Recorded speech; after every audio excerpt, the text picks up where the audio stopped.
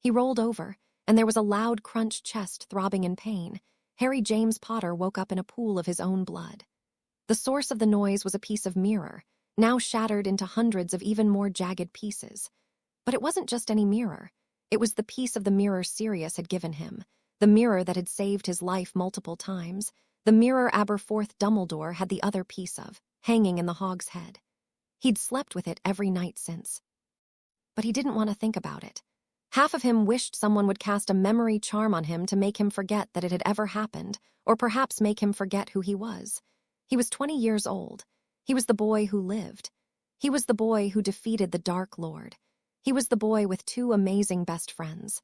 He was the boy who was dadding Ginny Weasley, one of the prettiest witches of their time. Too pretty for her own good, Harry thought, recalling the time Ron had said this about his sister. Harry finally was able to appreciate how true those words were. Menacing words and thoughts swam around in his head, thoughts he didn't want to think. Ginny Weasley, the prettiest witch of your time. Ginny Weasley, your best friend's sister. Ginny Weasley, famous Quidditch player. Ginny Weasley cheated on you, and now your heart is as shattered as your dead godfather's mirror. Your scar might not hurt anymore, but everything else does. The wizarding world is in peace, but you aren't. Shut you, P! He screamed. He felt like he was going insane, screaming to himself in the middle of London where he lived. The autumn sun had already risen. Harry guessed it might have been around 10 or 11 in the morning. The dim, dusty room in number 12, Grimmauld Place, was filled with light.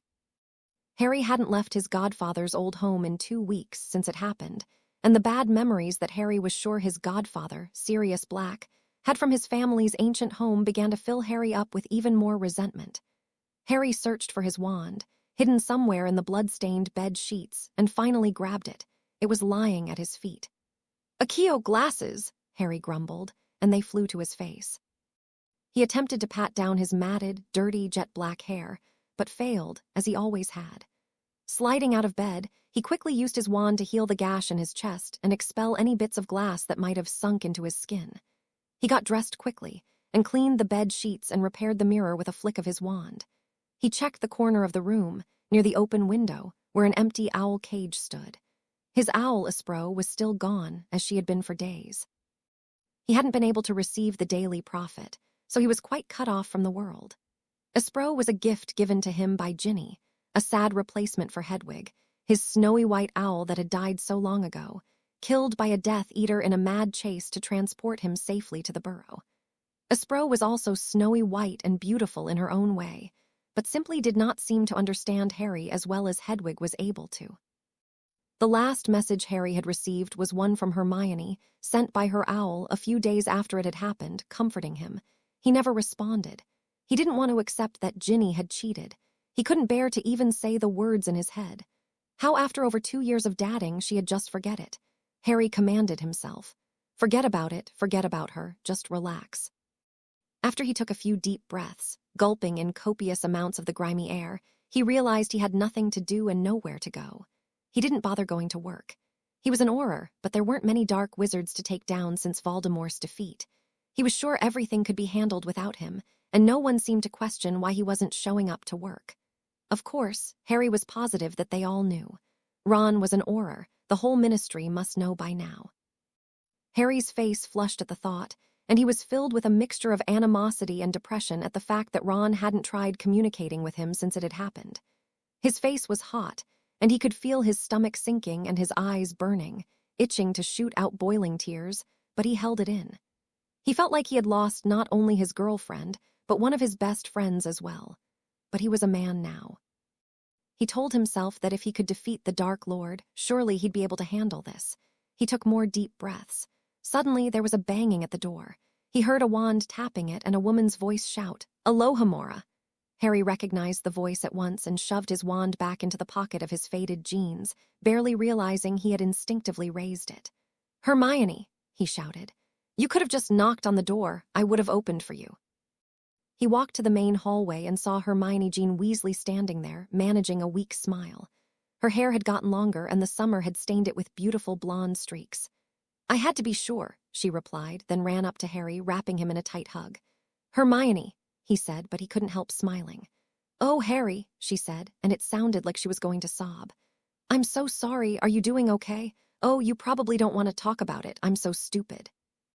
"Hermione, you're brilliant. It's fine, I'm fine," he managed, but he could tell Hermione was not convinced. "If it helps, I'm not speaking to her anymore," she said firmly. "Ron's mad at her too, but he thinks you're mad at him, Harry. That's why he hasn't been talking to you. I told him he's being foolish, that we aren't children anymore," she explained, "but he won't budge. But that's going to change today." "Hermione," Harry began cautiously, "what have you planned?" "Well, you know Ron and I live together now, so he's moved from the burrow. And you know Ginny still lives there, so we couldn't go there. But I planned something at our house. The cottage, it's not too far from the burrow, but far enough so you wouldn't run into that two-timing." "Hermione," he said, almost laughing. "Spit it out." "I planned a bit of a reunion for some old friends. Seamus, Dean, and Lee'll be there. Luna's coming. She lives right there. George and Angelina, they're dadding now. Isn't it wonderful? He isn't so sad nowadays. Just some other members of Dumbledore's army. What do you think?" she asked, sounding excited. You haven't invited," he sputtered, trying to speak, the words not coming, choking on a name he didn't want to say, Nev. She began, but regretting saying the beginning of the name as soon as it came out of her mouth after seeing the look on Harry's face. He grimaced as though in pain. "I'm so sorry, Harry. No, don't apologize. It's fine, it really is. My fault," he tried to continue, but the words were caught in his throat. Hermione threw her arms around him again. "So you'll come?" she asked hopefully. "You aren't going to let me say no," he said, the corners of his mouth twitching into an almost grin. He knew Hermione too well. She nodded, smiling from ear to ear. "Let's get you ready then so we can get to the cottage by noon, though the reunion's not till evening. Did I mention you'd be staying with us for a while?" she added. "What? No, Hermione, I don't want to be a burden. I can take care of myself." "Really, Hermione, with Ron not speaking to me, don't you think it's awkward enough that I'll be within a few miles of her?" Harry spat. "I want you to stay. Ron misses you, too. He's just too stubborn and upset to say it." "Come on now," she said determinedly, waving her wand around the house, gathering all of Harry's belongings into his trunk and landing a Spro's cage on top it smoothly. "All set then?" she asked Harry, who nodded without speaking. "Would you rather take the flu network or apparate?" "Well, seeing as it's going to be awkward enough going to Ron's house and seeing him and all, and being in the same village as Ginny and Neville," he forced himself to say their names, remembering Dumbledore's words. Fear of a name only increases fear of the thing itself. "I'd rather not show up in his fireplace," said Harry, and he and Hermione managed a quiet laugh. "Apparate it is, then," she said, glowing with happiness. Harry admired that Hermione still cared about him as much, if not more, than she always had, even though she had married Ron in June. Their marriage, exactly 2 years and 1 month after the Battle of Hogwarts, where Voldemort was defeated, seemed to finally brighten up George, who was in a depression ever since Fred had died. At the wedding, George finally reconnected with Angelina Johnson and his other old friend, Lee Jordan, and he seemed to be his old self, or near it. Harry didn't see how George could be the same without Fred. They completed each other. Harry reluctantly grasped Hermione's hand tightly with his right hand and held onto his trunk and a Spro's cage with his left. Within a split second, they were traveling through that uncomfortable darkness, dangerously fast. Harry felt as though he was being squeezed through a tube. He nearly forgot the uncomfortable sensation, as he hadn't left his house in weeks.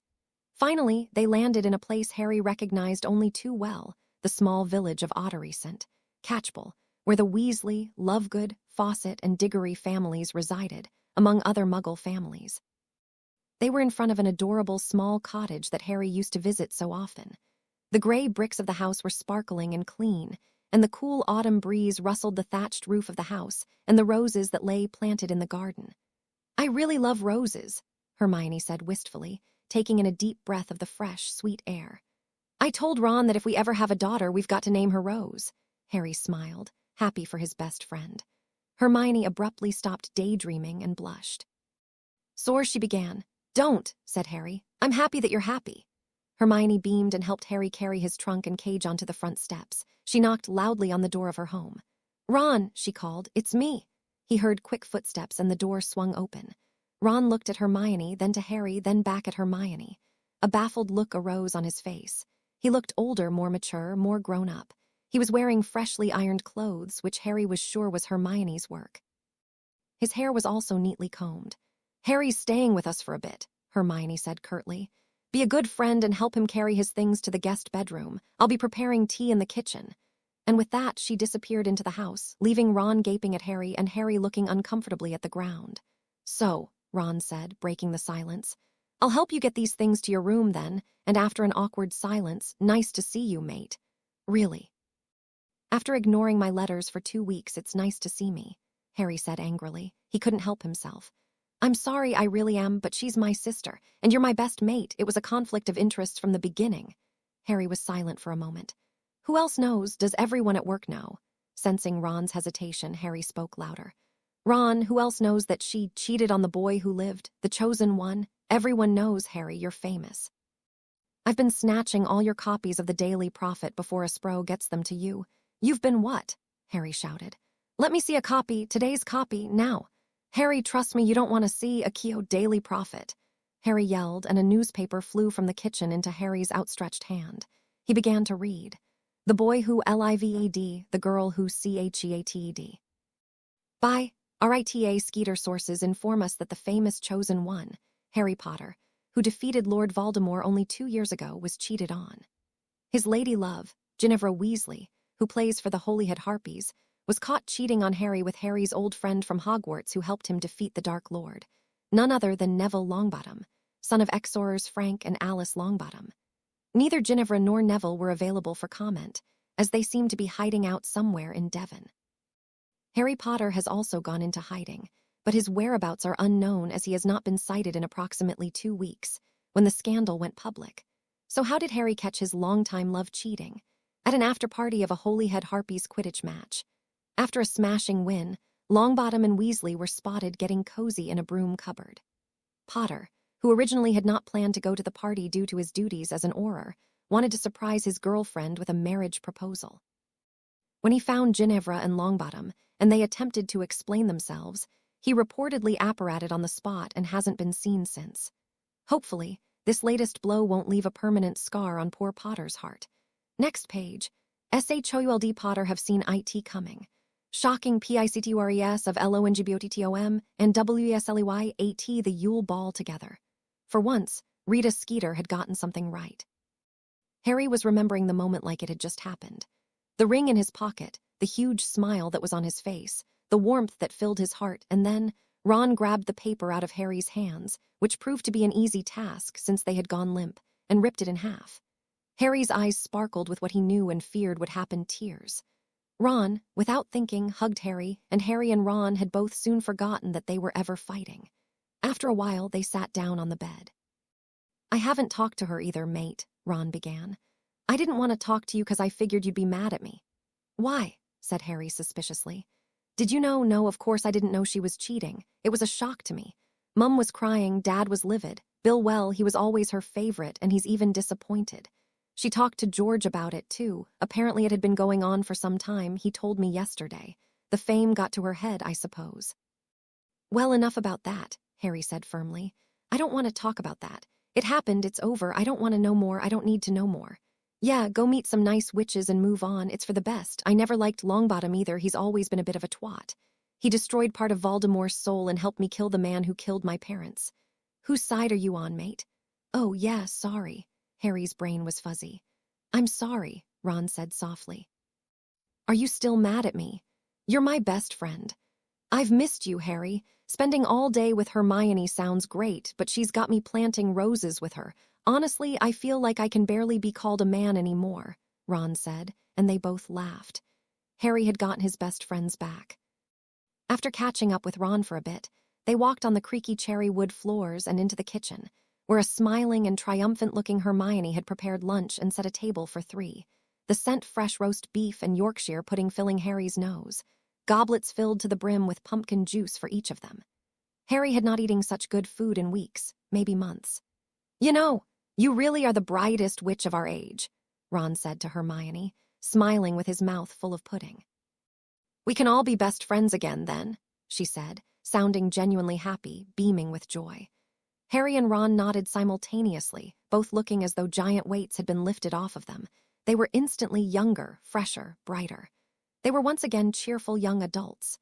Harry began to appreciate the sun shining, the birds singing, the calming, gentle wind from the open windows. He found himself looking forward to the reunion tonight. He could almost feel one crack on his heart being mended. For the rest of that warm October afternoon, Harry and Ron degnomed the rose garden and took care of other household chores. Hermione was busy writing a proposal for the fair treatment of house elves and other magical creatures. The infestation of gnomes at Ron and Hermione's cottage was nearly as bad as it was at the burrow. Harry remembered the summer he turned 12, the first summer he stayed at the burrow, when Ron and Fred and George rescued him from the Dursley family, his last living relatives. So much had changed since then. Harry hadn't seen his Uncle Vernon, Aunt Petunia, and Cousin Dudley since a couple days after the Battle of Hogwarts, where he found them and told them it was safe to move back into their home. They were on better terms now. Harry knew that Petunia was thankful that Harry had destroyed the wizard who had killed her only sister, and she had finally begun to show Harry affection, like an aunt should. However, they never went out of their way to see each other, and since he had been staying at the burrow for the majority of the past 2 years, he hadn't communicated with them in a long while. His mind drifted back to his first summer at the burrow. That was where he met Ginny. She was shocked to see him and couldn't bear talking to him for a while. She treated him like he was some huge celebrity, like he was her idol. Well, that much has changed, Harry thought. Ron seemed to sense that Harry was thinking about her as he subconsciously scowled. "Let's go inside," Ron suggested, looking up into the sky at the setting sun. "It's getting late, they'll be coming any second. I'd better clear out the fireplace." As soon as Ron and Harry had stepped inside, there was a loud crack. And Dean Thomas and Seamus Finnegan appeared a few yards away. "Harry, we didn't know you'd be here," Dean said, shocked. Harry smiled. "Nice to see you, too," he replied, and they both laughed. "It's been too long." Seamus said, "Me girlfriend, fiancé, Lavender, she's a bit clingy, you know her, you know how she is," he added, winking at Ron, who groaned. "I got rid of her for tonight, though. She's going shopping with me, ma'am, for wedding things. She was glad to leave me out of it." "Dunno how you put up with her," Ron grumbled. "It's not too hard to put up with the snogging, mate," Seamus said, chuckling. "Dean's got a girl, too, haven't you, Dean?" Well, Katie Bell and Dean began. "Katie," Ron said loudly. "You're serious? Why do you sound so surprised?" Dean asked defensively. "Oh, nothing," he said, noticing the look on Dean's face. "It's just that I've seen her a lot, you know. She's a good friend of Angelina and George, and ever since, well, she's been visiting us a lot, and she hasn't mentioned anything about—" Ron finished awkwardly. Ron had never exactly been great at being subtle. "Let's go inside, shall we?" Harry cut in, attempting to break the silence.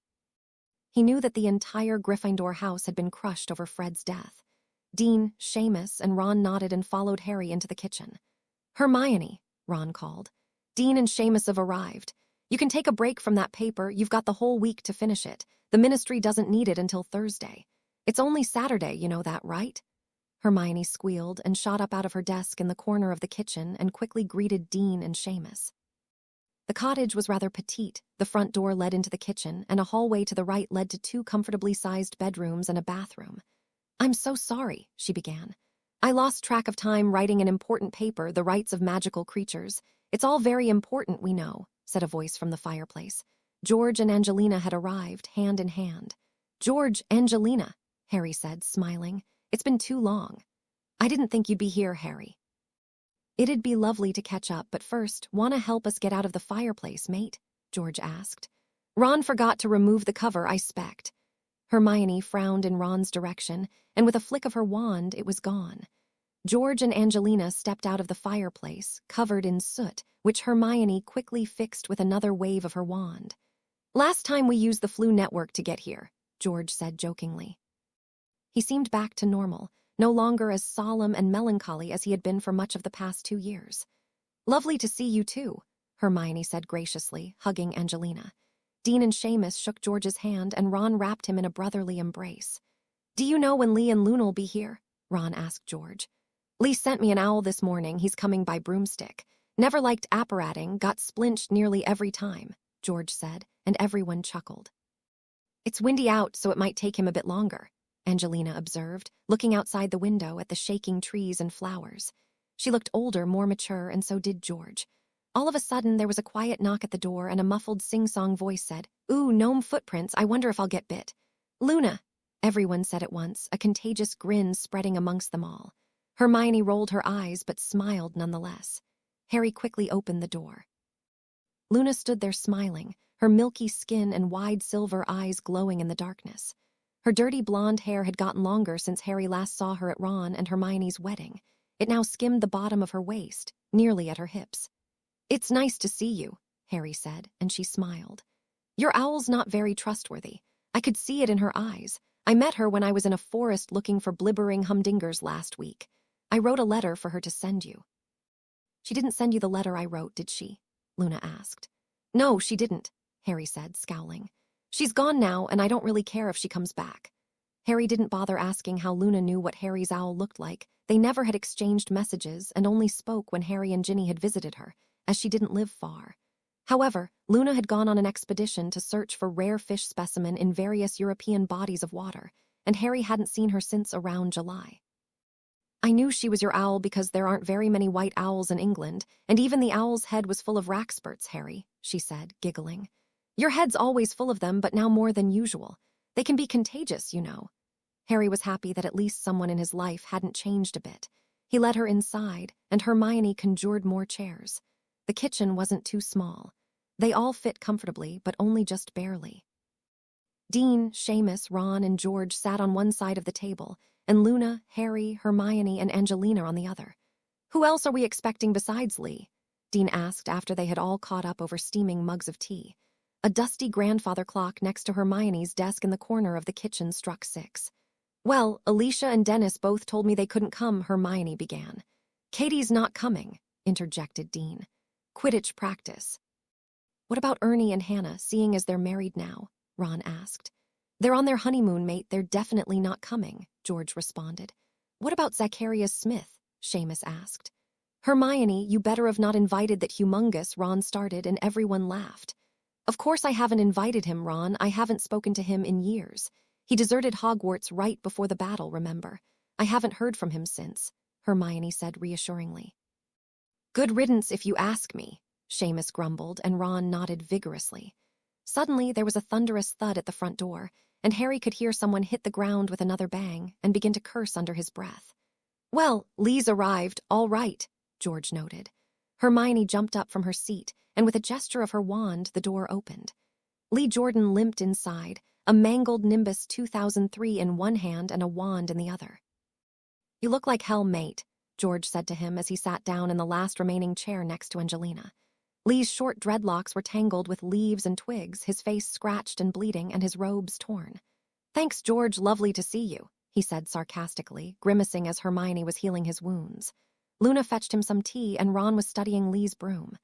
"A Nimbus 2003. You'd think it'd work better. Glad you're here in one piece," he joked.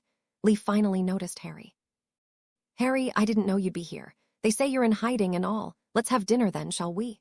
Hermione quickly suggested. "I've made shepherd's pie and steak and kidney pudding." "Hermione's cooking is delicious, it is," Ron added. Hermione blushed. Angelina, Luna, and Hermione helped bring it all to the table, and the steam from the freshly cooked foods blurred Harry's glasses. They all dug in, Ron stuffing his face with more than it looked like it could hold, his cheeks swelling like a chipmunk's. "Ron, do you think you're eating enough? I'm worried you've barely touched the food," George piped in between mouthfuls of pie, and everyone chuckled except for Ron, who glared at George while swallowing a colossal amount of steak and kidney pudding. "It's delicious, Hermione," Luna said in her dreamy voice.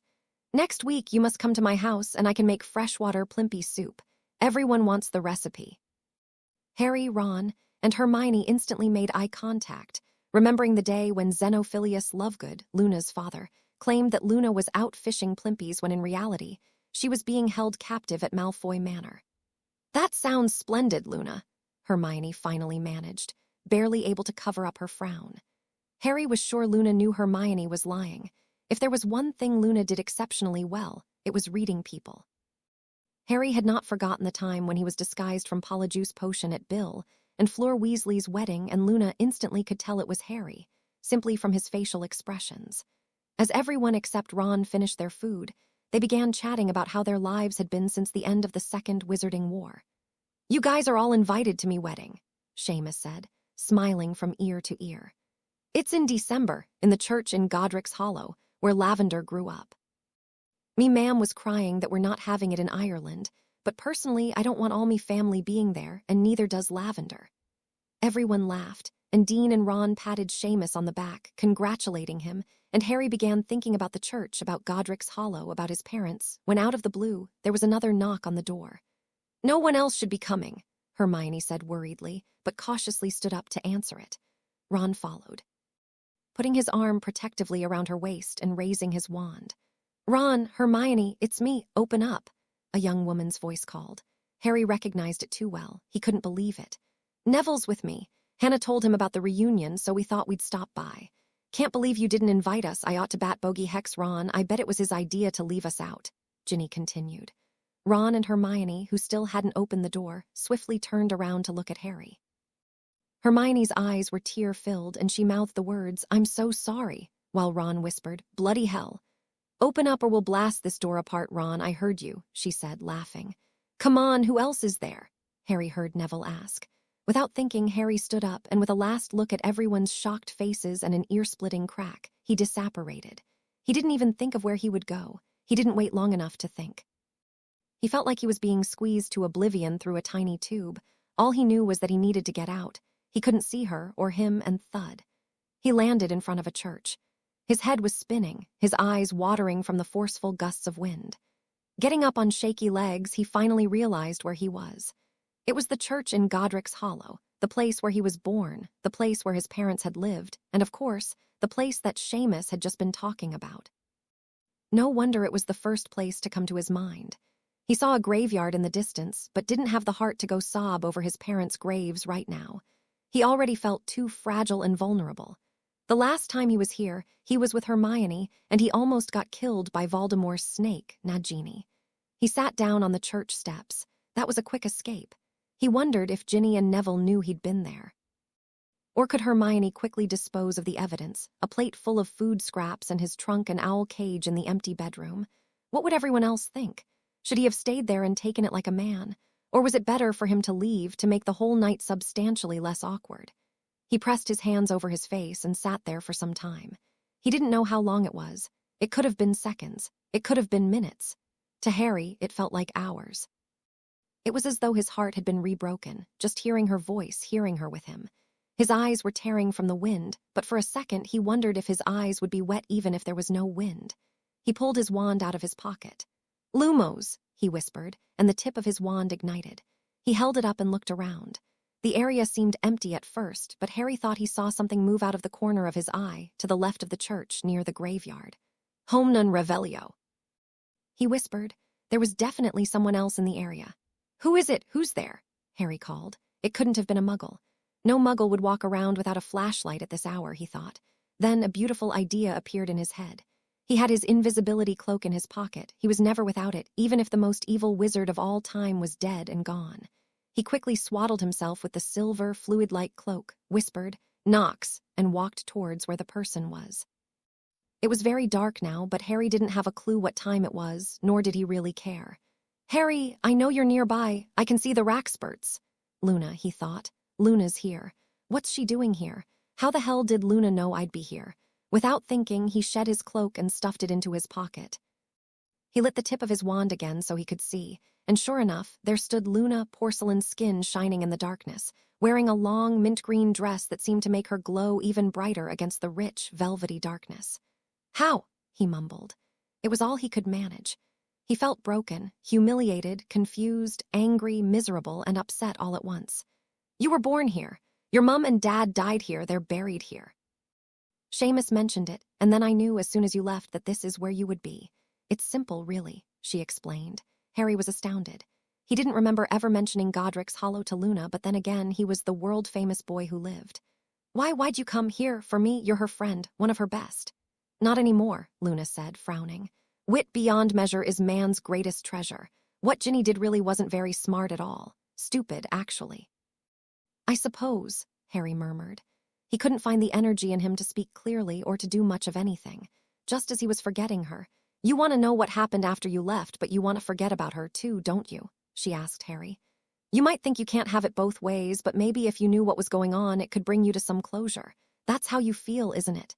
He nodded. He was drained with every thought about her. Nodding was all he could manage to do. His overgrown hair masked his vision, yet he couldn't lift up his hand to push it to the side. He had forgotten how to live. He forgot every time he thought of Ginny. Hermione started crying the second you left, and of course Ronald was comforting her. Ginny and Neville didn't know what was going on, but she blasted the door open, and they walked in, but, well, it was awful timing, but a Spro flew in right behind them. And of course then she knew, Luna elucidated. Harry groaned.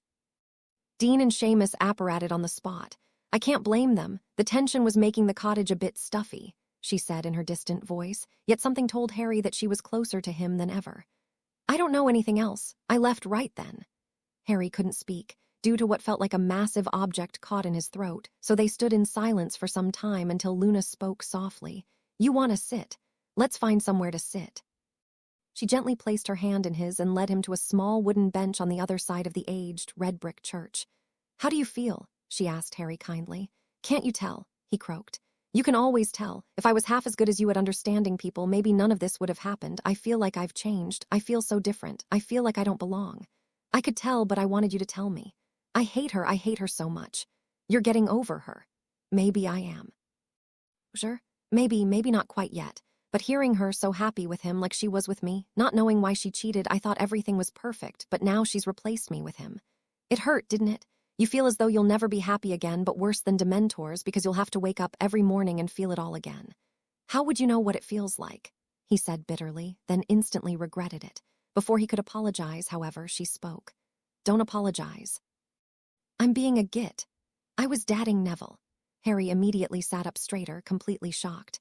I had no idea, Luna. I'm so sorry. I can't believe that trollop Ginny ruined. Harry Potter, calm down, she ordered, though Harry thought he could see the corners of her lips twitch upwards.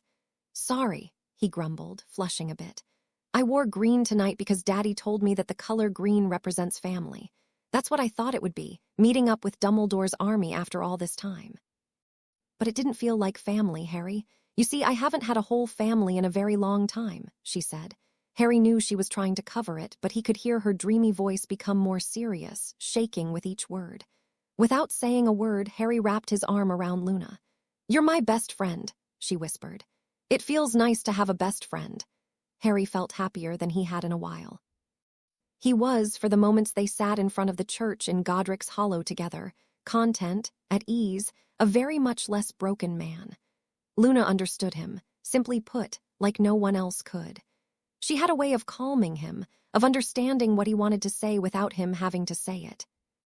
And for a while that evening, Harry didn't care about Ginny, Neville, or anyone or anything else. It was just Luna, and his arm wrapped around her, and her protuberant, gleaming eyes that seemed to stare right down to his very complete, entire soul. The next thing Harry knew, the entire world was sunlit, cool, but not as cold as the night had been, and he was uncomfortably pressed upon slabs of wood, his arm numb. Wood. Bench. Arm numb, he thought, slowly coming to his senses. Luna, he murmured, wiping the sleep from his emerald green eyes. And there she was, her shimmering gray eyes opened wide as usual. She was smiling. Harry noticed that she seemed to be watching him wake up as if it were the most interesting thing in the world. Good morning, Harry Potter, she said blissfully. Luna, what time is it? How long have we been here? It's approximately 9 o'clock in the morning. It's the 8th of October in the year 2000. Rather a lovely Sunday morning, if you ask me. I like autumn quite a bit. The nights are cold, but the days are warmer. The leaves change colors marvelously. I wonder what it's like for the leaves slowly but beautifully dying, she mused. Do you think we should go back? He asked cautiously.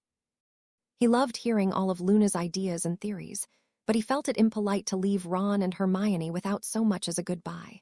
He wondered if he'd be welcome to stay there again after last night's fiasco. And on top of it all, he was utterly astonished that he had fallen asleep with his arm around Luna. He couldn't think straight. Raxburts, he muttered to himself instinctively. He needed to be alone, or with someone like Hermione. She could always help him sort his thoughts out. It's going to start raining soon, she noted, looking up at the sky as if she hadn't heard Harry at all. He stared at her, pondering what went on in her head, what did her ears take in, and what did she actually hear? What was going on in the world of Luna Lovegood? His brain was swimming with questions about her, but he couldn't come to any conclusions. She wasn't like any girl he had ever known. It seemed, he thought, too demeaning to call her just a woman. She had to be something more. Harry just had no idea what. Daddy's probably worried about me. We were going to go fishing together today, she told Harry. You can still go with him if we return quickly, Harry informed her. The day's just begun. "Oh no, if you want to catch freshwater plimpies, you must go before the sun rises. They're afraid of light, you see," she said very matter-of-factly. "I'll take you sometime." After glancing at the sky one more time, she held out her hand. "You're right. We should go back. Now." Harry took her hand, and as if on cue, it began to pour as they disapparated with a crack that Harry was sure would wake all the muggles in the village. Before Harry could really register the feeling of being sucked down a thin, rigid pipe, Luna and Harry landed in front of Ron and Hermione's cottage. "I think you need to be with them alone. I'm going to walk home from here. I don't like apparating." "If I walk, I can see all the creatures that only come out in the rain," she said firmly after seeing the look on Harry's face. What kind of gentleman, what kind of friend, would he be to let Luna walk home alone while it was raining? She lived a good 2 or 3 miles away. "It's only drizzling," she added. "You can't be seen, remember. You aren't here." And with that, she turned away from him and strolled slowly in the direction of her home. Harry still couldn't decide what to think of her, but his confusion was interrupted by a growling stomach. He quickly knocked on the door of the cottage. Within seconds, the door opened, and there Hermione stood. A sudden look of relief emerged on her face. "Harry, you're back. Ron and I were worried sick, and then Luna went to find you. I wonder where she is." "Oh, Harry, come inside and eat. You're all wet," she said, quickly casting a water-repellent charm on the lenses of his glasses. The two of them walked inside, and as she swiftly waved her wand, a chair pulled out so Harry could sit, and plates of bacon, eggs, toast, and marmalade flew in front of Harry on the table. "Luna found me. She's safe now, going home," Harry said in between mouthfuls of the delicious food. "Where's Ron?" he added as he saw Hermione suspiciously raise an eyebrow. "He's helping out George at the joke shop today. He should be back before supper, but that's not important. Did you spend the night with Luna?" "Yes," he began, "but not like that," he exclaimed after seeing the look on Hermione's face. "She found me in Godric's Hollow. Oh, I'm so stupid. I should have known that's where you went. Seamus had mentioned it right before. It's where you were born, where your parents died. That's how Luna knew I'd be there. Anyways, she calmed me down, and the next thing I know I'd fallen asleep, and then it was morning. It started to rain, so we came back," Harry concluded. "That was all." "You don't fancy her, do you, Harry?" She gets me, you know. I've always thought that, though, and never fancied her. She's a great friend," Harry trailed off, thinking of how after the Battle of Hogwarts, where she fought valiantly and helped him discover a Horcrux, she had been the only one to know exactly what he had wanted, some peace and quiet. How in his 5th year she was in his mind even when he was kissing Cho. She had also loyally and fearlessly fought with him and the others at the Ministry that same year, and in Harry's 6th year at the battle in the Astronomy Tower. How she'd never doubted his story of Voldemort's return when nearly everyone else did. How she'd been a loyal member of Dumbledore's army since it was established. "You're blushing, Harry," Hermione said, grinning. "You can just tell—" "Look, Hermione, I don't know," he snapped. "It's been less than 3 weeks since, and I'm sort of confused, and I thought you could help. Harry, these things take time. If there was a spell that could really, honestly help you, you know I wouldn't hesitate. But this isn't a thing that can be cured by magic. Well, what should I do then? Spend some time with her as friends? Or spend some time alone to figure out if you're ready to close the Ginny Weasley chapter of your life? I don't know how exactly you do that, but I feel as though you're getting there, Harry. I know you are," she insisted. "I have faith in you. I just wish I knew why she cheated, you know?" He sighed. A bit of his appetite had been lost since the mention of her name, but he didn't get that urge to vomit anymore. "I hate to say it, Harry, but Ginny's never really stayed with one man for too long. I've noticed that ever since she's been playing for the Holyhead Harpies, she's been a bit snobbish. And I suppose, Neville being rather famous and all, that the fame got to both their heads. I hate to say this, Harry, but she's been with quite a few men. Maybe she likes the chase. Maybe she just likes the man of the moment. Neville did get a lot of attention after killing Nagini." Harry frowned for a moment, wondering how life might have been different if Ron or Hermione had managed to kill Nagini.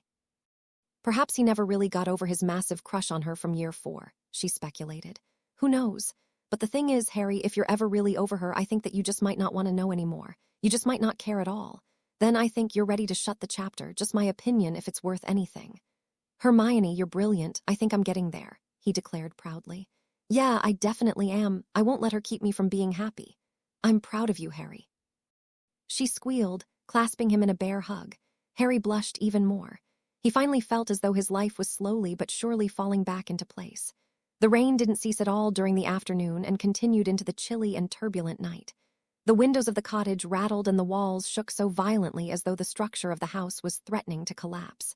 "Don't worry," Hermione yelled over the deafening rainstorm. "It's protected by spells. Ron should be home any second." She was looking at a clock directly over the oven. Harry noticed it was exactly like Mrs. Weasley's clock instead of numbers. There were different places written down, like working, traveling, home, and in danger. And one hand on the clock had a picture of Hermione at the end, whilst the other had a picture of Ron. Mrs. Weasley must have shown Hermione how to make one. Following Hermione's precise prediction, there was a deafening noise over the sound of rain beating down on the roof and thunder and wind shaking the earth, and Ron appeared in the kitchen where Harry and Hermione were sitting at the table, waiting for Ron's arrival to begin eating the mouth-watering supper of roast lamb. "Harry, you're back," Ron said immediately. Harry could tell by the tone in his voice that he'd been worried and upset. He wasn't usually so serious. "Sorry," he muttered. Hermione cut in. "He was in Godric's Hollow." "That's a bit random. Why'd you go there?" Ron asked, sitting down in the chair next to Harry. "I dunno. First place to pop into my head, I suppose." "Why'd you come back?" "Luna said we should." The words popped out of his mouth before he could think.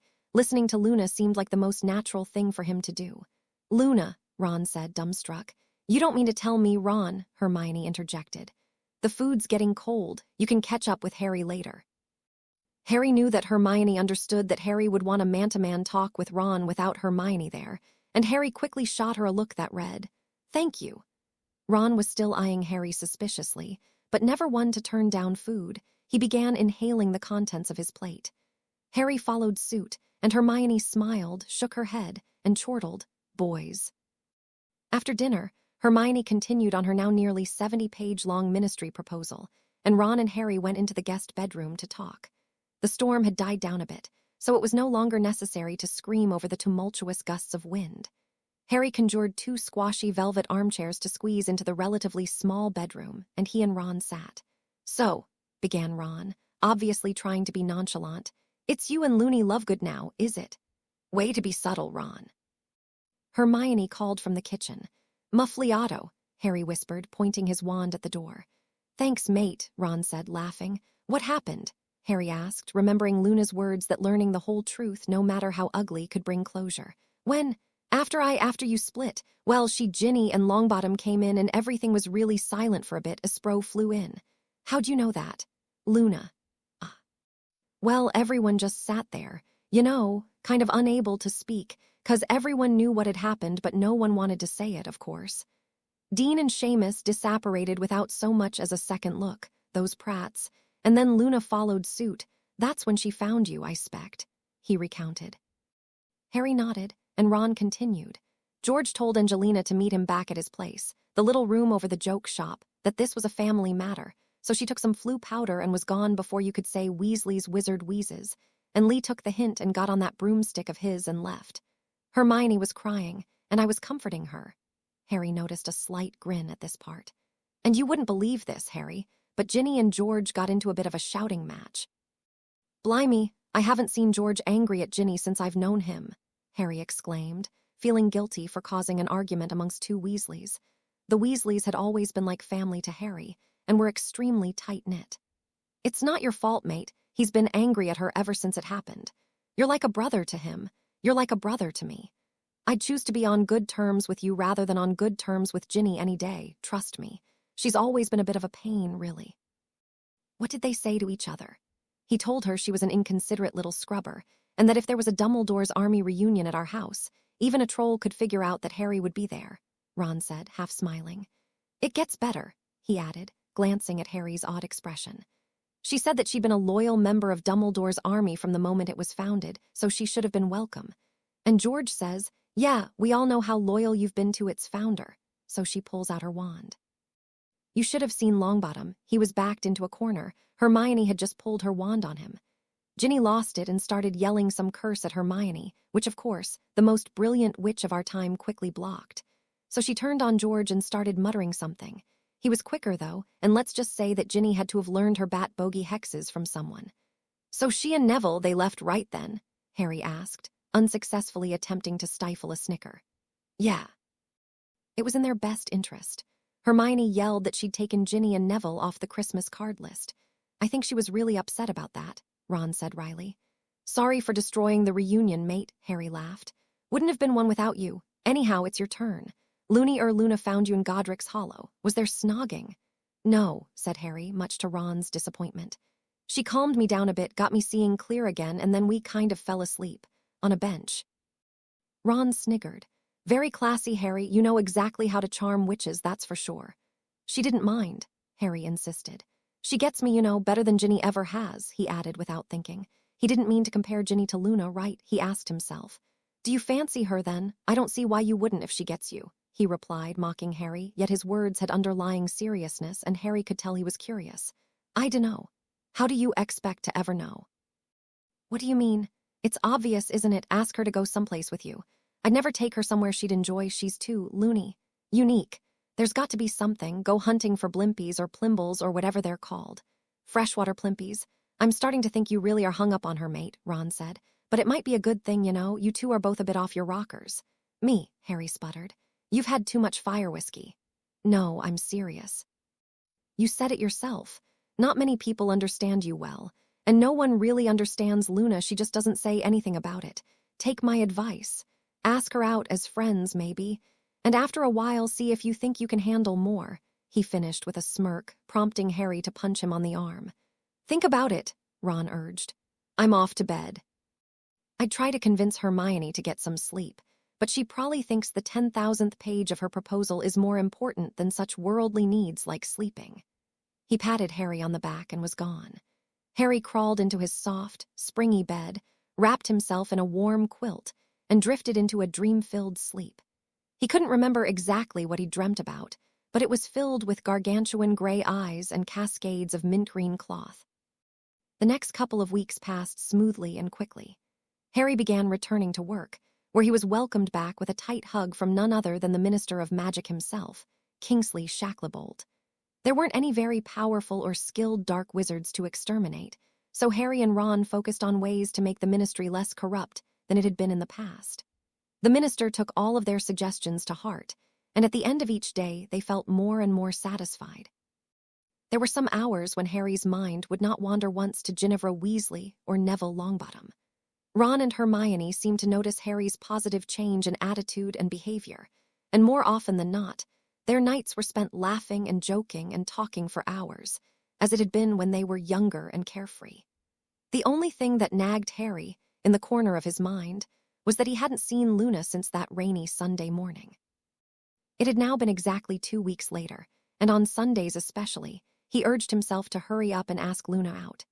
As friends, he reminded himself. Just as friends, as he was lying in his bed, enveloped in blankets to shield him from the ruthless cold, pondering what he should do about Luna, he noticed something flying at his bedroom window, slowly coming closer, flapping its dust-colored wings assiduously but for some reason not traveling very far. Errol. He musitated, and indeed it was Errol, the Weasleys' poor old owl, seemingly on its last leg but still remaining alive after so many years. Harry quickly pushed open the heavy window so Errol wouldn't crash and probably die, he thought to himself. Errol flew in and collapsed onto the ground the second Harry seized the letter from him. Ron, Harry called into the hallway. Errol's collapsed. That bloody bird's back. Ron shouted in disbelief, sprinting into the room, seeing Errol on the ground, shaking his head, and finally seeing Harry holding the letter. What did Mum send a letter for? She usually doesn't mind showing up here, intruding on us whenever she sees fit. The letter's addressed to me, Harry noticed. Ron's eyes became wider. You sure you want to read that, mate? Harry nodded. Go take Errol to Hermione. She'll know what to do. Aspro's gone again, so they can't go hunting together.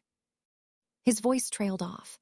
Ron quickly pointed his wand at Errol, said, Wingardium Leviosa, just the way Hermione taught him, and left the room with the owl floating behind him, as he obviously didn't want to touch the mangled bird's unconscious body.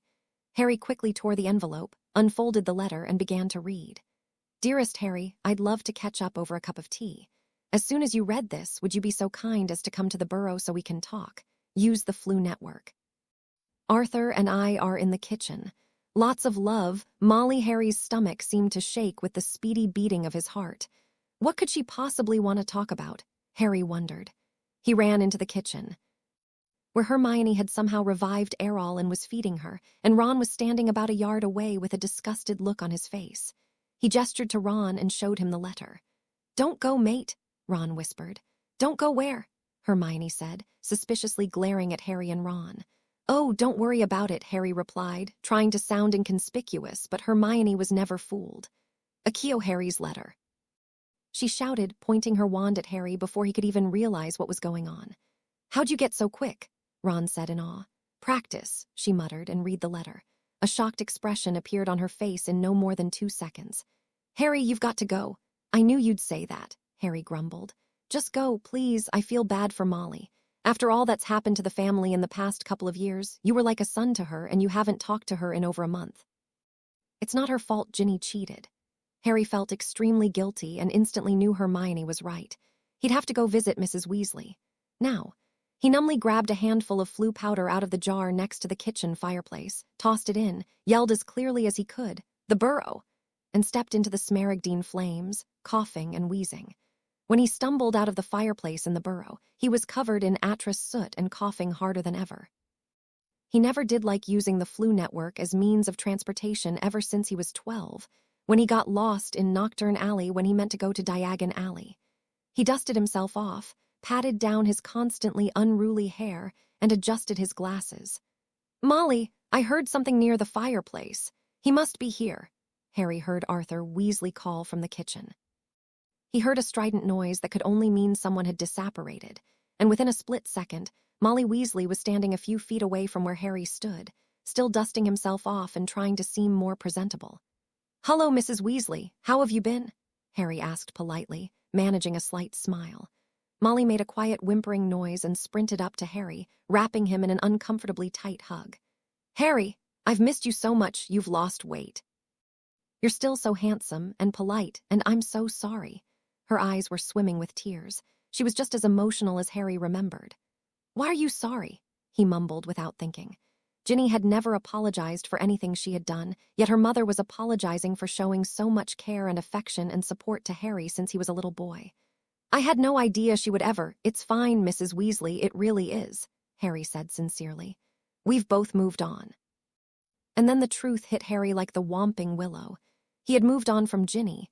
He didn't want her back like he had for tear-filled weeks after it had happened. He despised her. He never wanted to speak to her again. He wanted no part of her. Harry had always been loyal to his friends. Loyalty, it was one thing Ginny lacked. Yes, Harry concluded, I've moved on, but have I gotten over it? And he realized in his head that moving on and getting over someone were two wholly different things. Moving on was, like Hermione had said, closing the chapter of loving them and finding someone else. Getting over someone must mean not thinking about them as often anymore. Not hating them, just not caring about them. I'm not quite there, thought Harry, but I will be. It's only a matter of time. Moved on, Mrs. Weasley said, taken aback. Harry finally realized she was still there and refocused. Yeah, I thought you'd have been happy about it. Ginny's happy. I'm happy or getting there, so what's wrong? Well, we, Arthur and I thought that you and Ginny would get back together, Harry spat. She broke my heart. She destroyed me. I was gone for weeks, and she hasn't said so much as a sorry to me. She tried, Harry, dear, but you left before she could explain that she loved Neville. It was a mistake. She doesn't think so, parading around town with him attached to her. She's infatuated. Where is she now? Out with him, I spect. Well, that's just great. No offense, Mrs. Weasley, but I don't want her anymore, he finished, feeling a twinge of guilt at the look on Molly's face. It was beyond anger, beyond grief. You both need to calm down, Arthur Weasley said sternly. He must have apparated in, Harry thought. We were both just so loud we didn't hear him. Harry nodded in Mr. Weasley's direction, which he thought sufficed as a greeting at the moment. Sorry. Molly, I think you should go sit down in the kitchen, he said in a voice so strict and orderly and stern for Arthur Weasley. It was a voice Harry had never heard before. Molly didn't dare argue. Harry could tell from the look on her face that she had never heard this voice before either. She left at once. Muffliato, Mr. Weasley whispered, pointing the wand at the door Mrs. Weasley had just exited from. The spell ensured that no one could overhear their conversation. Are you going to kill me? Harry asked, half joking. Mr. Weasley laughed and shook his head. Harry, I really love you. You've been like a son to me for years. Molly sees you as a son too, and I think that's why she's so hung up on you marrying Ginny, so it can be official. I just wanted to tell you that I'm happy you've moved on." Ginny was well a blithering idiot. "I'm glad that you're finally content without her. Whatever choices you make, I'll do my best to stand behind them. You're a good man. You saved my life. I haven't forgotten." And without thinking, he too gave Harry an uncomfortably snug, fatherly embrace. Harry smiled. Mr. Weasley was the closest thing Harry had to a father after Sirius had died. "Thanks, Mr. Weasley," Harry responded genuinely. "Please call me Arthur. You're a man now," he said, chuckling. "You should go now. Ron's probably worried sick that we're torturing you. Do you need some flu powder?" Harry considered for a moment. His eyes landed upon the window in the room, overlooking the quiet village of Ottery St. Catchpole. Then an idea suddenly sprouted in his head. "No, thank you, Mr. Arthur. I think I'm going to walk." Arthur looked at Harry as though he was off his rocker. "Are you all right?" he asked, concerned. "I'm fine. It's just such a nice day. It's freezing." "View's nice. Walking would be a nice change. There's so much to see." "Well," said Arthur, not thoroughly convinced that Harry was thinking clearly, "be safe." "I'm feeling lucky," Harry said, and at that moment all the pieces fit together in his head. "I've got to go." He quickly thanked Mr. and Mrs. Weasley and dashed out of the house and down the road. He was fairly sure that Arthur and Molly were watching him as if he were a crazy man. Harry was starting to think that he was, but he had to take this chance. He was just so sure that he'd see her he couldn't think clearly. He was past the burrow, he couldn't see clearly. He ran over a hill. His ears felt numb, he couldn't bend his fingers. He was crossing through the outskirts of the forest. His breath was a cloud. He wasn't running anywhere in particularly, really. His feet were ahead of his mind. He was following them, hoping they'd take him to the person he needed to see. He was overcome with a random surge of confidence. He was panting and his heart was thudding, threatening to pop out of his chest. He wasn't sure if it was all from the running or from the possibility that he might see Thud. Harry flew back, his spectacles flying off of his face. After what his rushing adrenaline made him think was an eternity in the brisk autumn air, he landed on his back in a small forest clearing, where chartreuse-colored grass grew sparsely in clumps. The ground was damp and muddy, and he realized he was near a pond. His vision was foggy and blurred, not only because of his glasses being knocked off, but because he was still seeing stars. There was a dull pain in his left-hand thumb. He had landed on it oddly. He struggled to get onto his feet, his jeans weighed down by the moist muck stuck to them. A pallid arm was outstretched in front of Harry. Before he could think clearly, he held it, and it hoisted him back on his shaking feet.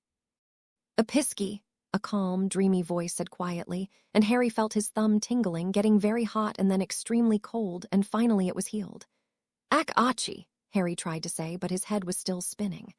"Akio Harry Potter's glasses," the voice said, and within a few seconds Harry felt someone placing his mangled glasses back on his head. "Reparo," the girl said. Harry's vision zoomed into focus, his whirling head finally coming to a halt. Luna Lovegood was standing no more than a foot away from Harry.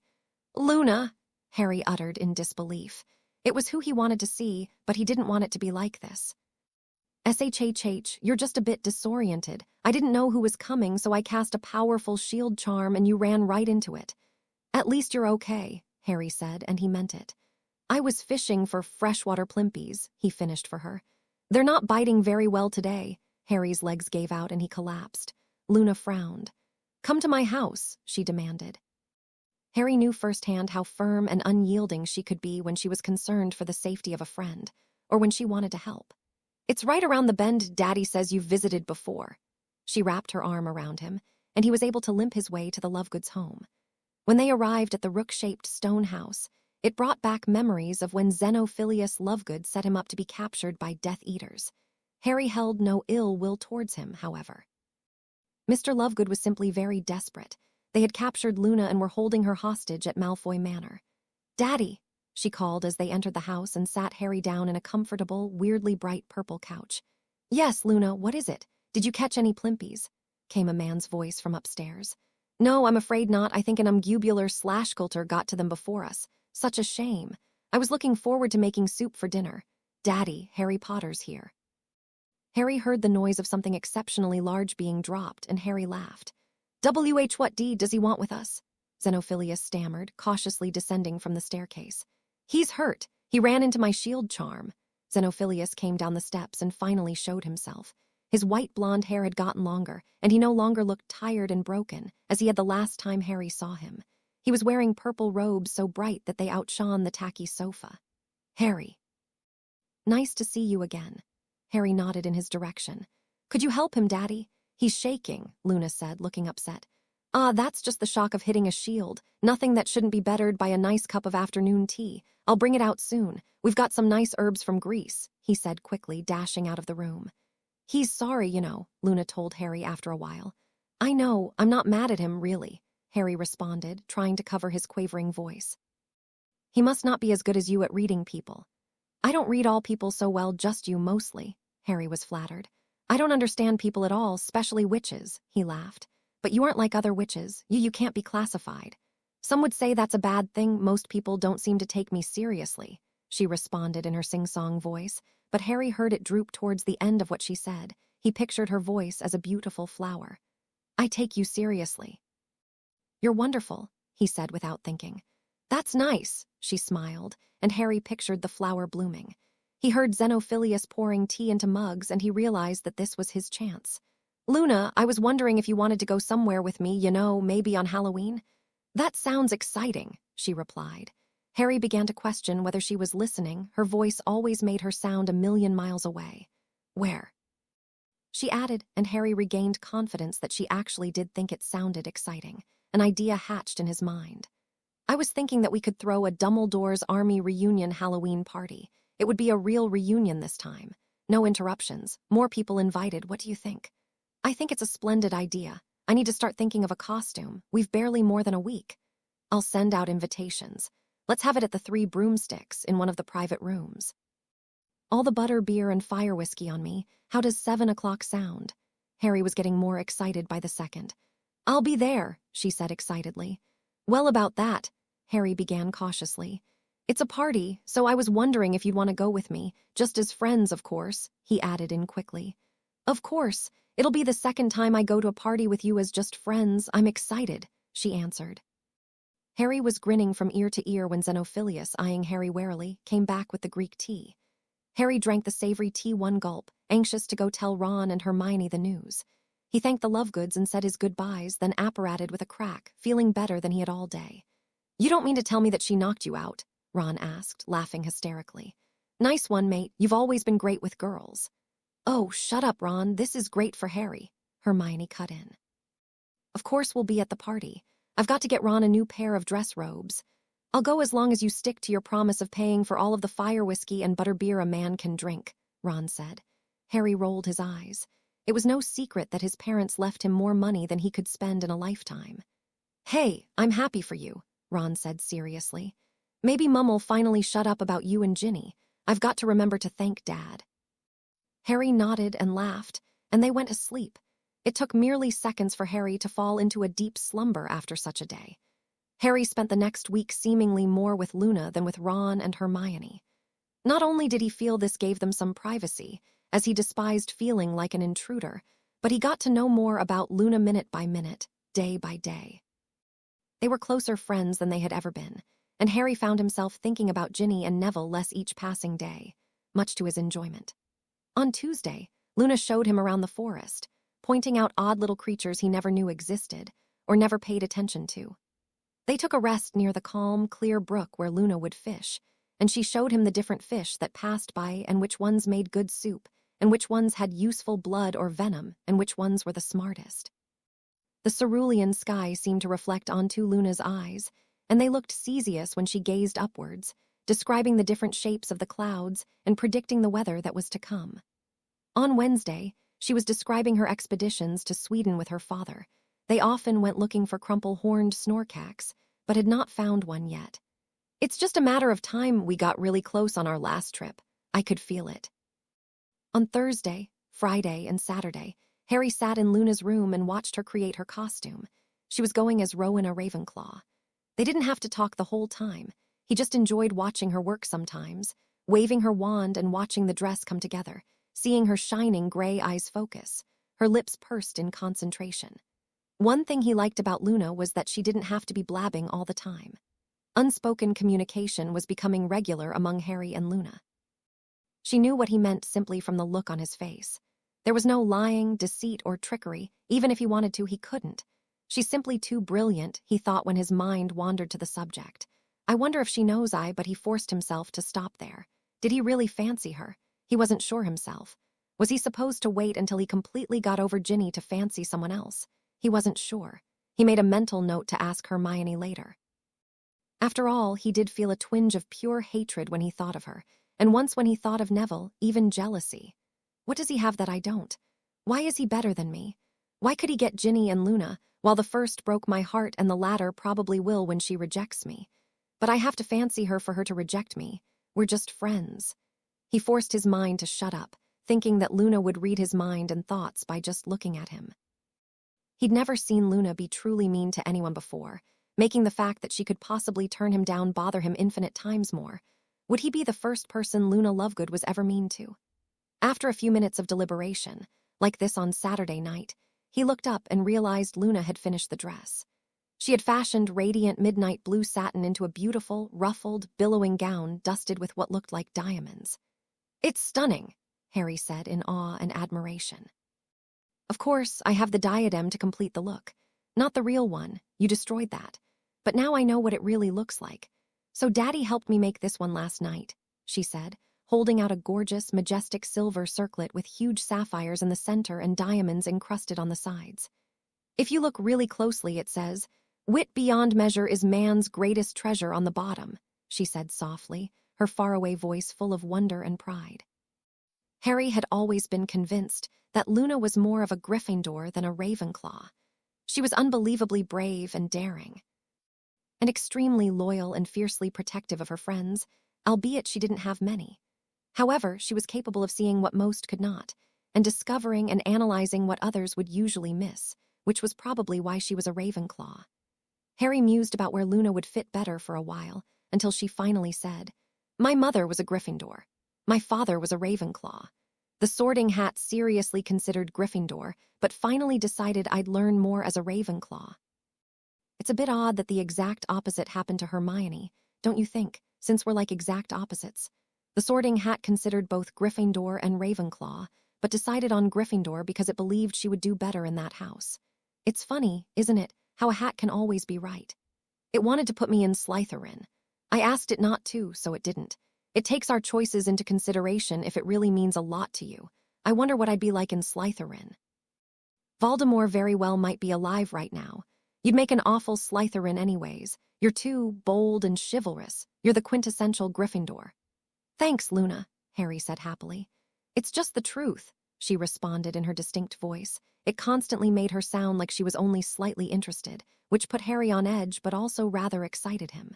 She was different than all the other witches who liked Harry and seemed to hang on his every word. He liked it. He pictured a beautiful flower again, soaking up sunlight in its own world, deaf to what others thought.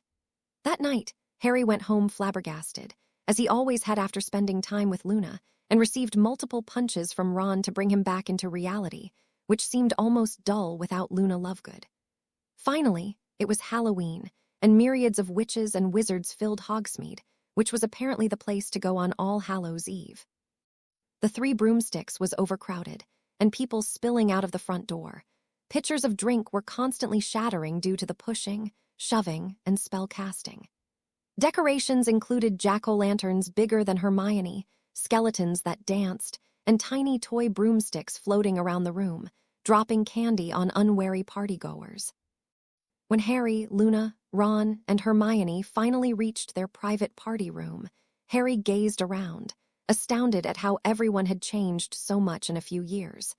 He also thought it interesting to see who ended up with who, and noted that most couples were from the same house.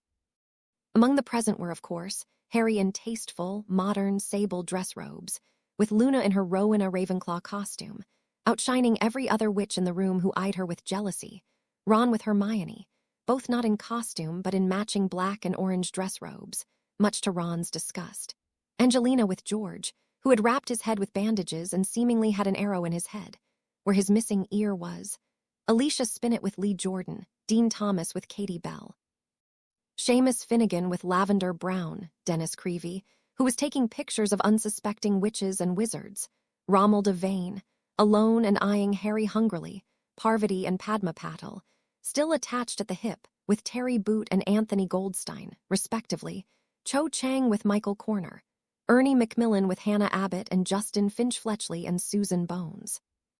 They took a few minutes to catch up with everyone. Harry endured an awkward conversation with Cho, but couldn't bring himself to speak to Romelda Vane out of fear.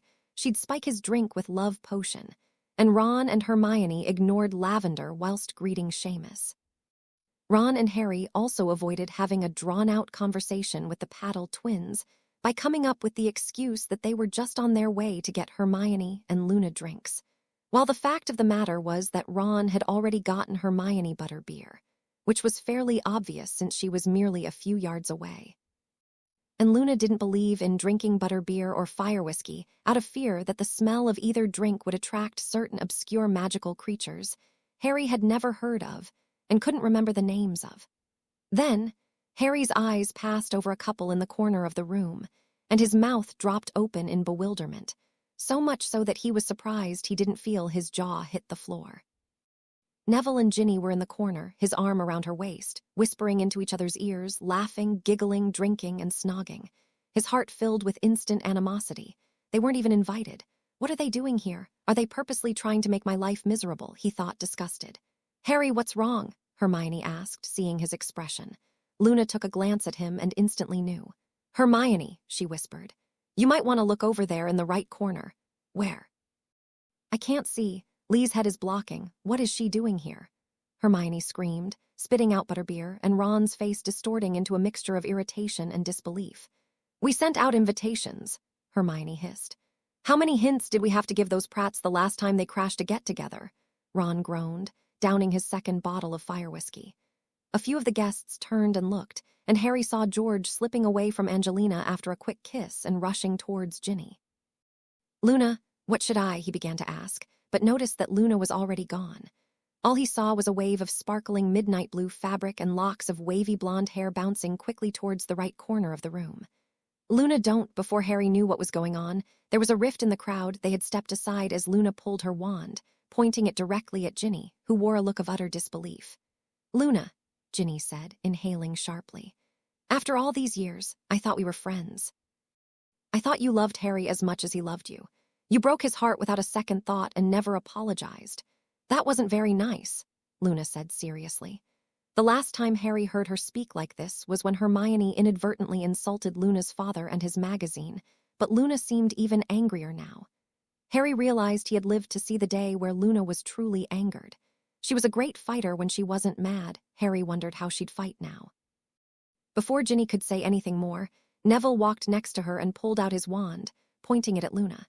Ginny copied him, and Harry instinctively responded by pulling his wand on Neville, his temper roaring.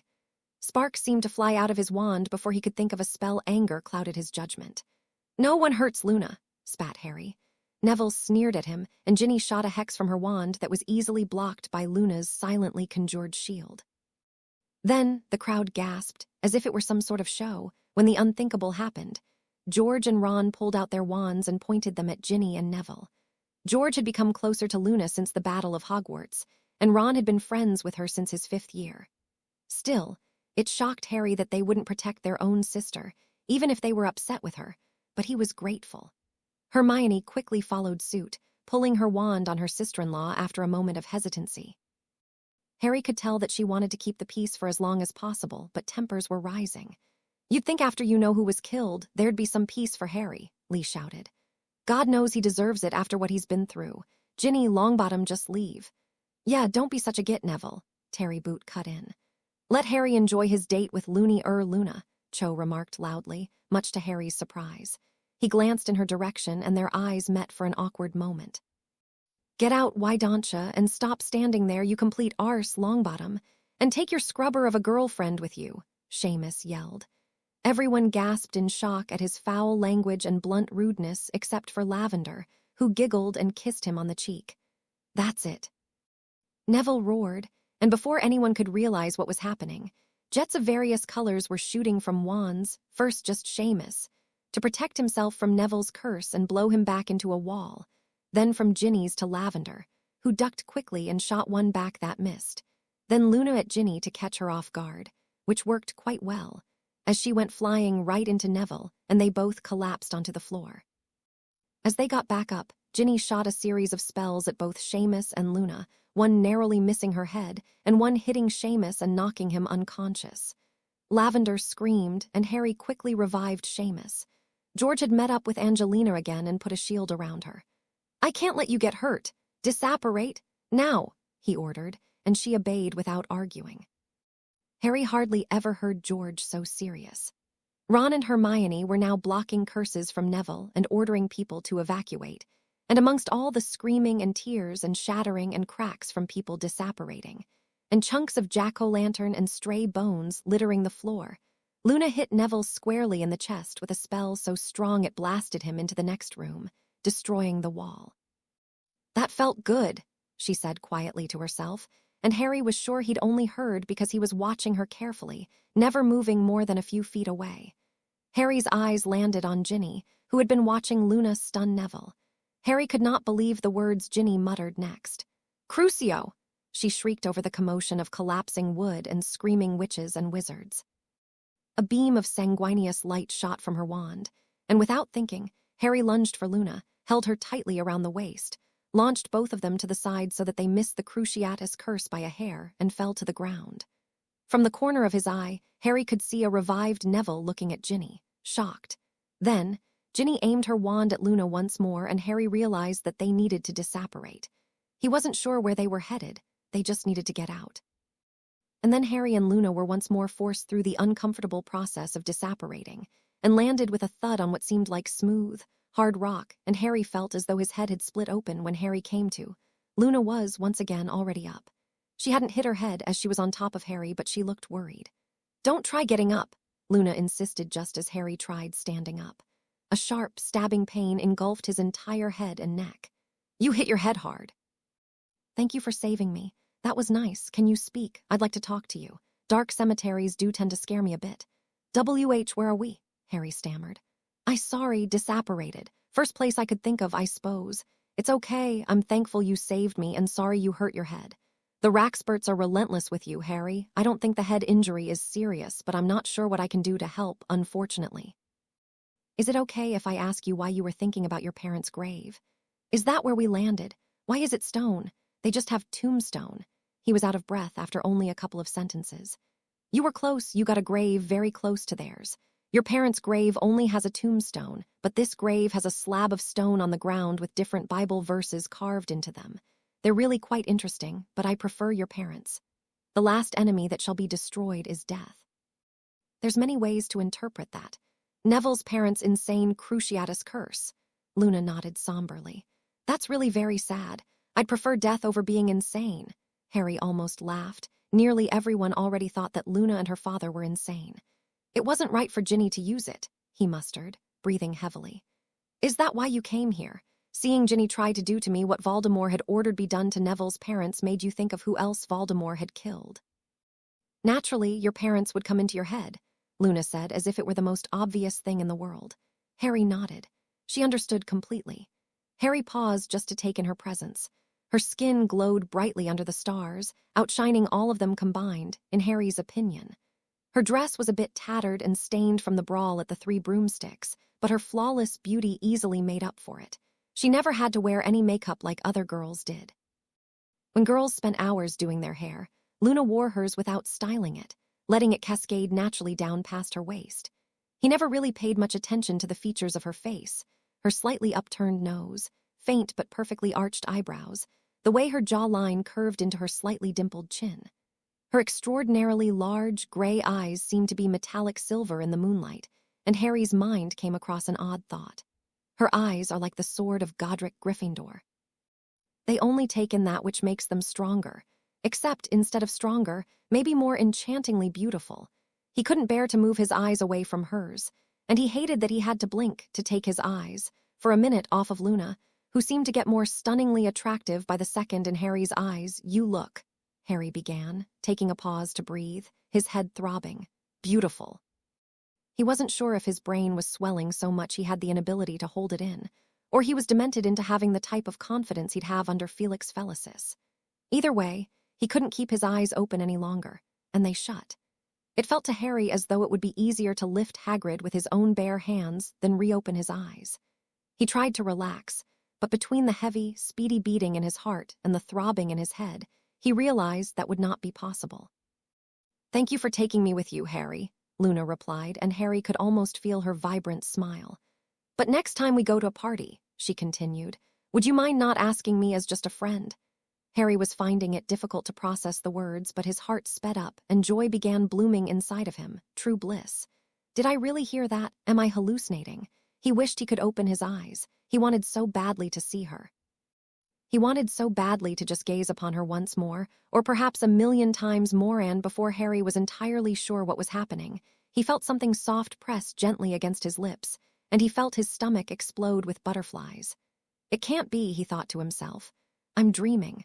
I should really go to St. Mungo's about this head injury." He felt the lips float away from his. "See, you're waking up." "Just in case you weren't sure," an unmistakably dreamy voice whispered. "Here's another hint." Before he could bring himself back to earth after what seemed like eons in heaven and ask what was going on, or muster the strength to open his eyes and see for himself, he sensed Luna's lips once more touching his, and he felt her eyelashes brush his face, and their cheeks seemed to exchange warmth, and he never wanted to part from her. Harry was filled with a burning desire to stand up and hold her tightly and simply protect her from everything harmful in the world, and to call her his own. And for the first time in a long time, he did not give a beetle's eye about Ginevra Weasley and felt as though he would give his life for Luna Lovegood. When Luna slowly pulled away from Harry once more, he felt the pain in his head subside. It was now just a dull prickle on the back of his head and neck. He propped himself up slowly into a sitting position. He gradually opened his eyes and saw Luna offering him a hand. He clasped his around hers and managed to stand up. "Luna's a lot stronger than she looks," observed Harry. They stared at each other in blissful silence for a while, and Harry didn't bother removing his hand from hers. Harry couldn't be sure how long. He lost all concept of time and space when focusing on a person, no, a being as beautiful as she. "Your friends will be worried about you. You should go home," Luna said. "You need some rest. Raxperts should leave overnight. Let me take you home." "Your dad's probably worried you've gotten abducted by nargles or something. Those are usually found in mistletoe, so if I were to go missing during the holiday season, nargles would be a good suspect," Luna replied seriously. "You should wear your radish earrings and butterbeer cork necklace. You told me once they kept nargles away," he added as a surprised look appeared on her face. "I never thought anyone really listened." I do," said Harry honestly. "Now let's apparate to your house." "Together," he insisted. "I'm not a doll," she frowned. "You're the toughest girl I know." She extended her hand, and he took it. The process of apparition felt even more painful this time. He felt as though his head had swollen and was being squeezed through a tiny, inflexible tube. Within seconds, they had arrived in front of the rook-like house that belonged to the Lovegood family, surrounded by gardens and the trademark sign, "Keep off the dirigible plums." "You don't have to walk me inside, you know," she whispered as they walked to the door, but Harry could almost feel her smile in the darkness. "I want to," he said persistently. He stopped to think, unsure of what to say. Was she his girlfriend now? It was just a bit of kissing, a little voice inside his head told him. "She doesn't want to be your girlfriend. But she's not just my friend either," Harry argued with himself. "She's just Luna." "You're my Luna, and I really care about you," he said, and embraced her. He felt oddly protective of her and unwilling to let her go, especially after tonight when she was almost tortured. She was strong, but so was Ginny, and Ginny, Harry realized, wouldn't hesitate to torture someone if it was in the heat of the moment. And that was the difference between Luna and Ginny. Luna always thought, always cared, and made an effort to be kind.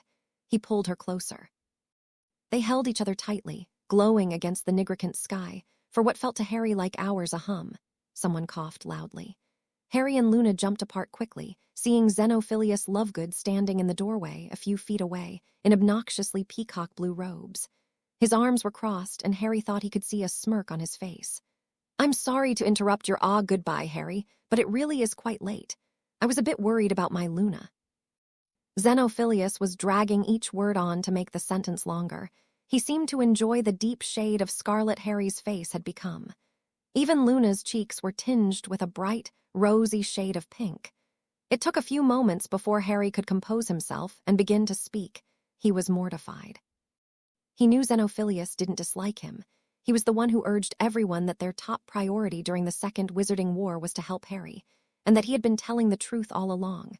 But they were on uneasy terms with each other since Xenophilius had attempted to hand Harry over to the Death Eaters in exchange for his daughter. Well, thought Harry, he probably dislikes me now. I'm sorry, sir. You do realize it's nearly 2 o'clock in the morning. All the horrible beasts that come out. Especially when November begins. The Nargles can sense holiday season coming. You two are lucky you're alive, Xenophilius exclaimed. I was unconscious for a bit, lost track of time. The words spilled uncontrollably from Harry's mouth. I'm sorry, Daddy. It won't happen again, Luna interjected, seeing the expression on Xenophilius' face. I'm holding you two to your words. I think it's best you left, Luna and I, private conversation. He yelled, pulling Luna inside and slamming the door in Harry's face. That went well, Harry thought to himself sarcastically, punching the wooden door in frustration and quickly apparating to Ron and Hermione's cottage before. Harry feared Xenophilius and Luna would come outside, thinking that the noise was from some obscure magical creature. When he arrived at Ron and Hermione's cottage and banged on the door until they answered, anxious to escape the frosty November morning and seek refuge in his warm bed. The sky had turned almost orangey now, covering everything in an eerie glow. Harry's head felt heavier by the second. After what seemed like forever, the door swung open and Hermione stood there, looking extremely relieved to see Harry. Harry, I'm so glad you're safe. I was worried sick. I fell asleep at the table waiting, she said, sounding extremely exhausted.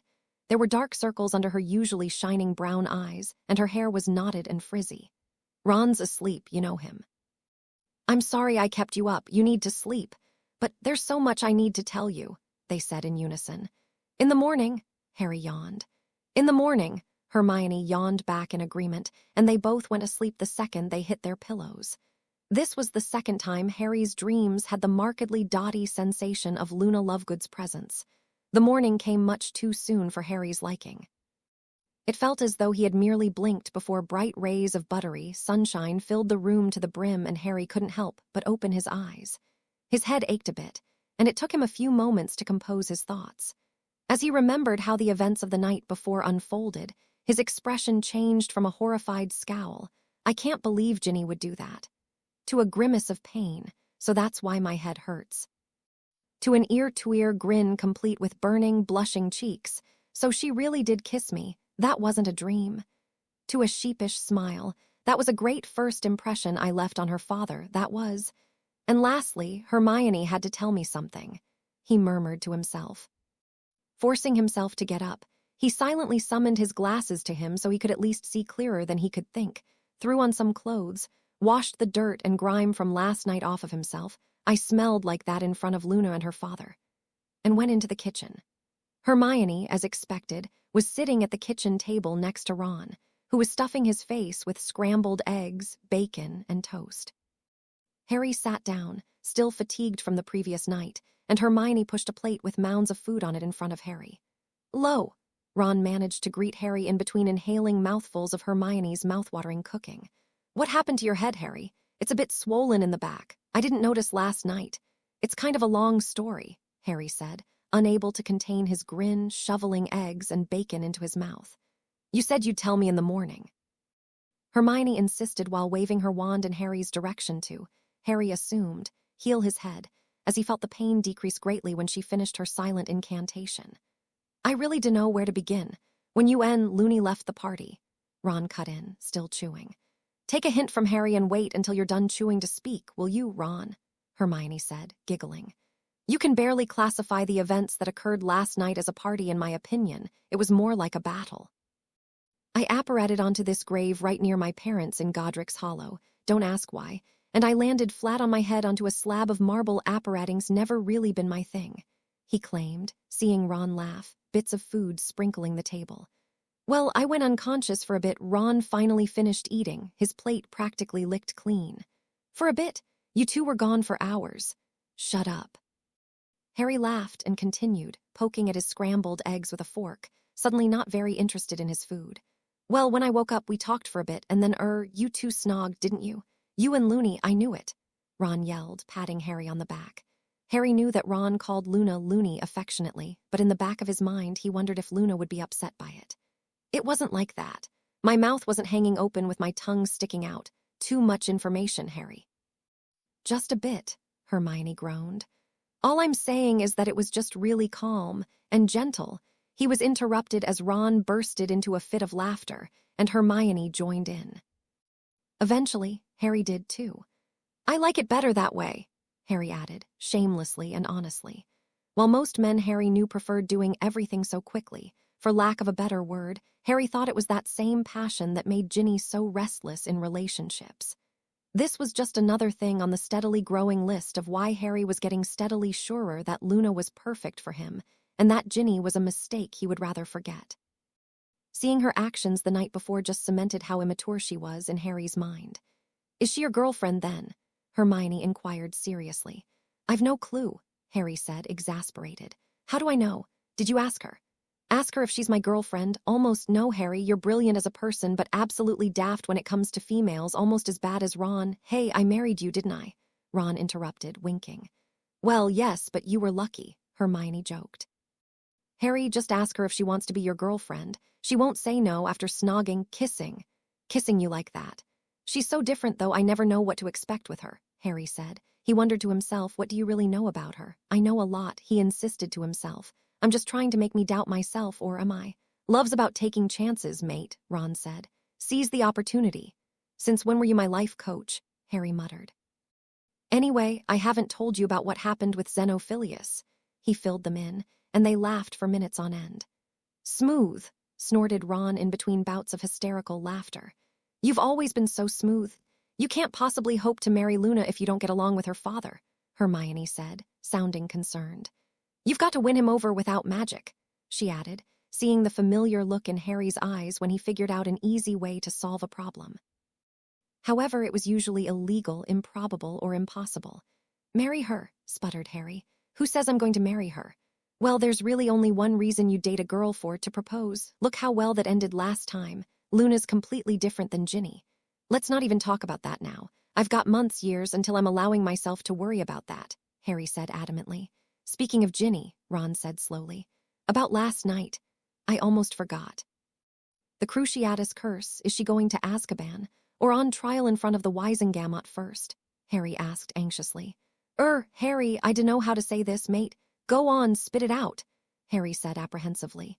He didn't know if he would be happy about the news of Ginny being sent away or upset. He wouldn't force the Dementor's kiss upon her, no matter how much he disliked her. Ginny's not getting into any trouble. The words spilled out of Hermione's mouth, as if she had been rushing to get them out. Harry spat out the orange juice he'd been drinking. What? She tried to torture Luna. There were at least 5 witnesses. I know mostly everyone was panicking, so they might have not seen, but there was you, me, Ron, Luna, and Longbottom. They need to take her wand. Trace the last spells performed on it. She's probably covered it up with a bunch of other spells by now, Harry, but that's not the point, Ron said, trying to cover up the obvious relief in his voice. Harry knew Ron didn't want Ginny to go to Azkaban, and he couldn't blame him. She wasn't using her wand. Her wand is black, Hermione explained. The one she was using was made of cherry. Neville's wand is made of cherry. Do you think she used the Cruciatus Curse on Luna from Neville's wand? Harry speculated. That would be absolutely repulsive, seeing as his parents went insane from that curse. I still don't understand why she isn't getting in trouble, Harry said angrily. There were witnesses. Who would believe you and Luna, though? Everyone knows Ginny cheated on you and that Luna was your date. Maybe you just wanted to get her in trouble. What about you and Ron? I'm her sister, Harry. I can't just get her sent to Azkaban, Ron said, sounding more sad than angry. I understand, Harry admitted. I suppose I don't want her sent there either. I just want her to get some sort of payback for nearly torturing our friend. I agree with Harry, Hermione said firmly. I don't want her to go to Azkaban, but she can't just go around casting unforgivable curses. Ron, don't look at me like that. You know what she did was wrong. But Harry, you must remember that what goes around comes around. What do you imagine Neville must think after he saw Ginny do the Cruciatus Curse? They can't just let that slide. Neville will be angry, to say the least. He can only hurt her if she really cares about him, Harry grumbled. She hasn't seemed to really care about the people she dates. She broke up with Michael Corner because he was a loser and Dean, because he tried to help her through the portrait into the common room, real solid reasons for ending a relationship. "You need to stop thinking about her," Hermione said in a concerned voice. "Do you still hate her with the passion necessary to cast an unforgivable?" Harry thought for a moment. "She obviously hates Luna with that sort of fervor. She was jealous because Luna was a better fighter, Harry. I hate what she's done, a lot of what she's done. But I think we could be civil towards each other with a bit of effort. We're alike in a lot of ways, or at least we were. Maybe that's why she cheated on you. Nothing that you were doing wrong, just that you two weren't compatible. She could have told me before getting with Longbottom," Harry said crossly. "I'm not saying she didn't make a horrible, foolish mistake. Any witch would be lucky to have you honest," Hermione comforted Harry. "Sorry, I get a little short-tempered when I think of her." "It's not as bad as before," Hermione replied. "You were short-tempered to begin with," Ron joked, trying to lighten the mood. "Now go ask Looney on a date. It's nearly noon." "There's still room for snogging. Seize the day," Harry and Hermione groaned in unison. "I'll go stop by her house. Maybe I can make a better impression on Zeno." "Let me fix your hair first," Hermione begged. "It doesn't ever stay flat. I thought you'd have picked up on that after nearly a decade," Harry responded as Hermione was smacking Harry's head, attempting to get his tufts of jet-black hair to rest, but her attempts were in vain. "It was worth a try," Hermione muttered. She didn't like the feeling of failing at something. Failure is her boggart, remembered Harry. I wonder what Luna's is. "Bye then, you two have a nice day," Harry said as Ron rolled his eyes at Hermione. Harry apparated to Luna's home, getting more accustomed to the uncomfortable squeezing sensation. He made sure to keep off the dirigible plums, which he didn't exactly understand since they appeared to be floating, and knocked on the door, suddenly awfully nervous. What if she's busy? I should have sent an owl. What if she tells me that last night was all a mistake? Harry wondered fretfully. On top of that, he couldn't get the dull but definitely present feeling of anger towards Ginny for nearly torturing Luna and getting away with it, scot-free. "What are you so upset about, Harry?" Harry immediately looked up, surprised. He hadn't noticed that the door was opened and Luna was standing there, looking tired but still very pretty, in Harry's opinion. She was wearing purple drainpipe jeans that accentuated her thin figure, and a royal blue knit sweater with purple and red flowers embroidered across the collarbone area. Harry immediately recognized her outfit as the one she had worn during the Battle of Hogwarts. Her long, flaxen hair was in a waist-length plait, and her stone-grey eyes did not once flinch from Harry's. "It's no," he began, unwilling to burden Luna with the information about Ginny he'd recently discovered, nor did we want her to know how jittery he was just to be in her presence, or how much he wanted to speak to her, to get to know her better than anyone. "It's not nothing," she replied as if it were the most obvious thing in the world. "What is it?" Unable to lie to her, he told her everything Ron and Hermione told him about Ginny, and his own suspicions about the wand she used. "I expected that," she said softly, sorrowfully. "It was his wand. Should we tell the ministry? They couldn't prove anything. Don't you want to try? She tried to torture you. She wasn't herself, I could tell. Perhaps one too many glasses of fire whiskey, I'm unsure. No one was hurt, really, except for you hitting your head on the marble. Of course we could ask, but who would believe us? I don't want her getting hurt. She tried to hurt you without hesitating," Harry reminded her. "That doesn't mean we should hurt her back. Let her get hurt by herself." "She will," Luna said, sounding absolutely positive. Harry thought about continuing to argue, but then decided that he should let Luna make her own choices. The curse was meant for her, after all. "You're right," Harry agreed after a moment's hesitation. "Thank you for letting me decide for myself. Not many people let me do that," she said, her voice tinged with bitterness. Harry rarely heard her this way. He realized that her dad must be overly protective of her since she was the only child Xenophilius had. "I'll always let you decide," Harry vowed. "That's nice of you," replied Luna, her voice back to normal, if you could call her faraway voice normal, that is. "Come inside, it's cold and Daddy made more Greek tea." "So he doesn't hate me?" Harry attempted to ask nonchalantly. "I told him you make me happy, and after I explained that to him, he was happy too. Quite simple, really," Luna answered. Harry smiled. Everything Luna said, every time their eyes met, every time his skin brushed against hers, everything she did made Harry extremely joyful, and the fact that he made her happy made him happy in return. They walked inside to the warm house, and the aroma of sweet herbs filled the air, and the delicious scent mixed in with the vibrant aura of euphoria energized Harry greatly, making him feel a bit unstoppable and reckless, a confidence he commonly felt during moments of extreme happiness. "Daddy, Harry's here," Luna called into the kitchen. Harry just noticed that all of their couches were curved to fit the circular house. He and Luna sat down, and Xenophilius walked in, his white blonde, candy floss textured hair outshone by an unusually large and bright turquoise hat paired with matching robes. Lovely to see you, Mr. Potter," Xenophilius greeted Harry rather curtly. Harry imagined that Xenophilius did not like the idea of his only daughter dating Harry Potter, a marked man. "Good afternoon, Mr. Lovegood," Harry replied, trying to sound sincere for Luna's sake. He didn't have anything against Xenophilius, but Harry found it hard to be polite to someone who didn't treat him with the same kindness. "I prepared more Greek tea for you too. It's very rare and very delicious." He handed them silver, oddly square goblets for tea, a detail Harry hadn't noticed his last visit. Probably because of the head injury, thought Harry. Harry and Luna thanked Xenophilius and drank the tea, which was actually quite tasty. However, Xenophilius decided to sit right in between Luna and Harry on the gaudy, curvy couch, and there wasn't much conversation going on for what seemed like a very long time for Harry. Luna appeared to be extremely interested in a crack on the wall.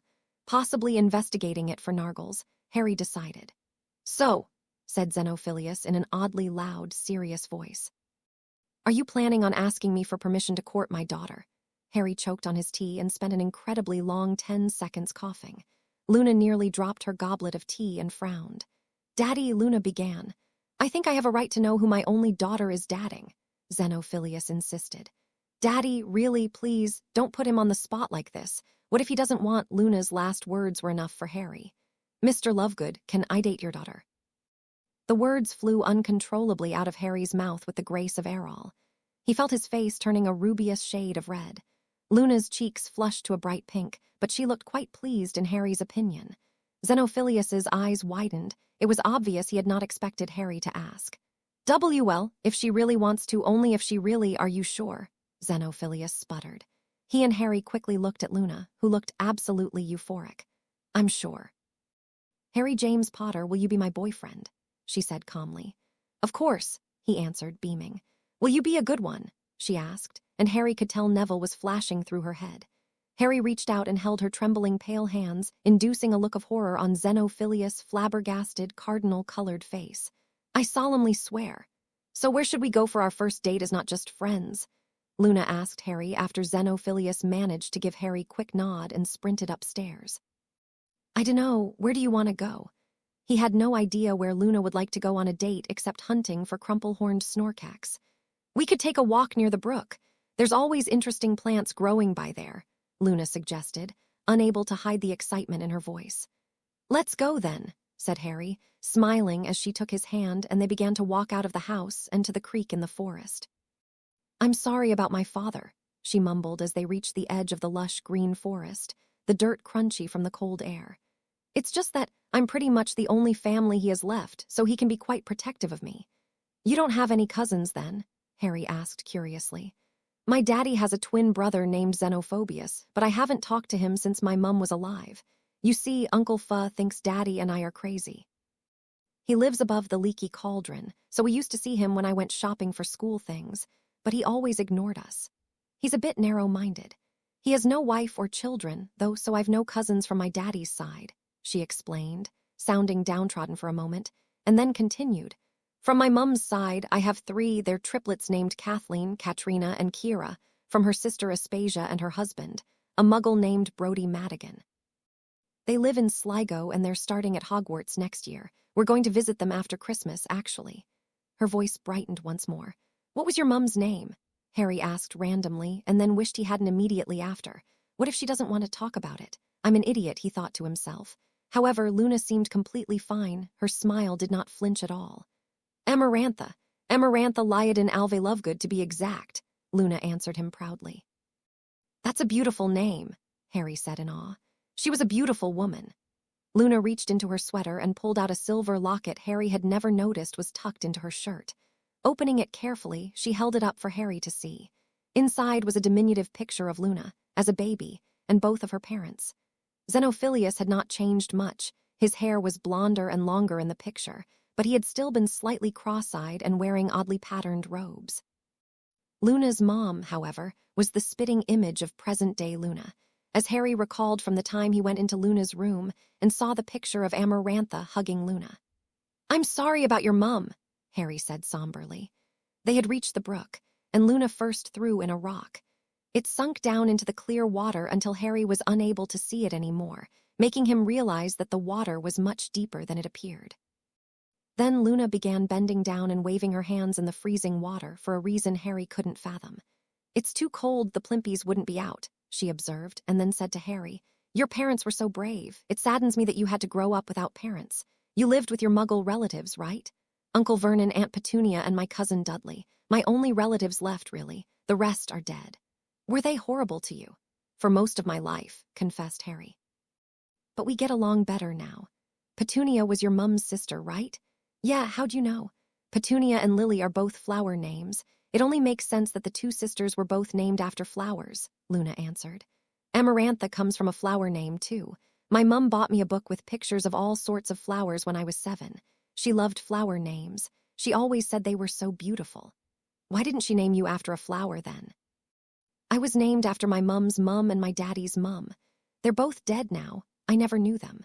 Mum and Daddy told me they were fearless, brave, beautiful witches. Their names were Luna Alvey and Artemis Lovegood. But if I were to ever get married and have children, perhaps in 1,000,000 years or so," she and Harry laughed, "I'd want to name my daughter after a flower and my son after a constellation. I really like astronomy. There's just so much out there to wonder about, and I want to discover it all, but that's impossible. It's just such a big, beautiful world," she said pensively, and Harry agreed with her. "I think one of the differences between Ravenclaws and Gryffindors," said Harry, "is that Ravenclaws want to know everything, even if it's not necessary to know.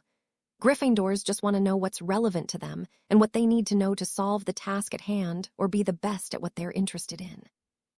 "That's brilliant, Harry. The only exception is Hermione Granger, or, rather, Weasley now. She's always seemed like a Ravenclaw to me. Although she is exceptionally brave. How did you come to be friends with her?" Luna asked curiously.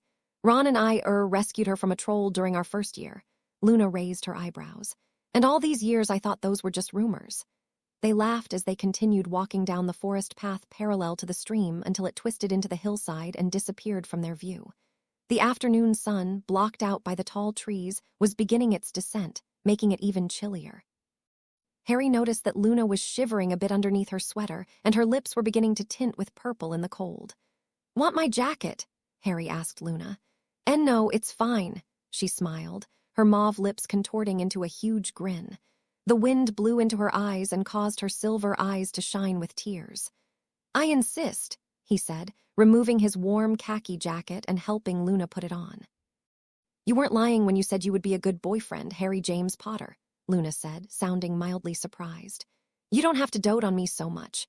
"I want to Luna Artemis Lovegood," Harry replied with a grin, staring from her trembling purple lips down her wide gray eyes. And here comes the surge of confidence, thought Harry. He rarely ever got this way. Here goes nothing, he said to himself. "Do you mind if I warm up your lips while we're at it?" The words poured out without Harry asking himself to say them, and definitely without him revising them. Luna looked shocked but pleased nonetheless. Before she could respond, Harry wrapped his hands around her waist and drew her closer and closer until their freezing lips locked and finally stopped trembling. The next several weeks were a blur of happiness for Harry. He rarely thought of Ginny or Neville or the Halloween party that turned into a war. He woke up each morning dreaming of Luna the night before, and then spent the beginning of the day talking to Ron and Hermione and eating a delicious breakfast. He was usually the awkward third wheel of Ron and Hermione's constant flirtatious banter. But sometimes Hermione insisted that Harry invite Luna over for breakfast, so he, too, could have someone to put his arm around, someone to casually peck on the cheek, someone to catch staring into his eyes at random moments and laugh.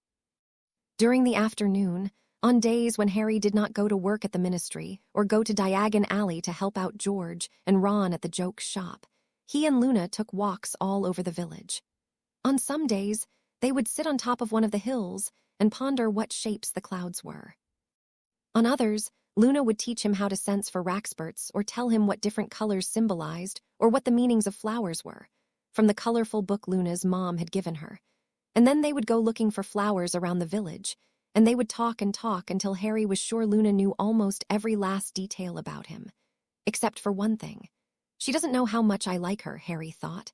It's immeasurable. They would have picnics in the forest in the freezing cold, and on the weekends they would go to the 3 Broomsticks with Ron and Hermione and George and Angelina. And although Luna would not touch the fire whiskey or butterbeer, she made pleasantly odd conversation and was good company for everyone. Harry noticed that Luna and Hermione had grown much closer since Harry had begun dating her. When Harry got home from work, he would see Luna at the table, sipping tea and chatting and laughing with Hermione, who did not even seem aggravated to hear about Luna's odd theories about all of the goblins, merpeople, and centaurs that the Ministry exterminated, or that some goblin-made wedding rings caused hand diseases. He would walk Luna home and even make small talk with Xenophilius, who seemed to hate Harry less and less with each passing day, even shaking his hand one evening before Harry took Luna out to dinner. Everything's going so great. And then, it was the last day in November, a frosty, bitterly cold and windy night. Ron, Hermione, Harry, and Luna were gathered at the kitchen table, each wrapped in warm quilts and all of them except Luna sipping butterbeer to warm them up. "I think it's so wonderful that we can double-date, Luna," Hermione said, hiccuping after a rather large sip of butterbeer. Luna smiled and nodded in agreement. "Your father doesn't mind that you're here so late, right? I wouldn't want him to worry. It's the coldest night of the year so far," Hermione observed. "I'm going to be 20 in May. He needs to learn to stop worrying about my whereabouts every 2 minutes." "Although I do understand Nargles come out as soon as the mistletoe does. Luna, when's your birthday?" Harry asked. "The 2nd of May in the year 1981, I was born on a Saturday at 7 o'clock in the morning," she replied. "You were born on the same date the Battle of Hogwarts was fought," Ron observed, shocked. "Bloody weird, Lunia." He quickly attempted to correct calling Luna Loony, but she didn't seem to mind. "Why didn't you tell me that day?" "When it was all over and you helped me get some peace and quiet," Harry asked inquisitively. "It never came up in conversation, really," Luna said simply. "So what job do you want to get now that you're done with your education at Hogwarts?" Hermione asked curiously.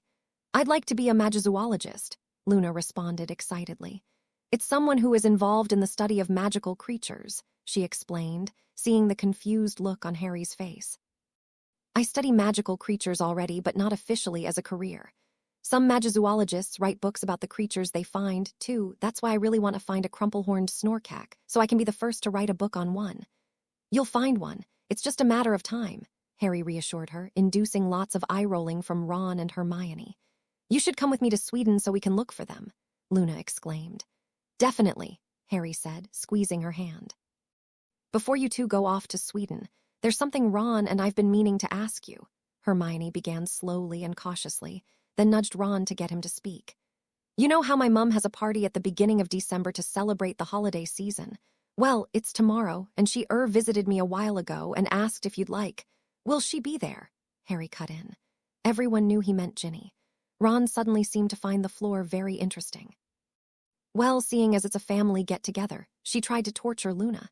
"She was drunk, she didn't mean. That's hardly an excuse," Luna interrupted, sounding calm.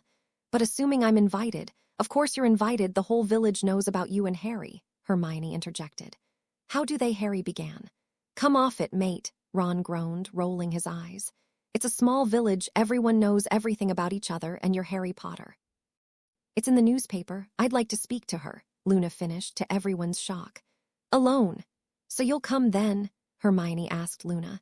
"I'd like to talk to her about it first," Luna said firmly. Harry's mouth hung open. "So she can attempt to torture someone and get into absolutely no trouble at all. Why don't we all go around shouting unforgivable curses?" Harry yelled. "It's not like she's not in trouble, Harry," Ron retorted. I told Mum what she did when we were having tea, and they're not letting her leave the house," Hermione interpolated. "They protected the house anti-apparition spells and blocked the fireplace so only Arthur can use it to get to work. They set permanent sticking charms to keep all the windows from being opened, cast defensive spells to keep them from being broken, and they used that poor house elf you gave them, Creature, to guard the doors at all times. They locked away all of the broomsticks, and they monitor the letters she sends, but it's not like she has anyone to send them to. Neville broke up with her, of course, and she isn't exactly Little Miss Popular anymore. And the thing is, she can't run off even if there was a way, Because Molly, Arthur, and Neville agreed to tell the Ministry about her attempt at the Cruciatus curse on Halloween if she does escape. So, Hermione continued in a shaky voice, she's not getting away with it without punishment. She's lost everything. I don't feel sorry for her, but I do feel sorry for Molly. She's getting old and she won't live forever, and all she really cares about is her family. And Harry, you're family to her. And it would be unfair to Molly if you cut her out of your life just because of Ginny's stupid mistake. You can't say she's not paying for it. I love you, Harry. Ron loves you, the Weasley family loves you, and all Molly wants is a nice get-together with the people who are important to her. So do you think for one night, for only a few hours, really? You and Ginny could get along for Molly's sake. She lost Fred, don't let her lose you too.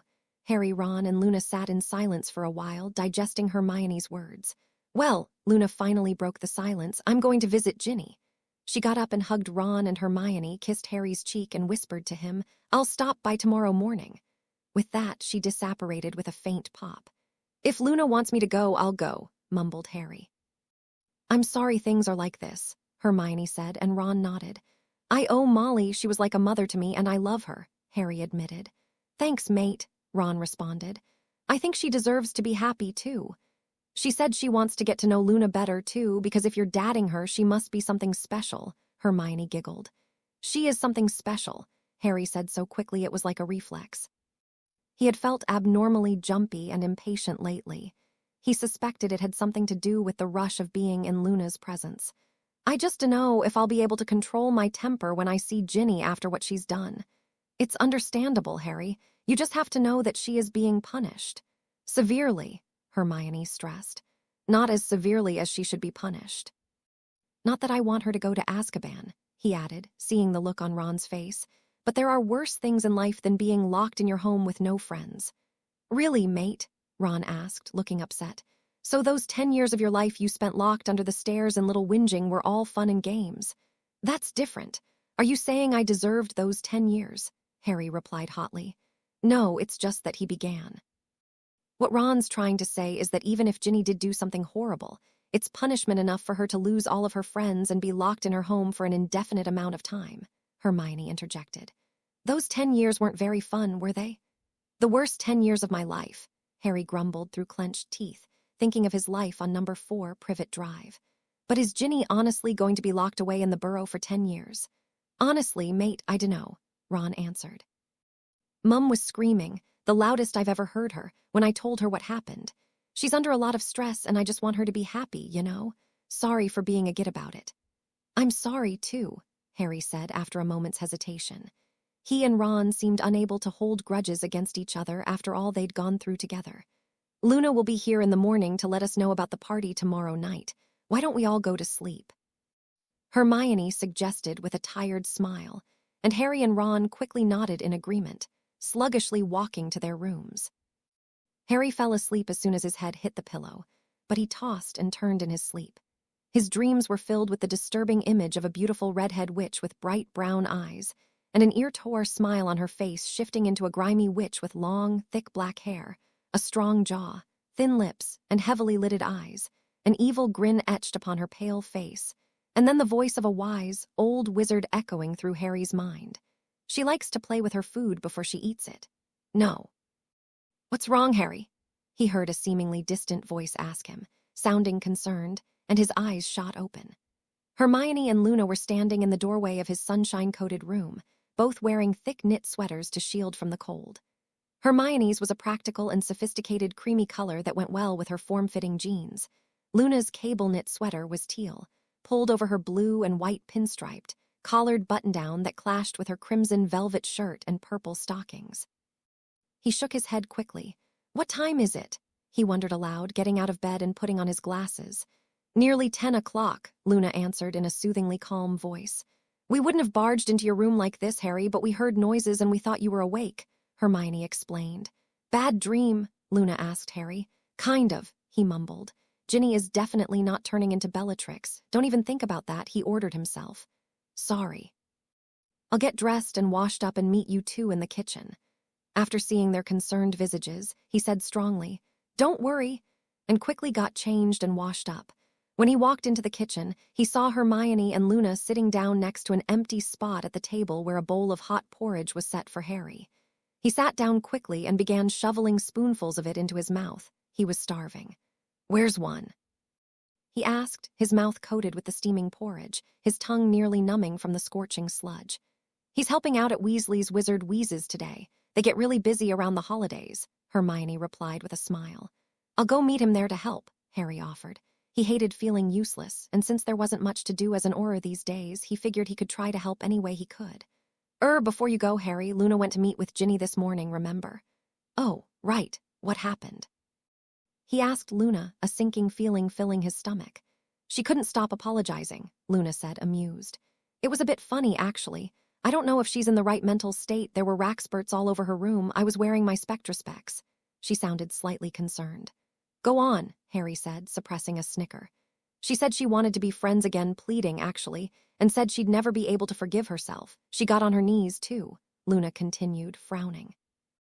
"I'm not one to hold grudges, and she was one of the few people who were nice to me at Hogwarts when everyone else thought they were too cool to be seen socializing with me." "So you forgive her?" Harry asked, dumbfounded. He would have tried to cover up his amazement, but he knew that Luna would be able to tell what he was thinking either way. Hermione stood awkwardly next to Luna, fiddling with her wedding ring. "I suppose I never have been good at being angry. I've forgiven her for trying to hurt me, but I haven't forgiven her for hurting you. That's up to you, you know," she responded matter-of-factly. Harry sighed. "You aren't ready yet," Luna answered for Harry, her wide eyes gazing deep into his, her faint eyebrows raised. "I can act like a civil human being towards her for a couple of hours," Harry muttered.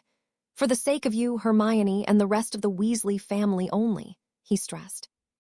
"I'd personally like nothing more than to never speak to her again, but I guess that's not possible." "Great," Hermione said merrily. Luna smiled, her eyes were drifting off, and Harry could tell they were a million miles away.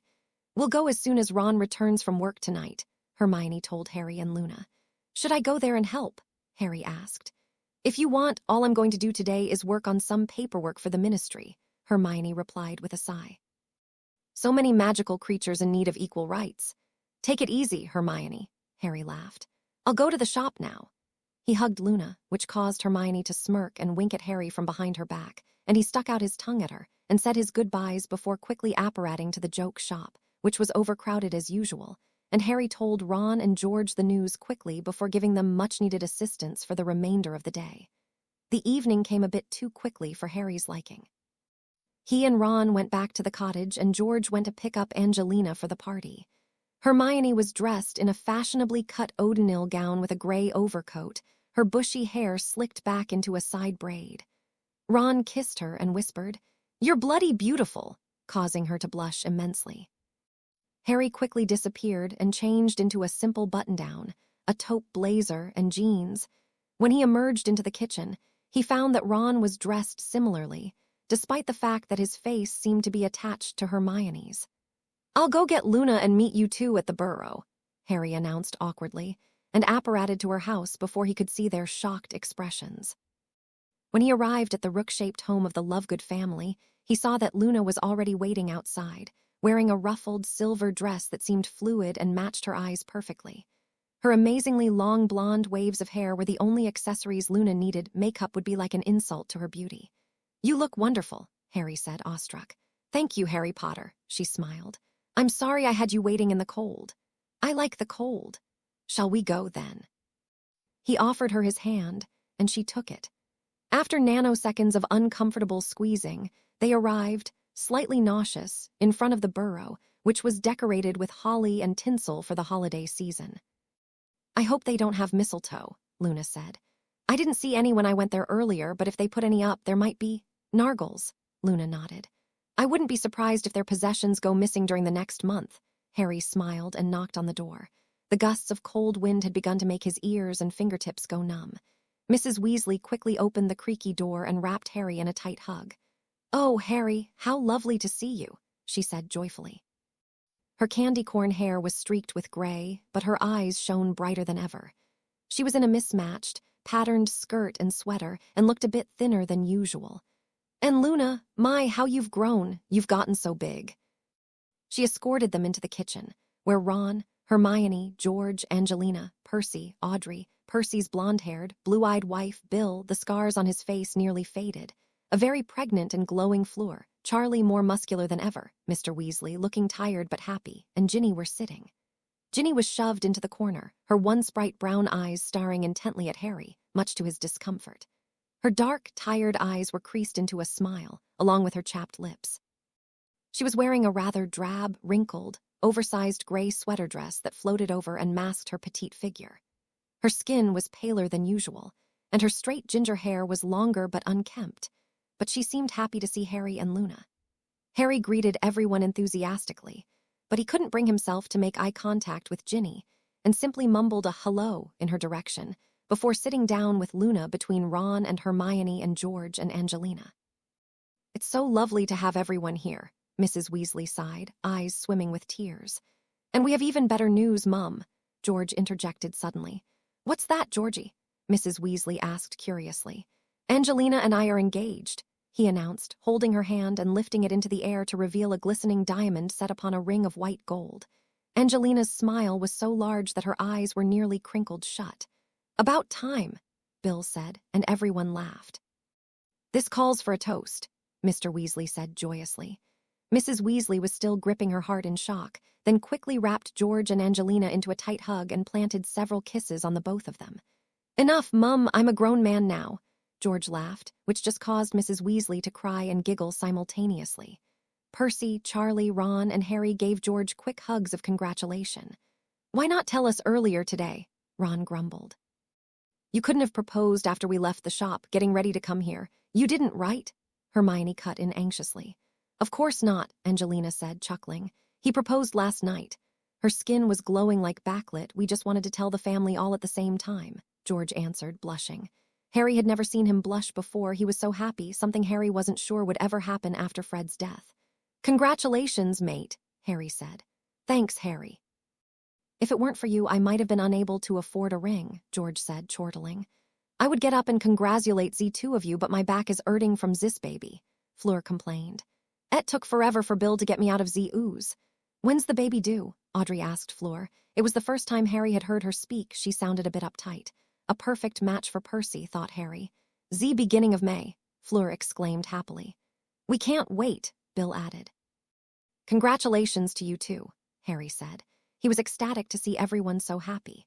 Luna was smiling too, but her eyes seemed a million miles away as usual. She was telling a skeptical Charlie about the Ministry's secret mission to breed an unbeatable species of dragon. "Ginny, get up and help me bring the food to the table, will you?" Mrs. Weasley called from the other side of the room. She reluctantly got up without speaking a word and joined her mother. "So, Hermione, how's work going?" Percy asked, patting on his head to make sure that every last hair was in place. "The proposal for the decree for equal care to magical creatures of near-human intelligence is coming along great, thanks," Hermione responded enthusiastically. "What is it, 400 pages now?" Ron teased. "You're still concerned for the welfare of house elves, then?" George asked.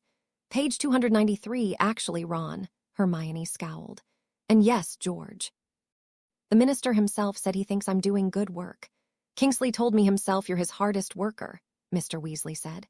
"You should be proud of yourself." Hermione blushed. Mrs. Weasley and Ginny brought all the food into the table, including a mouth-watering roast, vegetable stew, bread, and potatoes. Harry's eyes opened a bit wider. Ginny was still looking at him awkwardly, but he brushed that to the side as he shoved forkfuls of beef and Yorkshire pudding into his mouth. Ron's hands were a blurring motion, and Hermione shook her head. "Get used to it, Myone," George said between spoonfuls of the mashed potatoes.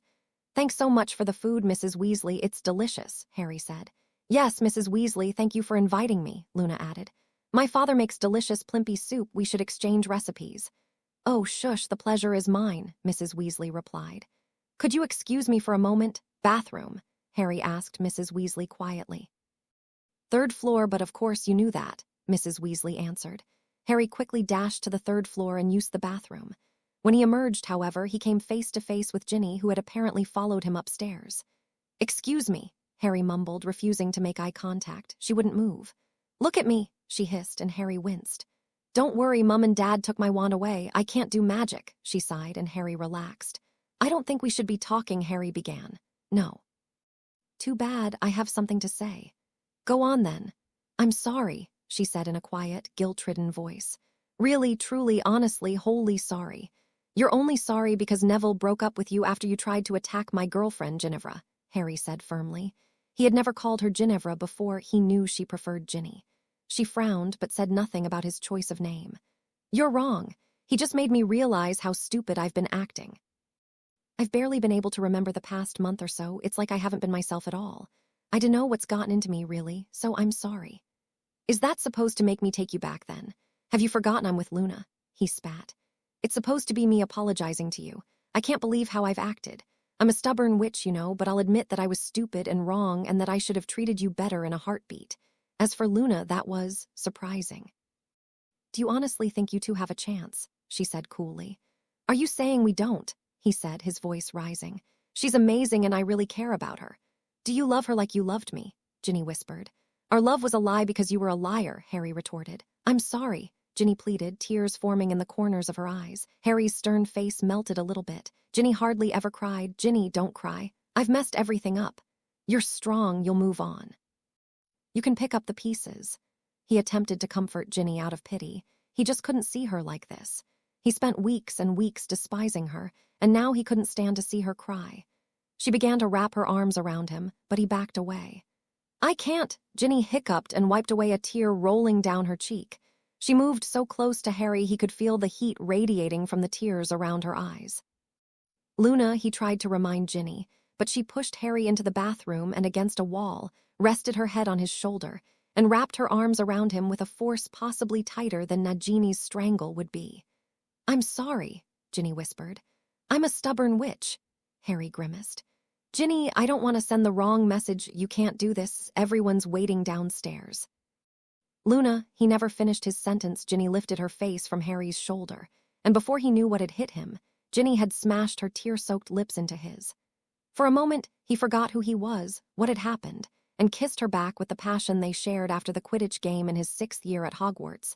Then, after a split second of being unsure as to what he should do, he opened his eyes in disgust. She couldn't be doing this. I want Luna, Luna. He couldn't move his face away. She was gripping his too tightly, and his mouth was now just as drenched as Ginny's. He felt around in his pocket for his wand and finally pulled it out and pointed it at Ginny, but out of the corner of his eye, he noticed a pale girl with long blonde hair in sparkling silver robes walk into the bathroom and sprint out a nanosecond after entering. Luna, boom. Harry blasted Ginny back with his wand before he even thought of a spell. Anger blinded him and clouded his judgment. He wiped his mouth in contempt and stopped himself from helping Ginny to her feet or even helping her get out from under the pile of rubble her legs were caught under, not even making eye contact with her to check if she was conscious or not. He felt like the world's biggest prat. Luna. He heard a stampede of footsteps coming up the creaky steps and quickly apparated to Luna's house to avoid having to explain the situation to the Weasley family. He felt immeasurable amounts of guilt. Way to ruin a nice family get-together, he thought to himself as he walked up to Luna's home and knocked on the door. After waiting for over a minute, he knocked again. There was still no answer. He pounded on the door until his fists were stinging. The night was clear but bitterly cold, and so dark Harry could barely see his hands in front of him. He knocked without speaking for a few more minutes, but still, no one was answering the door. Please, Harry pleaded, pounding so hard he was sure his hand would fall apart. He left his jacket at the burrow. He felt his ears go numb and his fingers were slowly swelling and getting harder to bend into a fist to knock with.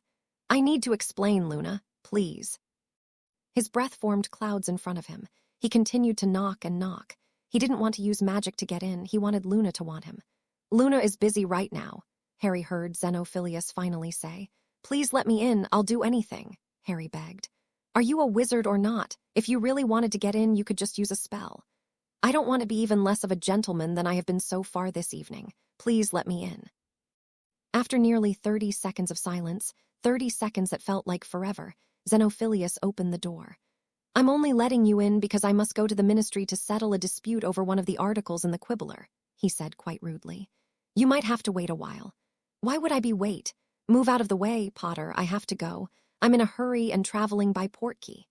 He shoved Harry out of the way and disappeared behind a hill.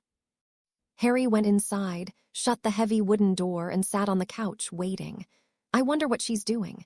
Should I go check her room? Harry thought to himself.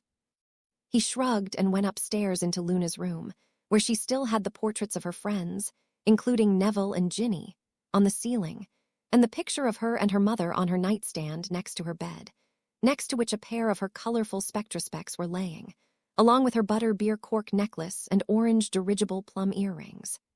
Harry heard water running from across the hall and realized that Luna must be in the shower. He sat down on her bed to wait and noticed that the quilt covering it was embroidered with different types of flowers, from roses to daisies to lilies to buttercups, and less-known ones that looked a bit dangerous. He wondered if Luna would come visit him in London. He couldn't stay with Ron and Hermione anymore, not after tonight. Ron was probably upset with Ginny, but she was family, and if Harry stayed with Ron, he'd have to put up with her too. Grimmauld Place isn't so bad, Harry tried to convince himself. It's been cleaned up nicely. It's big enough to live in forever, big enough to start a family and family, thought Harry. What is family? My real family died, then my godfather died, then Remus, and then Fred, and then Ginny. I can't be like family to the Weasleys now. A family is when everyone involved loves each other unconditionally. A depressing thought popped into his head. I don't have a family. Then a hopeful thought.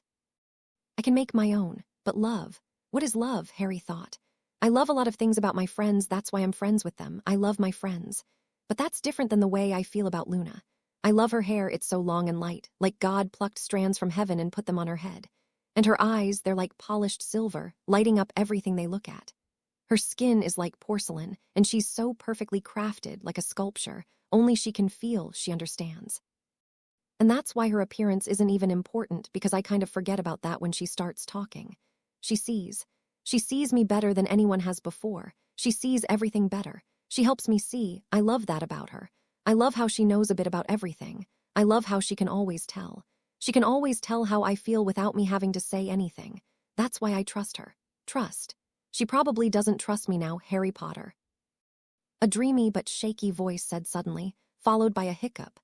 Luna was standing in the doorway, her soaking hair so long that it reached past her hips. She was wrapped in an extremely fluffy navy blue bathrobe with constellation patterns dotting it. Her eyes, your eyes, Harry exclaimed. Were you, he began, but his voice cracked. He didn't want to think that Luna Lovegood might have been crying. And it's your entire fault, Harry, he scolded himself, hatting himself more with each passing second. Her eyes were tinged red and her cheeks were backlit with a deep shade of cherry. Her full lips were contorted into a slight frown. I was wrong to forgive Ginny, right? Luna whispered. That was rather stupid of me, wasn't it? She didn't budge from the doorway, and Harry stood up a couple yards away from her, not yet daring to go closer. It's all my fault. Don't blame yourself, Luna, please, you're brilliant, Harry replied. You didn't want to kiss her, of course not. Harry said indignantly, though remembering that moment he had forgotten himself. Luna raised an eyebrow.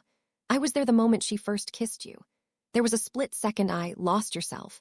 Exactly, I'm so sorry, Luna, but once I realized what was happening, I wanted her off of me. I hate all the trouble she's caused. I don't want anything to do with her. I want you, only you, I promise, he insisted.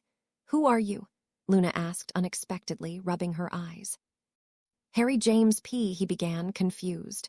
No, Luna said, voice still slightly quavering. I know who you are, but who are you?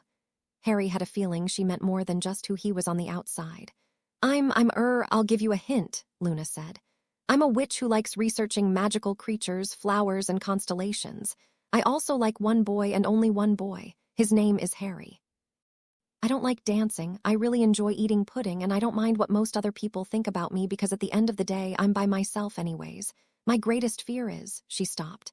What's your greatest fear? Harry asked curiously. That's not important, Luna insisted, her voice a bit stronger. Who are you? Harry thought for a moment and then began. I'm a wizard who values bravery and loyalty and fighting for justice. That makes me sound a lot cooler than I am, he reflected after a bit. I'm stubborn and opinionated and don't really care about rules. I hate dancing. I'm very fond of a beautiful witch named Luna Artemis Lovegood. My greatest fear is fear. And I've a few friends but no family, he blurted out before he could stop himself. Forget the last bit, he quickly said. Please. Family is just another word for people who love you, Harry, Luna said, almost smiling. You must know this. Love, scoffed Harry. It's what made me different from Voldemort, but it's caused me so much pain. There's something I want to show you, Harry, Luna said, sitting down at her desk and pulling out a bit of parchment, a quill, and some ink. She started to write, and Harry walked cautiously over to her desk and watched her as she slowly and carefully wrote in a beautiful script with blueberry-colored ink. If I could speak all the languages of earth and of angels, but didn't love others, I would only be a noisy gong or a clanging cymbal. If I had the gift of prophecy, and if I understood all of God's secret plans and possessed all knowledge, and if I had such faith that I could move mountains, but didn't love others, I would be nothing. If I gave everything I have to the poor and even sacrificed my body, I could boast about it, but if I didn't love others, I would have gained nothing. Love is patient and kind.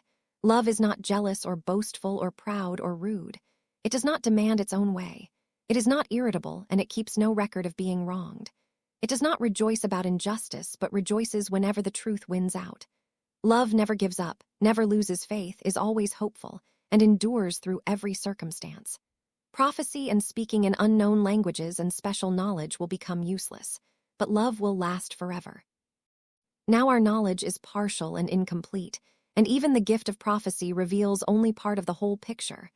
But when full understanding comes, these partial things will become useless. When I was a child, I spoke and thought and reasoned as a child. But when I grew up, I put away childish things. Now we see things imperfectly as in a cloudy mirror, but then we will see everything with perfect clarity. All that I know now is partial and incomplete, but then I will know everything completely, just as God now knows me completely. 3 things will last forever: faith, hope, and love, and the greatest of these is love. She put down the quill, hands trembling. So you see, she said, love is the most important thing in the world. Love isn't a bad thing to have. Voldemort was one extreme, the opposite of love. It's beyond my understanding how he never felt remorse, but it's better to have loved and lost than never to have loved at all, as the Muggles say. If you say it that way, Harry said reluctantly, love doesn't sound like a bad thing at all, really. Where's that from? The stuff you wrote, I mean, it's beautiful. The Bible, Harry, Luna smiled. More Muggles read it than witches or wizards, and that's a sad thing because it teaches so many lessons. I don't think I've ever heard anything from the Bible except at my baptism, he laughed. What was the quote on your parents' tombstone again? The last enemy that shall be destroyed is death. Why? That's from the Bible, Harry, she said, grinning slightly. Ah, Harry said, slightly embarrassed. Don't be embarrassed, Luna said quickly. I'm weird, remember? You're perfect. You've helped me so much, he said in total honesty. I can't help you unless you want me to, you know. Done with Ginny, if that's what you mean. I absolutely loathe her. That's nice, Luna said, now unmistakably grinning. You're the only girl I want, the only girl I'll ever want. Thank you for putting up with me for 1 month, Harry, she said in a soft voice. Wait, what day is it today? It's the 1st of December and exactly 9:27 at night, she answered, pulling out a shining gold pocket watch from her robe. I asked you to be my girlfriend exactly a month ago, didn't I? He laughed, smacking himself in the head. Sorry for forgetting, and thank you for the best month I've had in a long time. All the time I've spent with you, at least, has been wonderful. I'm glad you're my best friend. You're the closest friend I've ever had. You've never made fun of me, not once. You've never called me loony. You care about me so much. It's a bit odd, but in a good way, she said. Like you, Harry smiled. But if you don't mind me asking, my boggart, she frowned. It's a bit difficult to explain. It starts with people, normal people, they're different every time and they're arguing. Then they start fighting. One of them, she said, voice quaking harder than ever, usually kills the other. And the one that survives grows old and continues to wrong others and be wronged. And when they've hit rock bottom, they're wearing rags, living on the streets, ill and old, they die. I asked Daddy about it once. He said that is life for some people, for a lot of people. That I fear the worst parts of people, the worst aspects of life itself.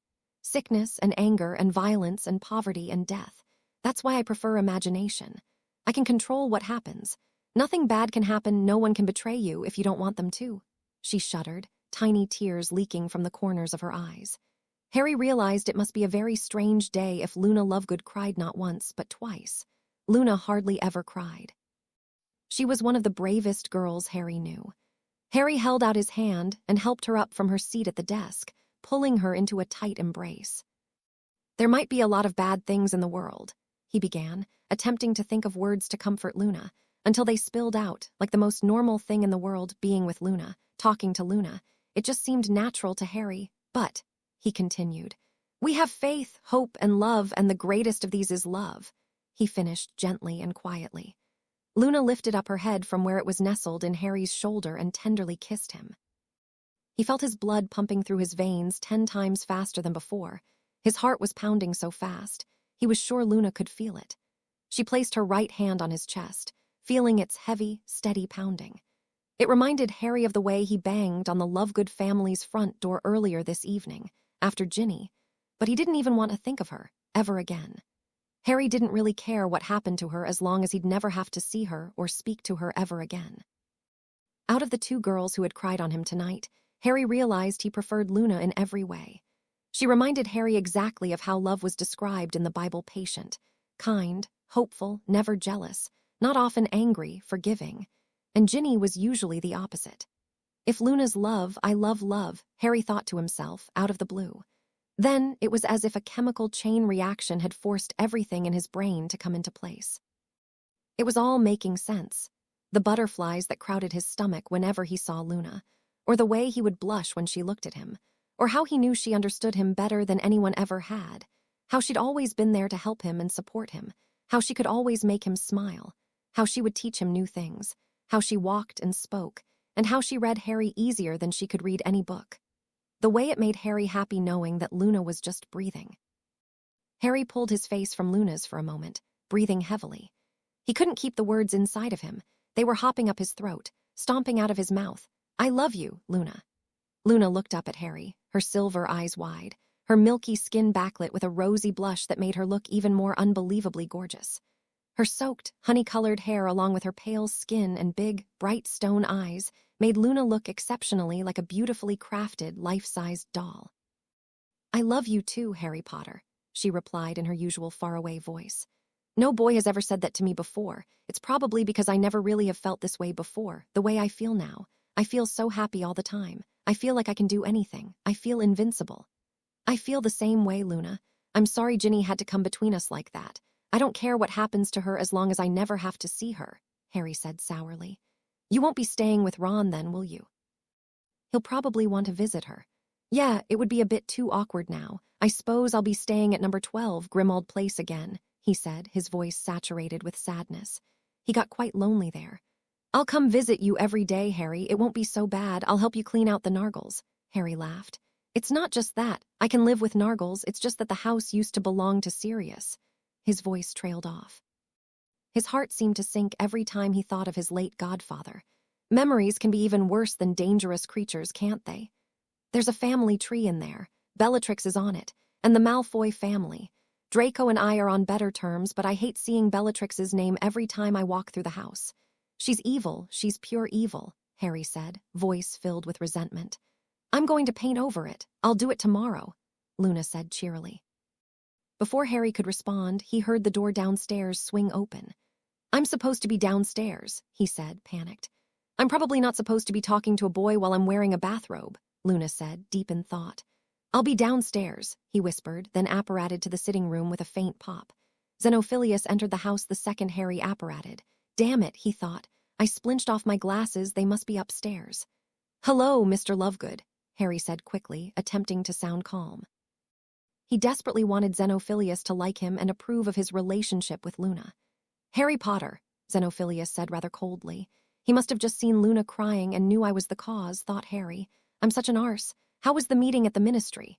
Harry asked, trying to sound interested.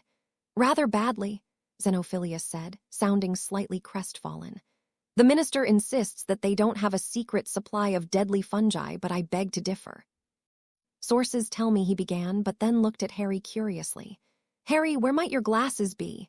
Xenophilius asked. Just my luck. Harry started, unsure as to what he should say. Daddy, Luna called from upstairs. A blibbering humdinger. Without further questioning, Xenophilius sprinted upstairs. Harry chuckled to himself as he heard Luna say. It was just outside the window. It went into the forest. I hope it doesn't get attacked. Walking slowly and quietly up the steps, Harry positioned himself behind the door so that he could see what was going on through a small crack, albeit his vision was quite blurred. What a fine eye for magical creatures you have, Luna. Most witches and wizards, even highly skilled ones, would have missed it, Xenophilius said proudly. I'm sorry I didn't get a chance to see it, he continued, spinning in circles for some odd reason, as if the blibbering humdinger would appear once more in Luna's room. But now that you've spotted one, it's only a matter of he stopped abruptly, spotting glimmering metal on the floor Harry's glasses. Ah, he said coolly, spotting the glasses and turning back to Luna. The student nearly outsmarts the master, but not quite. You've forgotten I was a Ravenclaw, too, Xenophilius smirked. Before Luna could say anything, Harry took out his wand and silently made his glasses invisible, then summoned them into his hand. He reversed the invisibility spell and put his glasses on. Luna caught onto this and said, "Daddy, what are you talking about?" innocently.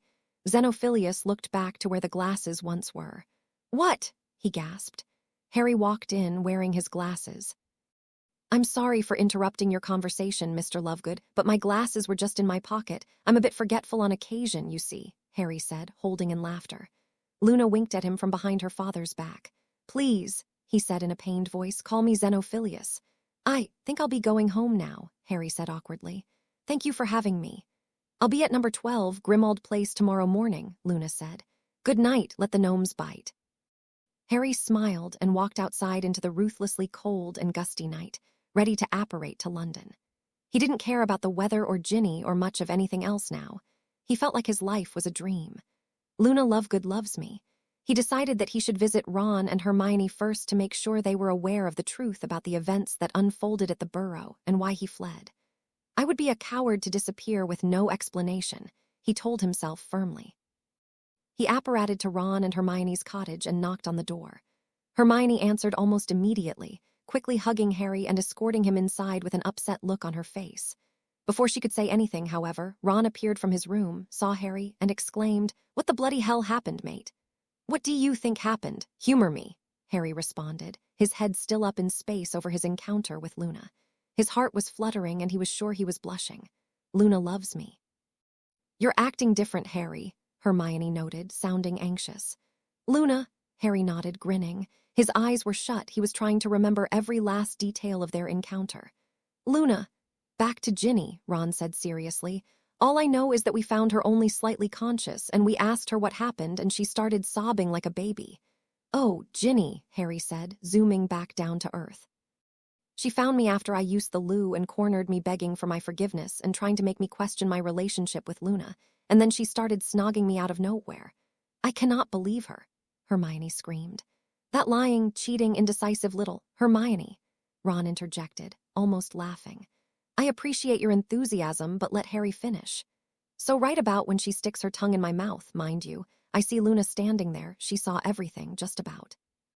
So I finally was able to grab my wand. Ginny's got a tight grip, and I didn't want to punch her. But I've got to give her credit for holding onto my face when everything was so wet. Too much information, mate," Ron moaned. "That's my little sister you're talking about. So I blasted her out of the way without even muttering a spell, and I went after Luna." His voice drifted off again. He could see her bright gray eyes every time he shut his. "Ginny's a blithering idiot. Sorry you've got to deal with her," Ron grimaced. "We can tell my mum and dad what happened tomorrow since Ginny won't say." "About that," Harry began uncomfortably. "I was planning on moving back to Grimmauld Place, you know, to keep my distance from Ginny for a bit and to give you and Hermione some privacy for a change." "Come off it, mate. You don't have to," Hermione insisted, but Harry knew they both were secretly glad. He recognized every facial expression they made. It was one of the things that came along with having the same two best friends for nearly a decade, and it filled Harry up with joy. Ron and Hermione were like the brother and sister he never had. "I'll visit whenever I can, and I'll probably start going back to work and helping at the joke shop." "Good. Georgie says he could use you for the next month. Holiday season's the busiest time of year before the back-to-school season," Ron said. "I reckon we've done enough work at the ministry this summer. It's been a bit of a pain, cleaning up the messes all the other ministers and Aurors have left behind." Harry nodded. "Luna's coming by to help me do some redecorating tomorrow, but you two should come for dinner. I need to learn how to cook and practice on somebody." Harry smiled. "I'll do the cooking, Harry, don't worry," Hermione said abruptly, and Ron and Harry laughed. "So," Ron said finally, What happened with you and Looney after you left the mess my idiot of a sister created? Harry began. I found her in her bathrobe. Ron and Hermione's eyes widened. That sounded a lot worse than it actually was. Nothing like that happened, Harry reassured them. We just talked for a while and he stopped. What Harry? Hermione asked curiously. Go on, mate, Ron insisted. I told her that. Spit it out. They exclaimed in unison, clearly expecting the worst. I told her that I love her. Ron spat out the tea he was drinking and Hermione smiled, eyes twinkling. I'm so happy for you too, Hermione cried. You didn't, Ron said in disbelief a few moments later. Why do you sound so shocked, mate? Harry frowned. I'm just surprised is all, Ron said quickly. Seeing as you were all cut up over Ginny a couple months ago. How long did you expect me to hang on to her? She's just not right for me. She doesn't understand me like Luna does, you know, Harry explained. Don't get me wrong, I'm glad you and Looney are all roses and sunshine. I just don't want you rushing into something and getting hurt again, Ron said softly. Ron, you have feelings, Hermione joked. Thanks, Ron, Harry said. I'll be extra careful just for you. If it'll help you get to sleep at night, I spent more than 2 years hung up on Ginny and look how that worked out. Time isn't always a measure of love. The words still sounded weird coming out of Harry's mouth. Ron blushed, suddenly finding the floor very interesting, and Hermione looked at him in awe and disbelief. You were so considerate, Hermione said, dumbfounded. It's been known to happen, Ron replied with a shy grin. Harry spent a great portion of that night staring at the peeling off-white, slightly moldy ceiling of Sirius's old bedroom and smiling. He couldn't shut his eyes without seeing her face. He couldn't spend a minute without hearing her voice inside his head. He felt like he had just won a Quidditch match, only 10,000 times better. Not even the portrait of Sirius's mother shrieking about blood traitors could dampen his spirits. Phineas Nigellus Black was in his portrait at Grimmauld Place for the first time in many months, and continuously badgered Harry about why he looked so happy. Harry just laughed, smiled, and sighed deeply. Phineas then left, muttering about how the boy was off his rocker, but Harry didn't care. The world seemed like a more beautiful place, a place where everything and anything was possible.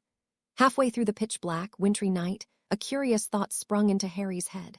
What's going to happen next? He began to argue with himself, as he often did. It's been a month, I shouldn't think about that, but you love her. What do people do when they love each other? Spend time together.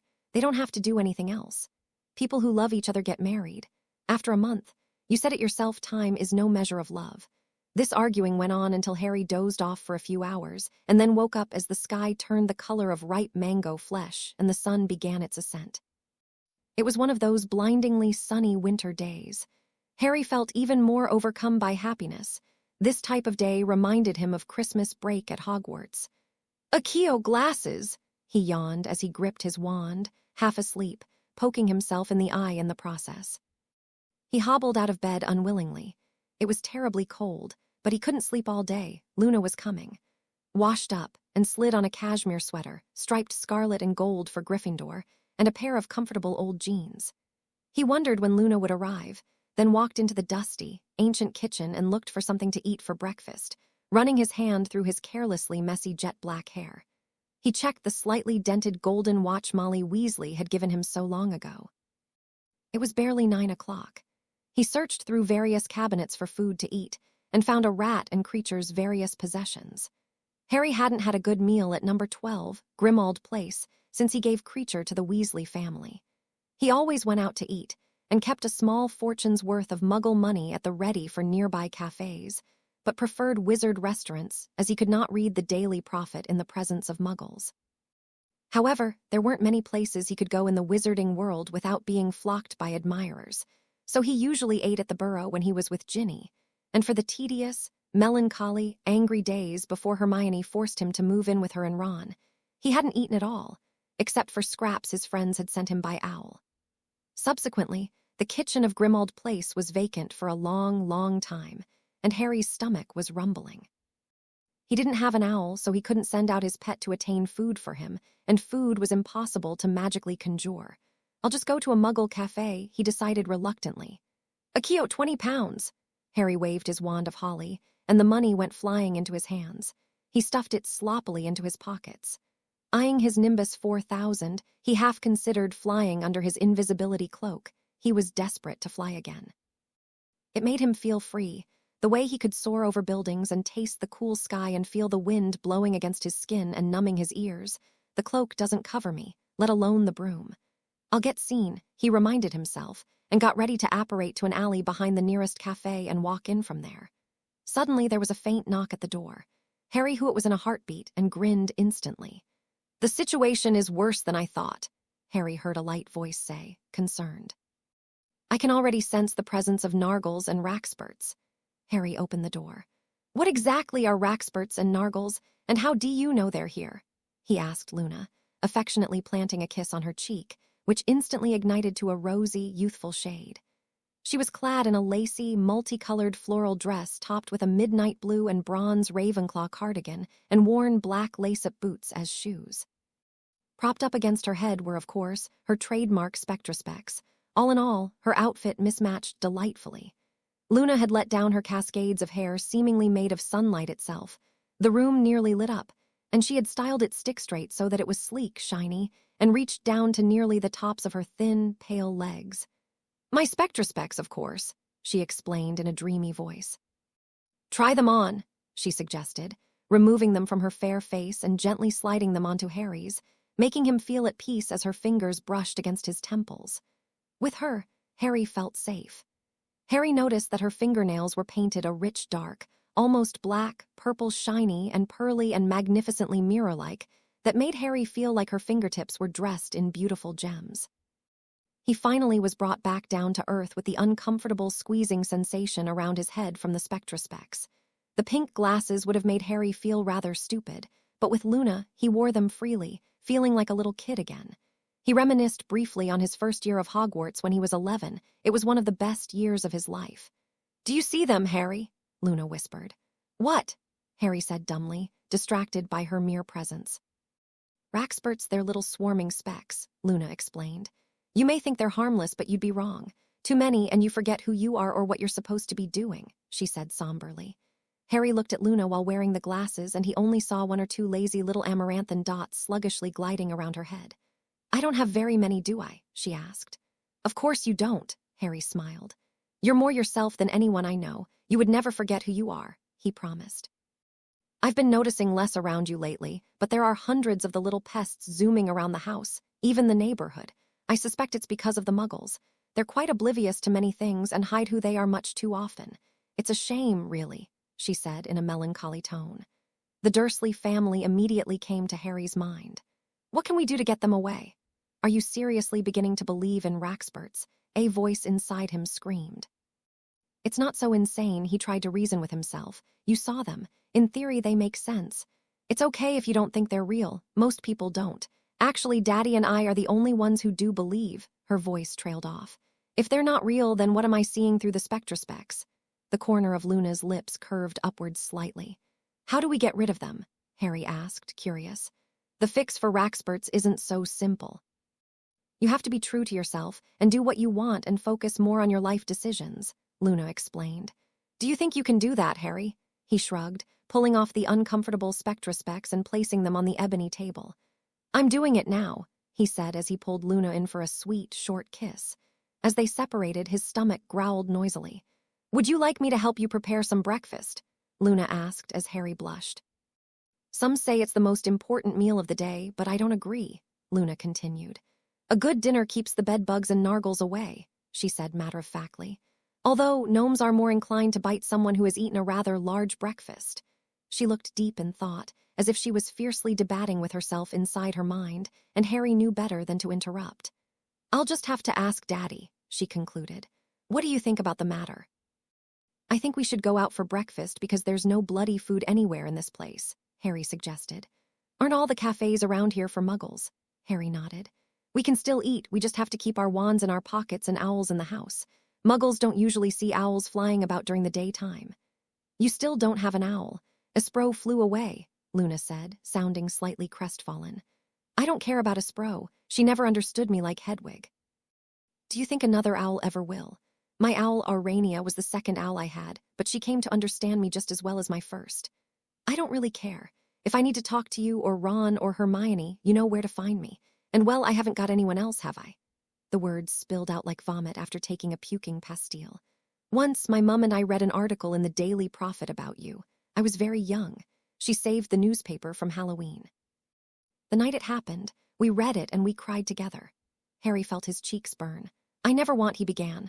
Of course you never wanted anyone to be hurt because of you, Harry Potter, Luna interjected. My mum told me she wanted to adopt you, but you had Muggle relatives to live with. She sounded slightly disappointed. It would have been nice to have a sibling, but then... Harry and Luna spoke unintentionally simultaneously, and the two of them slowly smiled. Let's go to breakfast, then, Harry said as his stomach grumbled ferociously and extremely audibly. Luna took his hand, and they apparated to a narrow, dingy side street alley. It was a frequent apparition spot for wizards. Muggles usually avoided this alley, which had a reputation for being gang territory. The windows on the crumbling brick buildings forming the alley were boarded up with rotting, foul-smelling wood, and an overflowing dumpster completed the trashy pathway into London. The smoke from homes and restaurants emptied into this passage, concealing the already weak sun and transforming the sky into a dull light gray that reminded Harry of dirty snow. Charming, Luna said dreamily. I'm sorry it's so vile, Harry said quickly, before pinching his nose shut and walking Luna out of there and into the busy, loud streets of London. Though their wands were safely in their pockets, the couple received odd looks from strolling muggles. Luna seemed to enjoy it thoroughly. She was even waving hello to a lady and her young child, who waved back with a chubby, minute hand. Harry led Luna into the small French cafe where they sat outside on cushioned wooden chairs under a cream-colored awning with multitudes of small evergreen plants growing in every corner. It's a shame we missed the summer plants. Perhaps they would have had gardenia flowers. The smell keeps away some types of nargles, though butter-beer corks and dirigible plums do work better, she whispered. I'll keep that in mind, Harry replied. The two chatted for a few minutes until the waiter, a young man, perhaps a bit older than Harry, arrived to take their order. He had neatly gelled auburn hair and a perfectly adjusted crimson bow tie. What would the two of you like for breakfast on this fine morning? He asked in a bored voice, not even bothering to look up from his thick writing pad. His high-strung attitude and thick French accent reminded Harry distinctly of Fleur, though she had now become quite the happy, down-to-earth homemaker. I'll have a cup of coffee, black, and 2 fried egg sandwiches, please, Harry ordered. I'd like a hot chocolate and the croissant aux amandes. It looks quite delicious, Luna said, showing Harry a photograph of a flaky croissant topped with snowy powdered sugar. The waiter instantly looked up as soon as he heard Luna's soft, faraway voice and raised his eyebrows. Luna might have been dressed a bit odd in the wizarding world, but for Muggles, she looked awfully weird. The waiter, however, obviously thought she was beautiful, as he said, and that will of course be free of charge for you, and hurried away into the crowded cafe, dropping his writing pad in the process. Harry snickered, and Luna asked innocently, What did I do wrong? After Luna finished her second helping of pudding and Harry downed his last sip of bitter, black coffee, they walked hand in hand through the overcrowded London streets into the garbage-littered, foul-smelling alley and apparated back to number 12, Grimmauld Place. As they walked in, past the shouting portrait of Sirius's mum, Walburga Black, "Blood traitors! Filth, how dare you!" Past clouds of dust and grime, bits of rotting ceiling fell on them. "Sorry about that," Harry said. "I've let this place go a bit. We have a lot of redecorating to do," Luna said excitedly. "I brought supplies, too." "Where would you hold," he began, but then spotted her tiny floral purse and realized she must have an undetectable extension charm on it, much like Hermione's. They sat in the dim, dingy kitchen and Luna began emptying the contents of her minute handbag, revealing buckets of paint, copious amounts of butterbeer corks, and an opaque velvet bag, contents undisclosed. Quickly and carelessly wrapping her lustrous hair back with a bit of ribbon she picked out from her pocket and tucking her wand back behind her ear for safekeeping, she pulled out paintbrushes of all sizes and more large tin cans with no labels. Finally, she pulled out a broom and a dustpan. "All of this?" Harry asked, shocked. "There's more in there, but I don't think we'll need it for now," she replied. "First, we have to get rid of all the dust in here, then we can remove that revolting troll lamp and take down that portrait. She's very unkind. You should see upstairs if you think the troll leg is bad.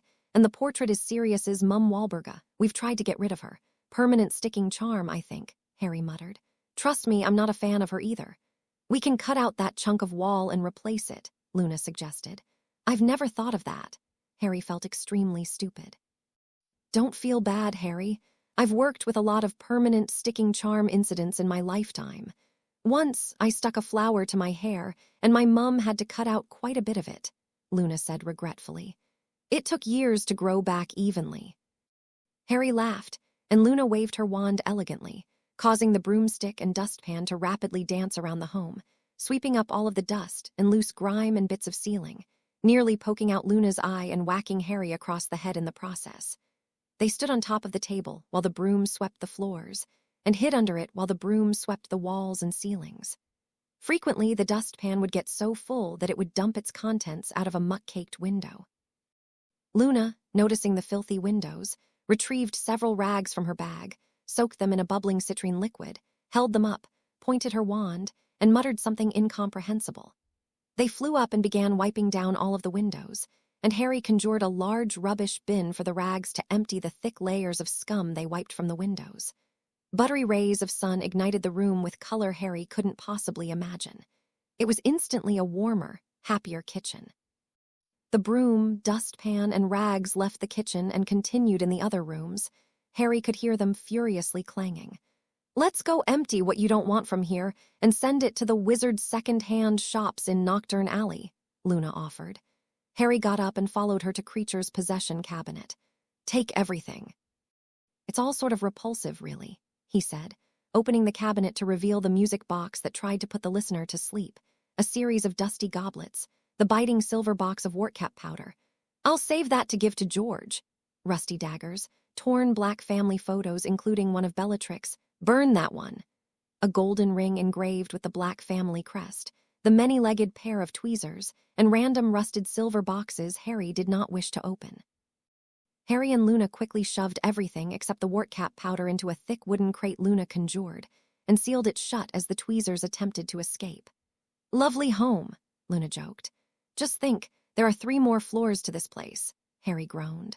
"Let's pull up the ghastly carpet in the hallway and take down that poster now, shall we?" The two had their wands at the ready and forced the carpet in the hallway to get pulled from the floor, revealing a layer of relatively clean and sturdy wood. Then Luna lifted her wand to the portrait of Walburga Black, who was screaming more half-blood slurs, and shouted confidently, "Defindo," whilst tracing her wand in a circle around the shrieking woman.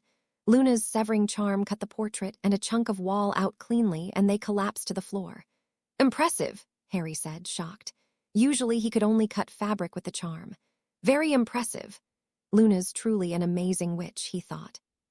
She summoned a label-less tin can and opened it, using her wand to cause globs of the gray, waxy contents of the can to fill in the cave where the portrait was.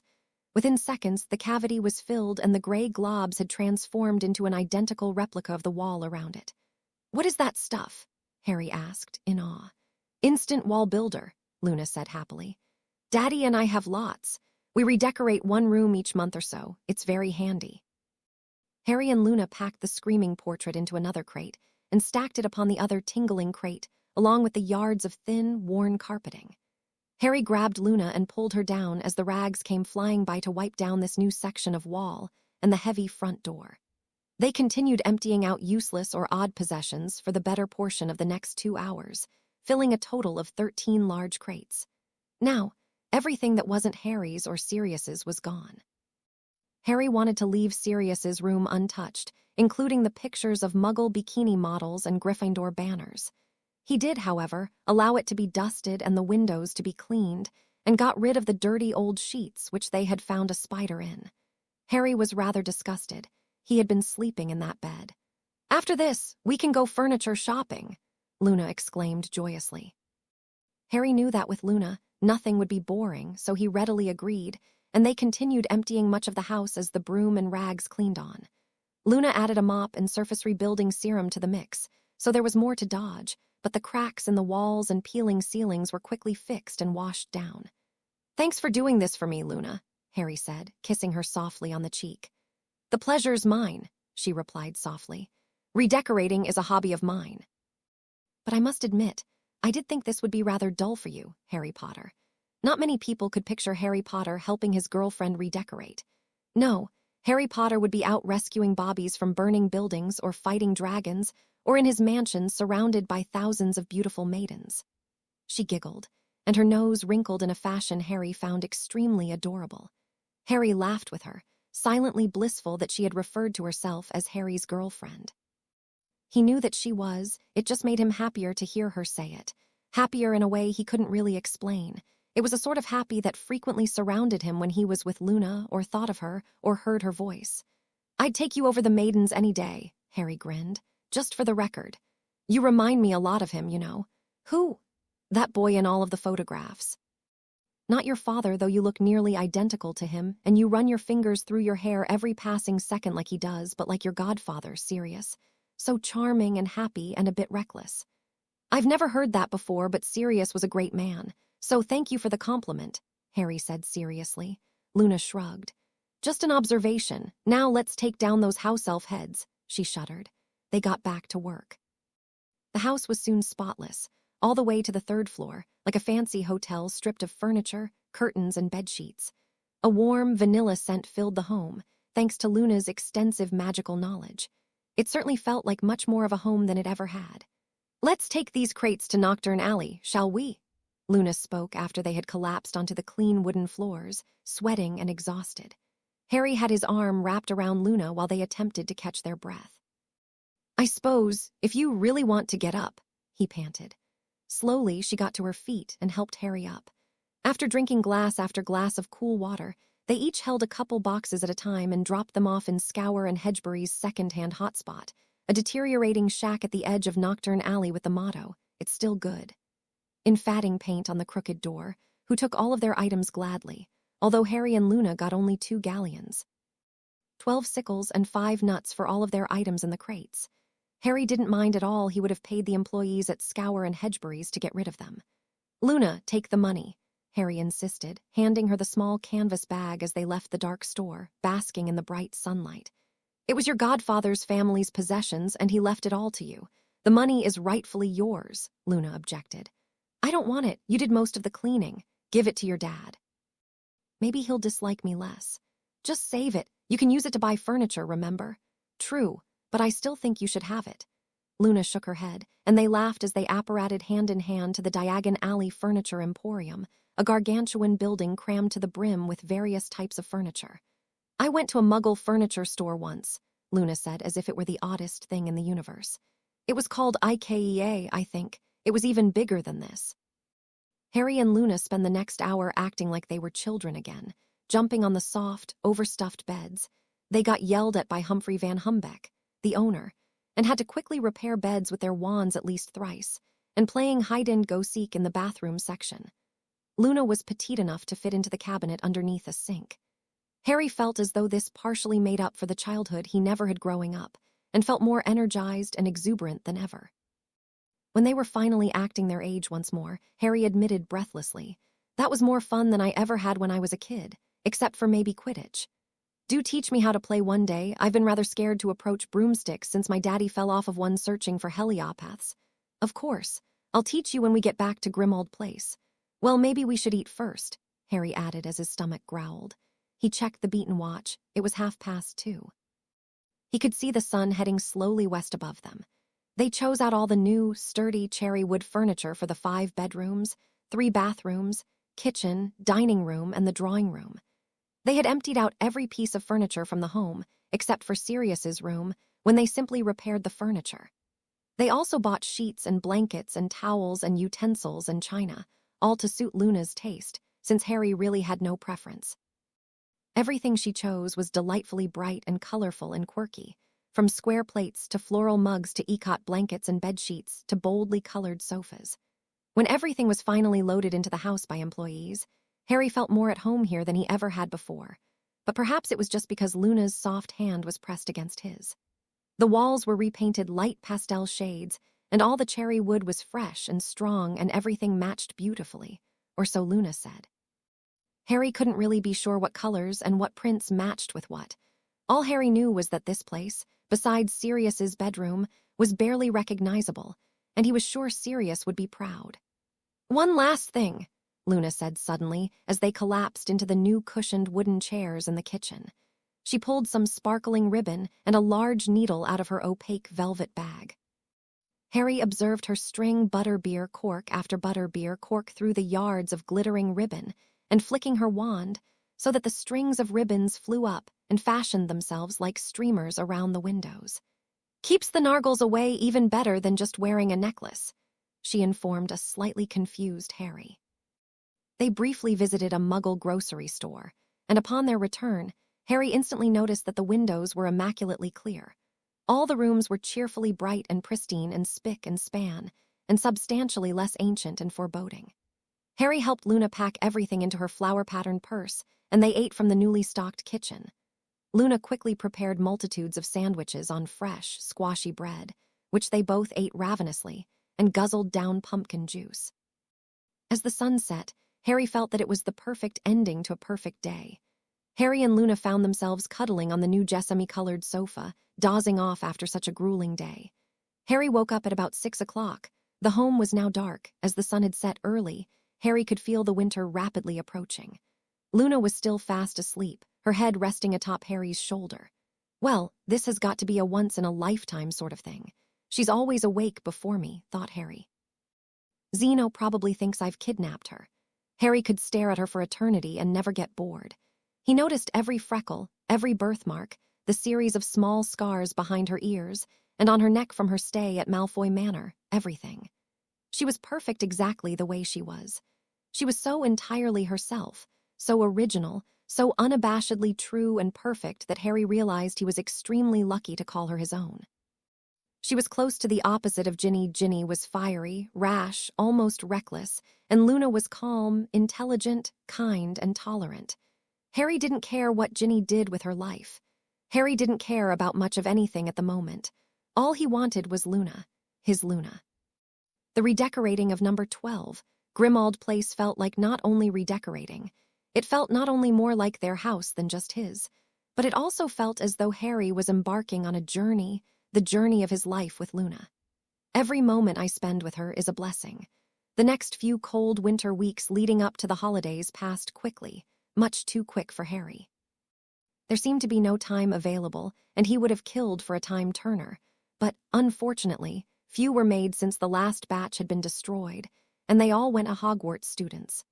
There was just so much to do. Harry constantly thought about the what-ifs. If he had a time turner, he could double his productivity. He was often envious of those precocious, overachieving students taking so many classes that they'd need a time turner. He had to help out at the joke shop and in the Auror office, as the weeks leading up to the holidays were chock-full with pranksters attempting to imitate dark wizards and scare muggles, and a few even had to be obliviated. His new busy schedule thusly diminished the time he had to spend with Luna, Ron, and Hermione. He hadn't seen Arthur, Molly, or any of the other Weasleys except for Ron and George at work, and this made him feel even more upset and guilty. There were immense amounts of pressure on him. It felt as though his back was constantly about to snap because of the boulders on his shoulder and in his heart. He felt bad about not being able to see Molly, the woman who had taken the role as his mother, the one who had always been there for him, the one who cared so much about him, who saw him as one of her own, but he couldn't risk seeing Ginny. Perhaps he'd owl her and invite her over for tea, but he didn't have the time. He'd also promised Hermione he'd meet her and Ron and go out to dinner, perhaps with Luna, sometime soon, but he hadn't gotten around to that either. He thought about just going out with Ron and Hermione, just the trio, but he wasn't sure if Luna would be upset with him. He knew that Ginny was, when he did it too often, but Luna was different, and it was only one time. Then, he'd promised Luna that he'd get to know Xenophilius better. He knew it was important to her that he and Xenophilius get along, and he felt immensely terrible that he hadn't gotten around to it, with Christmas in only a few days. Christmas, he remembered as he blearily shoved spoonfuls of leftover, tasteless oatmeal into his mouth on a slow Saturday morning. He'd told Ron and George in advance that he wouldn't be helping them today. He needed to get some things done, and he was sure they'd be fine without him as long as Ron and Hermione went in. He was no chef, and hadn't seen Luna in days. He flipped through the Daily Prophet, thankful that he and Ginny and Neville and Luna were no longer making headlines. Ginny had been portrayed in an awful light by the media, whereas Neville had gotten some slack, described as awkward, pitiful, and not the brightest apple in the barrel. Harry knew that most of those things were not true and were definitely no excuse for destroying a relationship, but let it slide, tossing the newspaper into the rubbish bin. The Daily Prophet rarely had valuable articles. It was mostly gossip and rumors, useless in Harry's eyes. The windows were frosty, but it had not yet snowed, and Harry was slightly worried. Christmas was 10,000 times better if it was a white one. Everyone knew that. Common logic. I'll go shopping today. No excuses, he ordered himself, dressing quickly into warm corduroy slacks and a striped sweater. He laced up his Chuck Taylors as he summoned his glasses and shoved them on before grabbing his thickest cloak and his wallet, which was heavier than usual. The one good thing about going to work in the Auror office more often. He didn't accept money from George, insisting that all he wanted was a sweater from Molly on Christmas. Apparating to Diagon Alley, he ran into Flourish and Blots and thought about what he might get Hermione. A book, of course, but she probably already had nearly every book in the store. The store was sparsely populated, and for that Harry was thankful. Nearly everywhere he went, he had his photo taken, or was asked for an autograph, and it did get tiring. He began searching hastily through the new arrivals section to ensure that he bought Hermione a book she did not already have. This search went on for nearly 15 minutes. The shelves were huge, and the books were enormous. He had yet, however, to spot one that he thought Hermione would like. There were books about Quidditch, one particularly about Victor Crumb, but she knew that Hermione and perhaps Ron more so wouldn't like that, so he chuckled to himself and put it back. Herbology, nope, she has this one. Quidditch, no way, aha, he shouted, and was scolded by an elderly employee. The book was crisp and fresh and heavy, and the font was amazingly small. He was sure Hermione would love it. It was titled The Heroines of Our Day. Witches deserve some credit too. He wouldn't have been surprised if Hermione was mentioned in this book. Smiling at his accomplishment, he jogged over to the cashier, lugging the overweight hardcover. On the way, he saw an interesting-looking new arrival about rare specimens of dragons and picked it up for Charlie. As he got into the short, steadily moving line, he heard a drawling voice behind him. Well, if it isn't the famous Mr. Potter. Harry turned around, shocked at who he saw. It was Draco Malfoy, lips curled into a genuine smile. He hadn't seen Draco in ages. In fact, he hadn't seen him since he'd saved his life at the Battle of Hogwarts.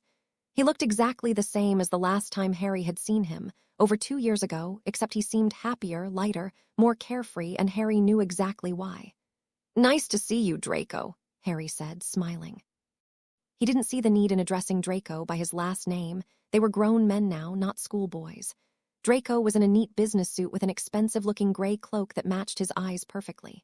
Likewise, though I must ask, why are you interested in Heroines of Our Day? He asked, laughing as he saw the book Harry was holding. Harry laughed with him. It's for Hermione. It's a Christmas present for her. So are you too, Draco began, and Harry knew exactly where his question was going.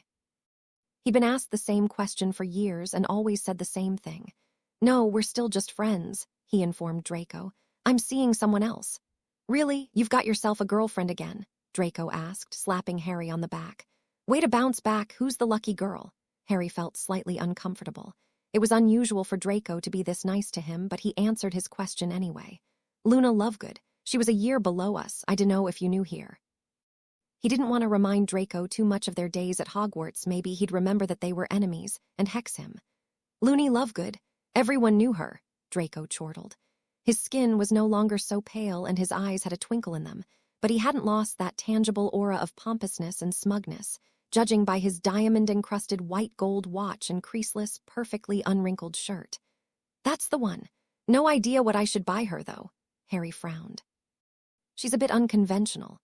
I hear you, Harry, Draco responded cheerily. At least you've got one. I'm here shopping for my aunt, actually. Caught off guard, Harry said, but Bellatrix is dead. Not her, Draco said, sounding only slightly miffed. Aunt Dromda. Harry was even more shocked now. Draco seemed to read his expression, though it wasn't difficult because he continued, We're all on good terms now. The whole family's so tight-knit. It's a bit annoying, really. No time for myself. Now I know how Weasley feels. He sounded sincere. Harry wondered exactly how much he'd changed. Was this Draco Malfoy? You looked shocked. My feelings are hurt, Potter, Draco said sarcastically. Anyways, I've no idea what to get her. I just thought I'd say hello. He turned to walk away. Wait, Harry called. I knew your Aunt Andromeda's daughter very well, actually. She was a close friend. If Mother's anything like daughter, I know that your aunt would really like this book, Harry said, pointing to the one he had gotten for Hermione. It's about a galleon, but when has money been an obstacle for a Malfoy? Draco laughed and nodded, then curtly gave Harry his thanks. Harry was half sure that was the first time Draco had ever said thank you to someone, and saying it to Harry was most unexpected. Harry purchased the book and with one last goodbye to Draco, walked back into Diagon Alley. It had to be nearly 11, as the sun was only slightly to the east, and the street was bathed in a pale yellow. Harry strolled into the quality Quidditch supplies store and bought Ron the largest set available of broom-keeping supplies, and bought George and Percy new beaters clubs for when they had scrimmages in the backyard of the burrow. Percy had taken Fred's position as beater. The thought made Harry's heart ache sharply. Not a day went by without him missing Fred, Lupin, Tonks, Colin, and all the others who had given their lives for the greater good. Forcing his mind off the subject, he picked up a new pair of expensive chaser's gloves for Angelina. The last time they played, her gloves were worn with holes in the leather. Now he just needed gifts for Bill, Fleur, Molly, Arthur, Audrey, and Luna. He sighed and trudged into Witchkins Arras, a baby store for magical folk, and quickly picked out some small baby books that would be good for Bill and Fleur no matter if their child was a girl or a boy. Next, he dashed to Twilfit and Tadding's and bought Molly and Arthur new dress robes. Molly's a shimmering emerald and Arthur's a deep sapphire. For Audrey, he haggled with a jewelry vendor and picked out a simple silver necklace, as Audrey was a simple but classy woman. That left Luna. What could she possibly want? Harry thought and thought, but his mind was at a blank. He found himself stumbling through the alley, scratching his head and brainstorming, completely oblivious to the bustling world around him. Jewelry? No, she makes her own. Books? Maybe, but she already has so many. Quidditch? She doesn't play. Robes? She's so beautiful on her own and has a unique sense of style you can't just buy. She has an owl, what else could she possibly want? Now rubbing his chin, he continued packing back in the opposite direction, deep in thought. He could see blurs of people gift-buying all around him from his peripheral vision, but it was all foggy, even with his glasses. When he was focused, it was hard to pull himself out. Thud. Harry fell over, and by the time he got back up, there was a wand pointed to his chest. "You better watch," a familiarly high-strung voice began angrily, and Harry looked up, eyes refocusing. It was Draco, but as soon as Draco realized he had pulled his wand on Harry Potter, he let it down abruptly with a jerky arm movement. "Sorry," Draco said in a lighter voice. "Didn't know it was you." "It's fine. Sorry for bumping into you like that," Harry said, embarrassed. "You look deep in thought, P. Harry," Draco said pensively. "Do you need help with anything?" Draco Malfoy, offering me help. This is a bit too odd. But Harry didn't see how it could hurt, so he informed Draco of his situation with Luna. "Well, I haven't got much experience with women. Only Pansy," he said, shuddering. "And there's no way in hell I ever bought her anything, that crazy hag." Harry laughed hysterically. He had no idea Draco hated Pansy so much. "What does Luna like?" "Well," Harry said, racking his mind for anything and everything they'd talked about in the past 2 months. "She likes flowers and weird magical creatures and bits of wisdom, and making her own clothes and rare plants and art and astronomy, and being herself and designing and helping others." "I didn't ask for her life story, Harry," Draco chuckled. "This is easy. Get her Tasteria Toronto's telescope for talented teenagers from Flourish and Blots on the upstairs level. They're really advanced telescopes. They say you can see other solar systems with them. They come in a nice leather case with a book about all the different constellations in the sky and galaxies and black holes and all the ghastly, boring things Mum made me study at Hogwarts." "Thanks a million, Draco," Harry said, already speed walking to Flourish and Blots. "I owe you one." He knew in his mind, he was 100% sure actually, that Luna would love a new telescope, especially such an advanced one. The one she has is like the Clean Sweep 5 of telescopes, Harry thought. It was rusty and old and probably not much better than the ones Muggles had. "You saved my life twice, Harry, and you helped me choose out my aunt's book. I owe you 2. 2 big ones," Draco said seriously. Harry shrugged, and they said their goodbyes once more, Draco disapparated, and Harry sprinted to the second floor of Flourish and Blots that reeked of old books, grabbed the shining silver telescope bundled in a metallic leather case, and tied with crimson and green ribbon to a thick book with a picture of a nebula on the cover, and ran to the cash register, arms quickly become sore from the other bags he was carrying. He formulated a plan for the rest of the day. He would take all these gifts home, go get a bite to eat, visit Luna for a few hours, try to win over Xenophilius' approval, crash at Ron and Hermione's for the night, and join them at George's joke shop the next morning. By 2 in the afternoon, the sun was shining annoyingly bright, and Harry was shielding his eyes as he walked to the disgusting alley near the cafe that had come to be known by the magic community as Apparating Alley. His stomach was full with a delicious meal of fish and chips, and he apparated to the small, sunny village of Otterycent, Catchpole, right in front of Luna's house. Hopping she was home, he knocked cautiously on the thick wooden door. "Luna," he heard Xenophilius call, sounding a bit bitter. "You know who it is." Harry then heard delicate footsteps prancing down the staircase, and the door soon flung open. Luna smiled at Harry warmly. "I've missed you," Harry finally managed to say, temporarily in awe of her beauty, her presence. "That's nice," she smiled shyly and clasped Harry's hand gently, walking him into the sitting room.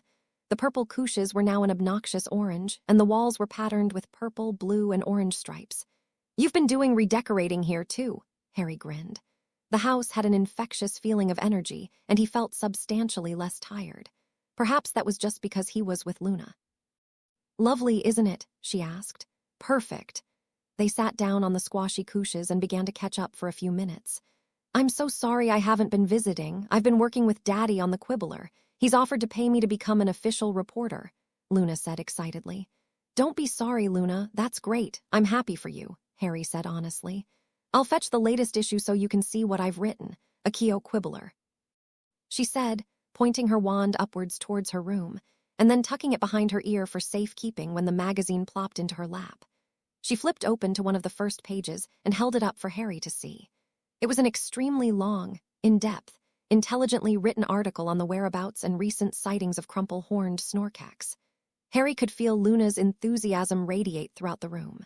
Skimming the 12-page article, Harry smiled widely at Luna. He was filled with happiness at the thought that she was happy.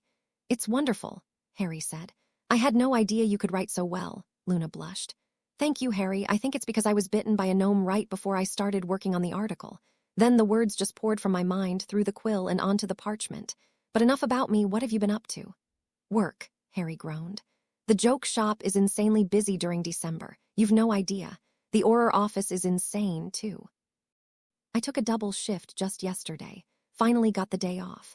Can you stay here for a while to relax? I'm sorry you're so overworked, Harry. I understand if you don't want to go to Seamus and Lavender's wedding tomorrow. It's tomorrow," Harry exclaimed.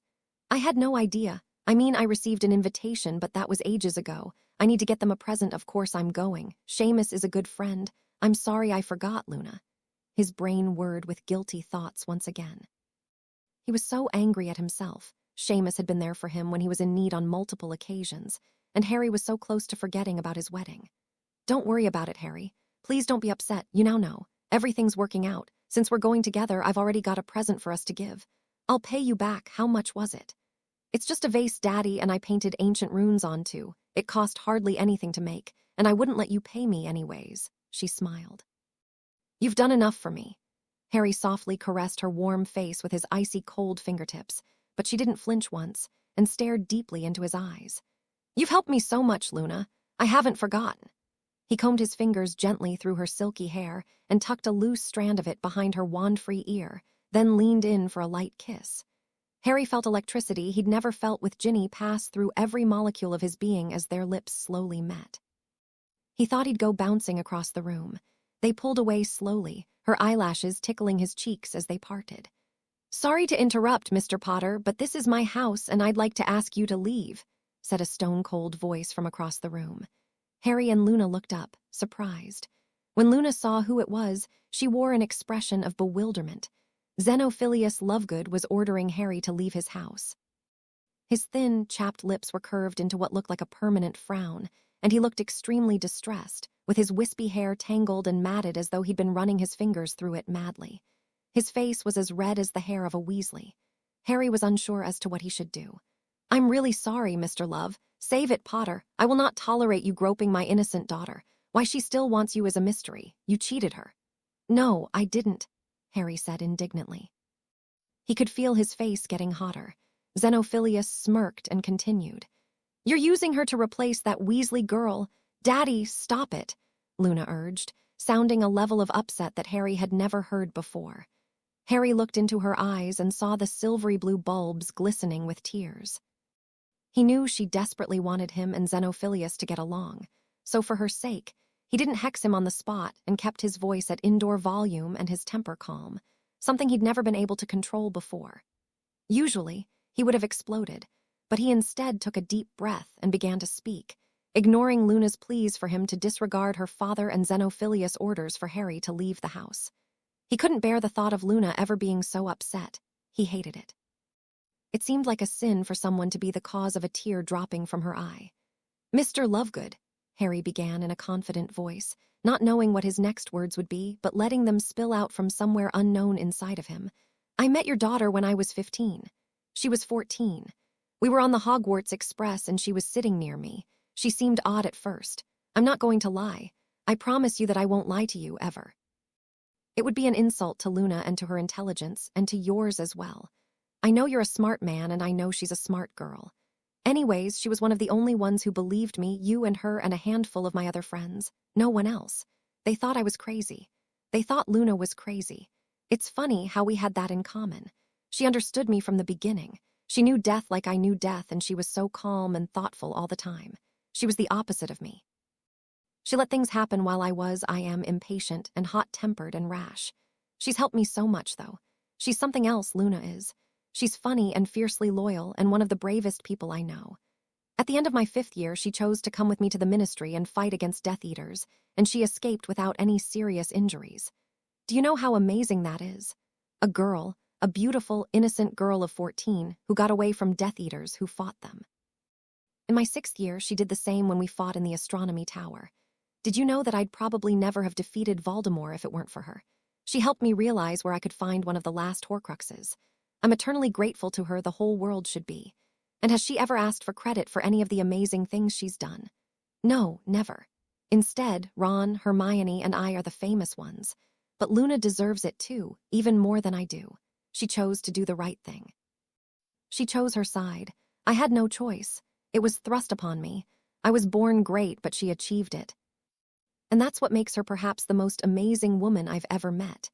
You don't know, Mr. Lovegood, how I pray to God every day, thanking him for letting me spend time with your daughter, asking him to let me have more hours in each day to spend with her. You don't know how it feels when she talks. Just when she talks, or when she holds my hand. You're the luckiest man in the world to call such a great person your daughter, and you should let her be happy. If she wants to be happy with me, I think you should accept that. If she wants to be happy without me, I think you should accept that too. And I think you should know that she never was and never will be and isn't a replacement for anyone or anything. She was my friend. She is my friend. She's been my friend for about 5 years, Mr. Lovegood, and I don't want that to change. She's not only a great friend of mine, but something more, and I'd really appreciate it if you let it stay that way. She wants your approval for this relationship, and so do I, and look at her. She's upset. I know it hurts you to see her upset. It hurts me too, because you just want to see her be happy, right? You don't want to see her get hurt. I just want you to know that I want the same. He's going to kill me, Harry thought in his mind, absolutely and positively sure. He hadn't realized the potency of the words he'd just said. He didn't really remember what he'd said at all. They came out naturally, yet felt so weird to him. He wasn't used to spilling out all of his emotions like that. He stood up, getting ready to leave, looking at his sneakers. Finally, he looked up to say goodbye to Luna. When he did, he saw that she was standing next to her father and they were both crying. Harry felt a different aura about these tears, though they were tears of joy. Harry, watch out. Ron yelled from the opposite side of the field, circling around the keeper's post. Thanks, mate, Harry called in return as he swiftly dodged the makeshift bludger that Percy and George had crafted for their Quidditch scrimmage. Harry was searching for a golf ball Arthur Weasley had found and enchanted to zoom around like a snitch, but it was proving to be difficult, as the sky and the ball were a matching shade of light gray. Ronikins, wake up, George shouted as the quaffle came zooming towards the keeper's post. Ron flew up and reached out to grab the ball, but was too late. He prevented the quaffle from entering the goal, but it slammed into his stomach, and he and his nimbus twirled to the ground, slowed down only by Percy shouting a spell to slow the momentum. However, Harry was paying no attention to this. He had been flying upwards as quickly as humanly possible on his firebolt, soaring through the gray skis, feeling free and fulfilled. He was so close now, he filled his lungs with crisp, cool air as he finally clasped the snitch in his hand, shouting in celebration and satisfaction. "Nice one!" Angelina congratulated him as they all met back on the ground. "It's a miracle you could even see it," Lee exclaimed. "Are you okay?" Harry asked Ron, who was lying on the ground, shivering. He nodded and Harry helped him up. "Let's go inside. It's nearly 3 o'clock. Mum'll whip something up for us," Bill suggested. "Wait, it's nearly 3," Harry asked, dropping the golf ball, which dipped towards the ground but then gained speed and flew into the distance. "Seamus and Lavender's wedding starts at 4. Harry was beginning to panic. "Are any of you going too?" Harry asked. Everyone shook their heads. "Hermione and I don't really enjoy her company," Ron explained, scowling. "And anyway, we're going to visit her parents tonight. It's their anniversary. I only remember because it's the day before Christmas Eve," he added defensively. "The joke shop," George and Angelina said in unison when Harry turned and looked at them expectantly. "Lee and I'll be there helping, too.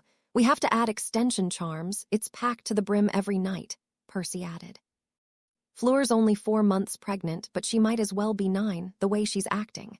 Charlie and I can barely handle her," Bill said seriously. "Not to mention the fact that I don't even know Lavender or Seamus. I'm supposed to pick up Luna in 15 minutes. Harry ran his fingers through his hair, as he often did when he was stressed. "It's all right, Harry. Some ladies dig that rugged, fresh-from-the-Quidditch game scent," George winked. Harry punched him in the arm, quickly said goodbye to his friends, and apparated to number 12, Grimmauld Place. He ran inside the clean, sweet-smelling, brightly lit home, grabbed a pile of peanut butter and honey sandwiches Luna had made him when she visited, cast water-repelling charms on them, and jumped into the shower clutching 2 in each hand, stuffing his face while he washed himself. Desperate times call for desperate measures, he told himself, slightly disgusted. He dried off quickly, not bothering with his unmanageable hair, and scrambled into a pair of gray dress robes. Luna's probably going to wear her omelette-yellow robes, Harry thought, because it represents good luck. I wonder what gray represents. He threw on his glasses, laced up his shoes, stuffed his wand of holly into his pocket, and apparated to the Lovegoods' home with 2 minutes to spare, feeling rather nauseous after eating so much and being shoved through the uncomfortable process of apparating in such a short time span. He knocked on the door. Harry hoped he looked presentable and wasn't a sickly shade of green. Luna answered almost immediately, and Harry was temporarily left speechless. She was a sight for sore eyes, wearing flowing sunflower-colored robes embroidered with intricately detailed flowers, cinched by a silver belt at the waist that accentuated her petite figure. Her wavy hair was fashioned into a thick braid, and her bangs angled from her cheekbones to her chin, bringing out her beautifully sculpted face. "Are you okay, Harry?" Luna asked, but the smile lighting up her face suggested that she already knew exactly why Harry couldn't speak. "Sorry," he said quickly. "Shall we?" He extended his arm, and she took it. The painful sensation of apparating was numbed slightly by the butterflies erupting inside him when they held hands. They arrived at the small church in Godric's Hollow. Careful to apparate behind a tree Harry knew to be there so that no neighborhood muggles could see them. They laughed as they saw that people were apparating behind every tree in sight and assembling into the stone building. Harry and Luna walked hand in hand into the church and were breathtaken by its beauty. Pink roses adorned all the windows, and a white archway was erected at the altar. The maple wood pews were freshly cleaned and gleaming, and already half filled with wizards and witches in brightly colored robes. Harry spotted Seamus sweating buckets in black robes standing at the very front. He was next to Dean Thomas, obviously best man, and Parvati Patil, the maid of honor, was clad in pink and silver robes, standing next to 3 young girls who must have been the other bridesmaids. They were all wearing matching with Parvati. Luna tugged Harry's hand and whispered, "Let's sit down next to Padma, Terry, and Anthony. They're the farthest from the mistletoe." Harry chuckled and followed her to the right side of the church, where many Ravenclaw students Harry recognized seemed to be seated. "Harry, Luna, together, still," Harry heard Padma whisper in shock to Anthony, who also looked quite surprised. "It doesn't make sense," Terry whispered back. Loony Lovegood with the boy who lived. Nice to see you, too, Harry said, and they all blushed fiercely, but shook his hand and quickly moved over to make room for the couple. Harry could see Luna flash him a grin. After 15 minutes of waiting, minutes passed by Luna pointing out the meanings of the colors everyone was wearing. Music began, and Lavender walked down the aisle with her father, a short, crumpled man with wispy salt and pepper hair. She looks simply beautiful, Luna declared, as Lavender made her way to the altar. Lavender's light brown hair was braided and then twisted into a bun and secured on top of her head. Her long, lacy, poofy dress might have appeared white at first glance, but was tinged with the faintest hint of pink. I think it might be a bit overdone, Harry whispered, and Padma scowled. The flowers growing from the ground after every step she takes might be a bit unnecessary, Luna admitted, and before Harry could respond, Lavender was at the altar, and everyone was silent, except for wheezes and sobs from a short, stout woman with mousy brown hair who could only be Lavender's mother. We are gathered here today, the wizard minister began, though his sentences were periodically interrupted by echoing cries from various witches. When it came time for the vows, Seamus and Lavender held hands tightly, and Harry saw love radiate through both of their eyes that he never thought that he'd see in any of them, or that they'd see in each other or anyone. It was hard to explain. It was hard for Harry to comprehend. He could just see that undying longing, the passion, the protective look, the words and feelings they exchanged without saying a single thing, and Harry was awed. Harry couldn't hear the words the priest was saying. He was enraptured by that look in their eyes, and couldn't pry his from it, because in the back of his mind, he thought something in Seamus's eyes looked familiar, and he wasn't paying attention to what anyone was saying, and couldn't stop looking at that gleam in the eyes of the bride and the groom until he heard Seamus speak. I, Seamus Finnegan, take you, Lavender Brown, to be my wife, to have and to hold from this day forward for better, for worse, for richer, for poorer, in sickness and in health, to love and to cherish, till death do us part, according to God's holy law. He sounded so serious, so grown up. Harry could hardly believe that this was the Seamus Finnegan he met about 10 years ago when he began at Hogwarts. I, Lavender Brown, take you, Seamus Finnegan, to be my husband, to have and to hold from this day forward for better, for worse, for richer, for poorer, in sickness and in health, to love and to cherish, till death do us part, according to God's holy law. Harry was also blown away by her serious tone of voice, though you could sense happiness beneath it, about to burst, and tears also began to fill Lavender's glassy hazel eyes. She's come a long way from one, thought Harry with a grin. I now pronounce you husband and wife. You may kiss the bride, the minister announced, and everyone clapped as Seamus grabbed Lavender and kissed her with a fiery passion so that she was dipped over and prevented from falling to the ground only by his grasp, and yet she seemed utterly calm and at peace, and more witches sobbed. In fact, Harry thought he heard one near him. He turned and looked to see, much to his amazement, thick, hot, tears rolling down Luna's rosy cheeks. Luna, Harry asked, wrapping his arm around her. I never knew you got so emotional over weddings. It seemed so weird that Luna Lovegood had something in common with so many other witches in the church. She started, but was interrupted by her own hiccup. Just look so happy. I've known Hiccup, Lavender, and Seamus for so many years, Hiccup through Dumbledore's army, and I never could have guessed they'd get married. Her voice steadied. And it's impossible to miss, the way they look at each other. The way he kissed her. Everyone deserves to be that happy. Everyone. It makes me quite sad that there are some people out there who don't have that. I never thought I'd want to get married, you know. It was a bit of a practical joke to me. But today, I think today has changed that. And what if you don't want that? And what if you don't want to be with me anymore? It all spilled out from her, and she sounded so young and fragile and vulnerable. No one seemed to notice as they were all lining up to congratulate the newlyweds. Harry wiped the tears from her cheeks. He knew he couldn't attempt to sound eloquent. When he was with Luna, he just poured out his feelings from his heart. There was no filter.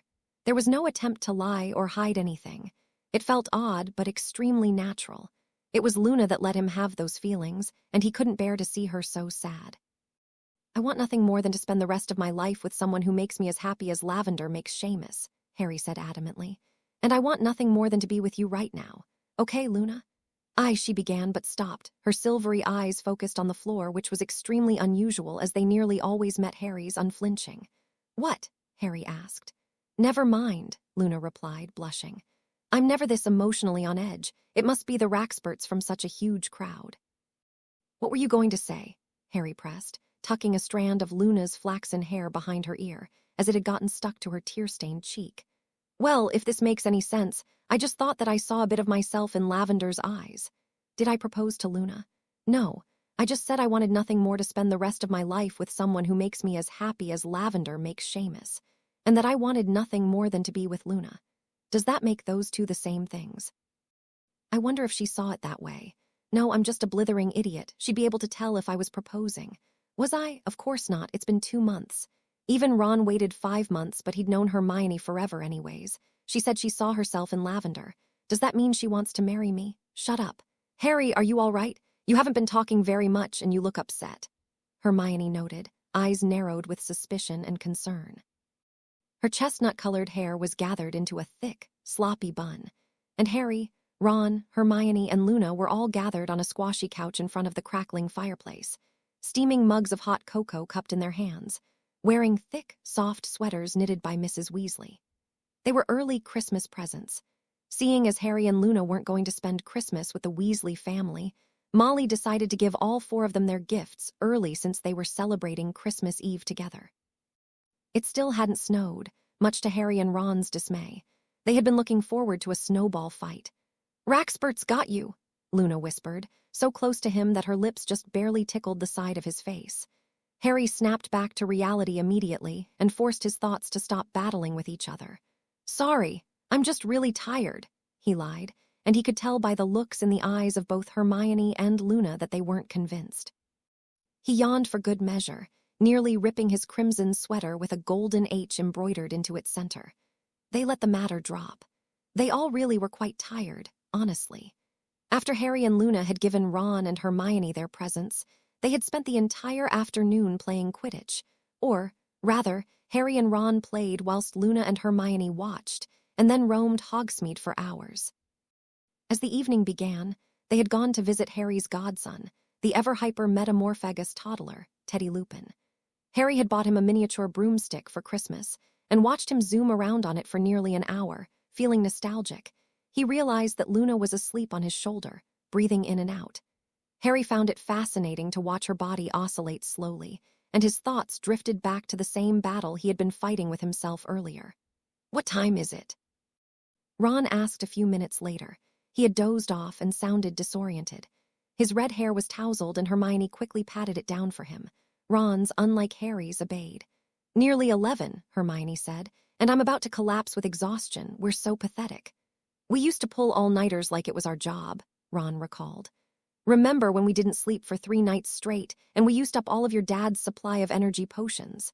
Harry snickered. "He and Mum were livid," Ron said, remembering the day all too clearly. The 3 of them groaned in unison. "So Harry," Hermione said, "you never answered me. Are you doing all right, you and Luna?" "What? Oh yeah," Harry said quickly, recuperating from another mind battle with himself. "Really well." Ron and Hermione didn't look convinced. "If there's something wrong, mate," Ron began. "No, Ron, everything's going great. That's the problem," Harry sighed. He didn't even make sense to himself. "You lost me," Ron smiled. Even Hermione looked confused. "It's just that we love each other," Harry started, the word love still sounding a bit foreign in his mouth as he attempted to explain his situation to his 2 best friends. "But where do we go from here, you know?" "Wait, that sounded bad, I just mean, when do I know when we should take it to the next step?" Ron snickered. "Not in a physical way," Harry added hastily. "I thought you 2 might understand." "I'm absolute rubbish at explaining things, you know that." Hermione stared at him, eyes wide. "You're so obviously head over heels in love, Harry," she stated as if it were the most evident thing in the universe. "You can't be talking about marriage, though, can you? It's been less than 2 months.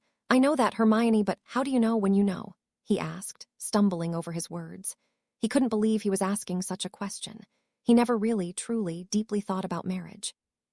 What an odd concept. Sure. He'd bought a wedding ring when he intended to propose to Ginny, a rather awful memory he tended to avoid thinking about, but he never really pictured himself watching Luna and Xenophilius walk down the aisle, waiting at the end. He never thought about spending the rest of his life with someone, but with Luna, it just seemed like a natural course of action. Too much, too soon, he scolded himself.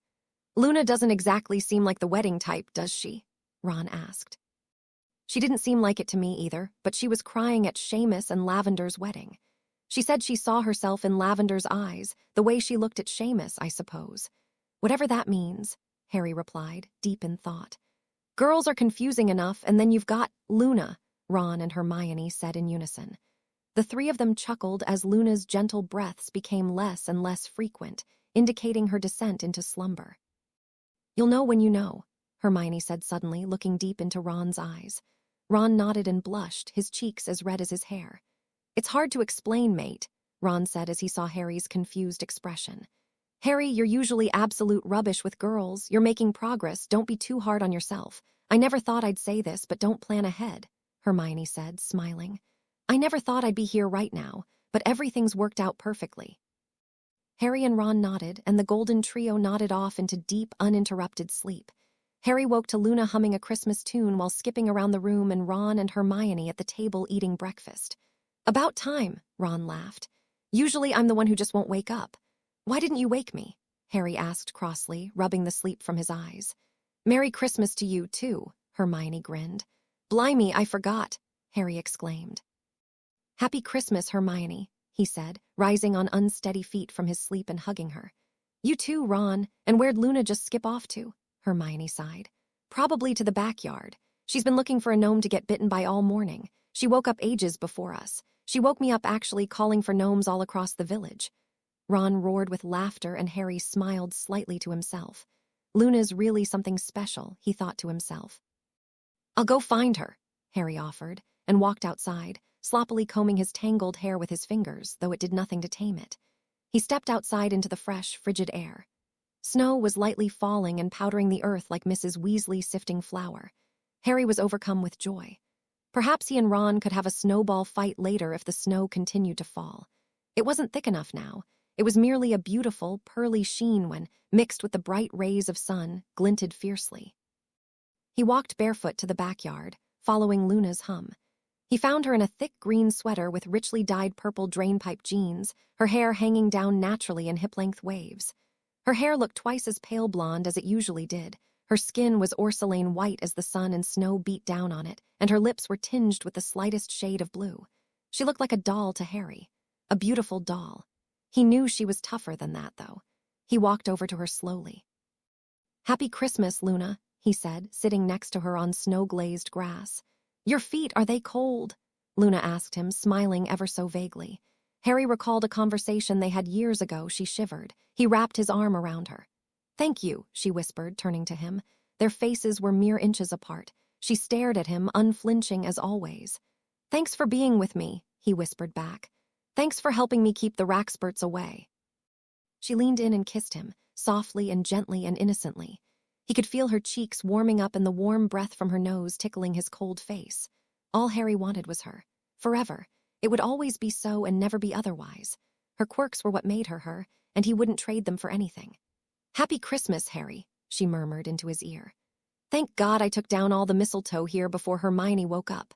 Otherwise, we might have been fighting off Nargles right about now. He was still smiling as he kissed her once more. The Christmas festivities at the Lovegood home were, as expected, thoroughly odd. Xenophilius invited only his coworkers from the Quibbler, and it was quite a small crowd, though Harry was sure that the neighbors never would have guessed it. Fireworks were exploding from the moment. The sun went down in a brilliant splatter of yellow and pink, and there was plenty of steaming strawberry sorbet to go around as a substitute for butterbeer, which resulted in the melting of snow within half a mile. A band was playing covers of Celestina Warbeck, including A Cauldron Full of Hot, Strong Love, and the Christmas dinner included plimpy soup, which made Harry a bit nauseous, and a thick, creamy pink mixture that tasted oddly citrusy. For dessert, there were usual things, like chocolate cauldrons and a Christmas tree-shaped cake that Hermione had prepared for Harry to bring. But there were also Lovegood-esque dishes such as plimpy pot pie and a Nargle-repelling bright purple fruit Harry didn't dare touch, and toxic green tarts that Luna ate eagerly, though they turned her ears a bright shade of orange. Harry and Luna decided to sit and talk and play wizard's chess, which Luna easily won. Exploding Snap, and a muggle game Luna had gotten her hands on that Harry reckoned was called something along the lines of Monopolis upstairs for most of the night rather than dance. seeing as neither of them enjoyed dancing very much. But Xenophilius insisted that they come down for the slow dance and to see the final fireworks display. A great, vivid explosion of colors and shapes and swirls. Harry and Luna had planted the engagement ring Harry had bought for Ginny so long ago, and planted it at the core of the blazing magical rockets, another one of Luna's great ideas. Harry had immediately complied, and the gold ring and huge, one sparkling diamond adorning it were successfully smashed into oblivion, leaving Harry even more refreshed than usual. As the party was approaching its end at around midnight, Harry took Luna to the backyard, which was empty and quiet, or at least quieter, as there was one last piece of unfinished business before she departed for her trip to see her cousins in Ireland until the beginning of February. "Thanks for inviting me, Luna. This has been great," he said genuinely, her hand clasped in his, her thumb absent-mindedly rubbing the back of his hand soothingly. "The pleasure is mine, Harry." "Did you enjoy the fireworks? Daddy and I have been working on those since August," she replied with a smile he could nearly feel through the thick, cold darkness. "They were wonderful," he said. "There's just one problem. I knew we should have set them up more to the west. They align better with the stars that way," she sighed. He shook his head, chuckling. "It's nothing to do with the position of the fireworks, Luna. It's just that. I won't be able to see you on New Year's. So we won't get to have our New Year's kiss," they finished in unison. Saying things simultaneously was something they had been doing quite a bit lately. Who knew his mind was on the same track as Luna Lovegood's? Well, he told himself, great minds think alike, and we do understand each other better than anybody. Luna thought for a second. "I've got it," she exclaimed happily. "What?" asked Harry anxiously. "I can't go to Ireland. Shacklebolt would fire me for missing so much work." "And you're not going to leave your cousins for me. Don't even think about it. You haven't seen them in ages." "No, silly, we'll just use our imagination," she said. "I've been told I don't have one," Harry frowned. "Mine's enough for the both of us, I'd say. Now we're going to pretend that it's New Year's right when the last and grandest firework goes off at midnight, which is in a few seconds. And we're going to have that kiss, Harry Potter," she said with a sly grin. Before Harry could answer her, the grand midnight firework went up with a raucous hiss, then broke into an ear-splitting pop as its golden tentacles splattered across the great dark sky. And then, before he could react, Luna kissed him. It was deep and passionate, and he could taste traces of citrus on her soft lips, and she rubbed her hands on his firm chest as he wrapped her petite, gentle body in his arms. It could have been seconds or minutes or hours or an eternity, but they held each other, and she ran her fingers through his matted hair, and then they finally broke apart, her lips slightly swollen. Silver eyes met green, unflinching. "Well," she said expectantly, "I loved it. Not as much as I love you, but still loads," he said breathlessly, still holding her in his arms. "I'm going to miss you more than Raxperts miss inhabiting your head," Luna said seriously, frowning a bit, though after their kiss, Harry doubted that either he or she could really be upset. "I'll miss you more than your father misses having you all to himself," Harry said jokingly, and they laughed in the bitter cold, holding each other to keep from hypothermia. They need only look at each other, and they knew exactly what the other was thinking. Harry knew that when Luna looked up into the sky, she was scared and looking for her mum, and when she was happy, she'd wriggle her toes and wrinkle her nose as she laughed. He knew how she counted the number of corks on her necklace when she was bored, and he knew the meaning of each ring she wore. He knew that her dirigible plum earrings supposedly made her wiser, though he was sure she didn't need them, and he knew that her most ticklish spot was right above her belly button. He could go on for days like this. He knew things about Luna that people often didn't notice. People forgot that she was a woman, not just a war hero and the chosen one's chosen one. Harry knew that she always walked in peace and love, and though she carried an aura of unconventionality, Harry knew that she was perfect the exact way she was. There were just some things you couldn't even believe you knew about someone, but it comes with spending hours and days and weeks and months in their company.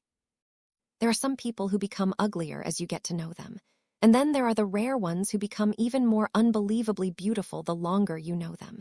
And Luna was that person to Harry just as Harry was that person to Luna. Luna knew exactly what recurring dream woke Harry in the early morning, nearly in cardiac arrest. She understood exactly how his almond-shaped eyes saw the world. Luna knew his fear of love and commitment, and secretly prided herself in the fact that she had helped him move past this. She knew of all of his physical abnormalities, not just his trademark scar, but the freckle on his shoulder blade and the way his thumb could bend back more than the average person's could. She knew things about the boy who lived that people often overlooked, things that showed that he was a man, not just a hero, not just a legend. He knew Luna, and she knew Harry.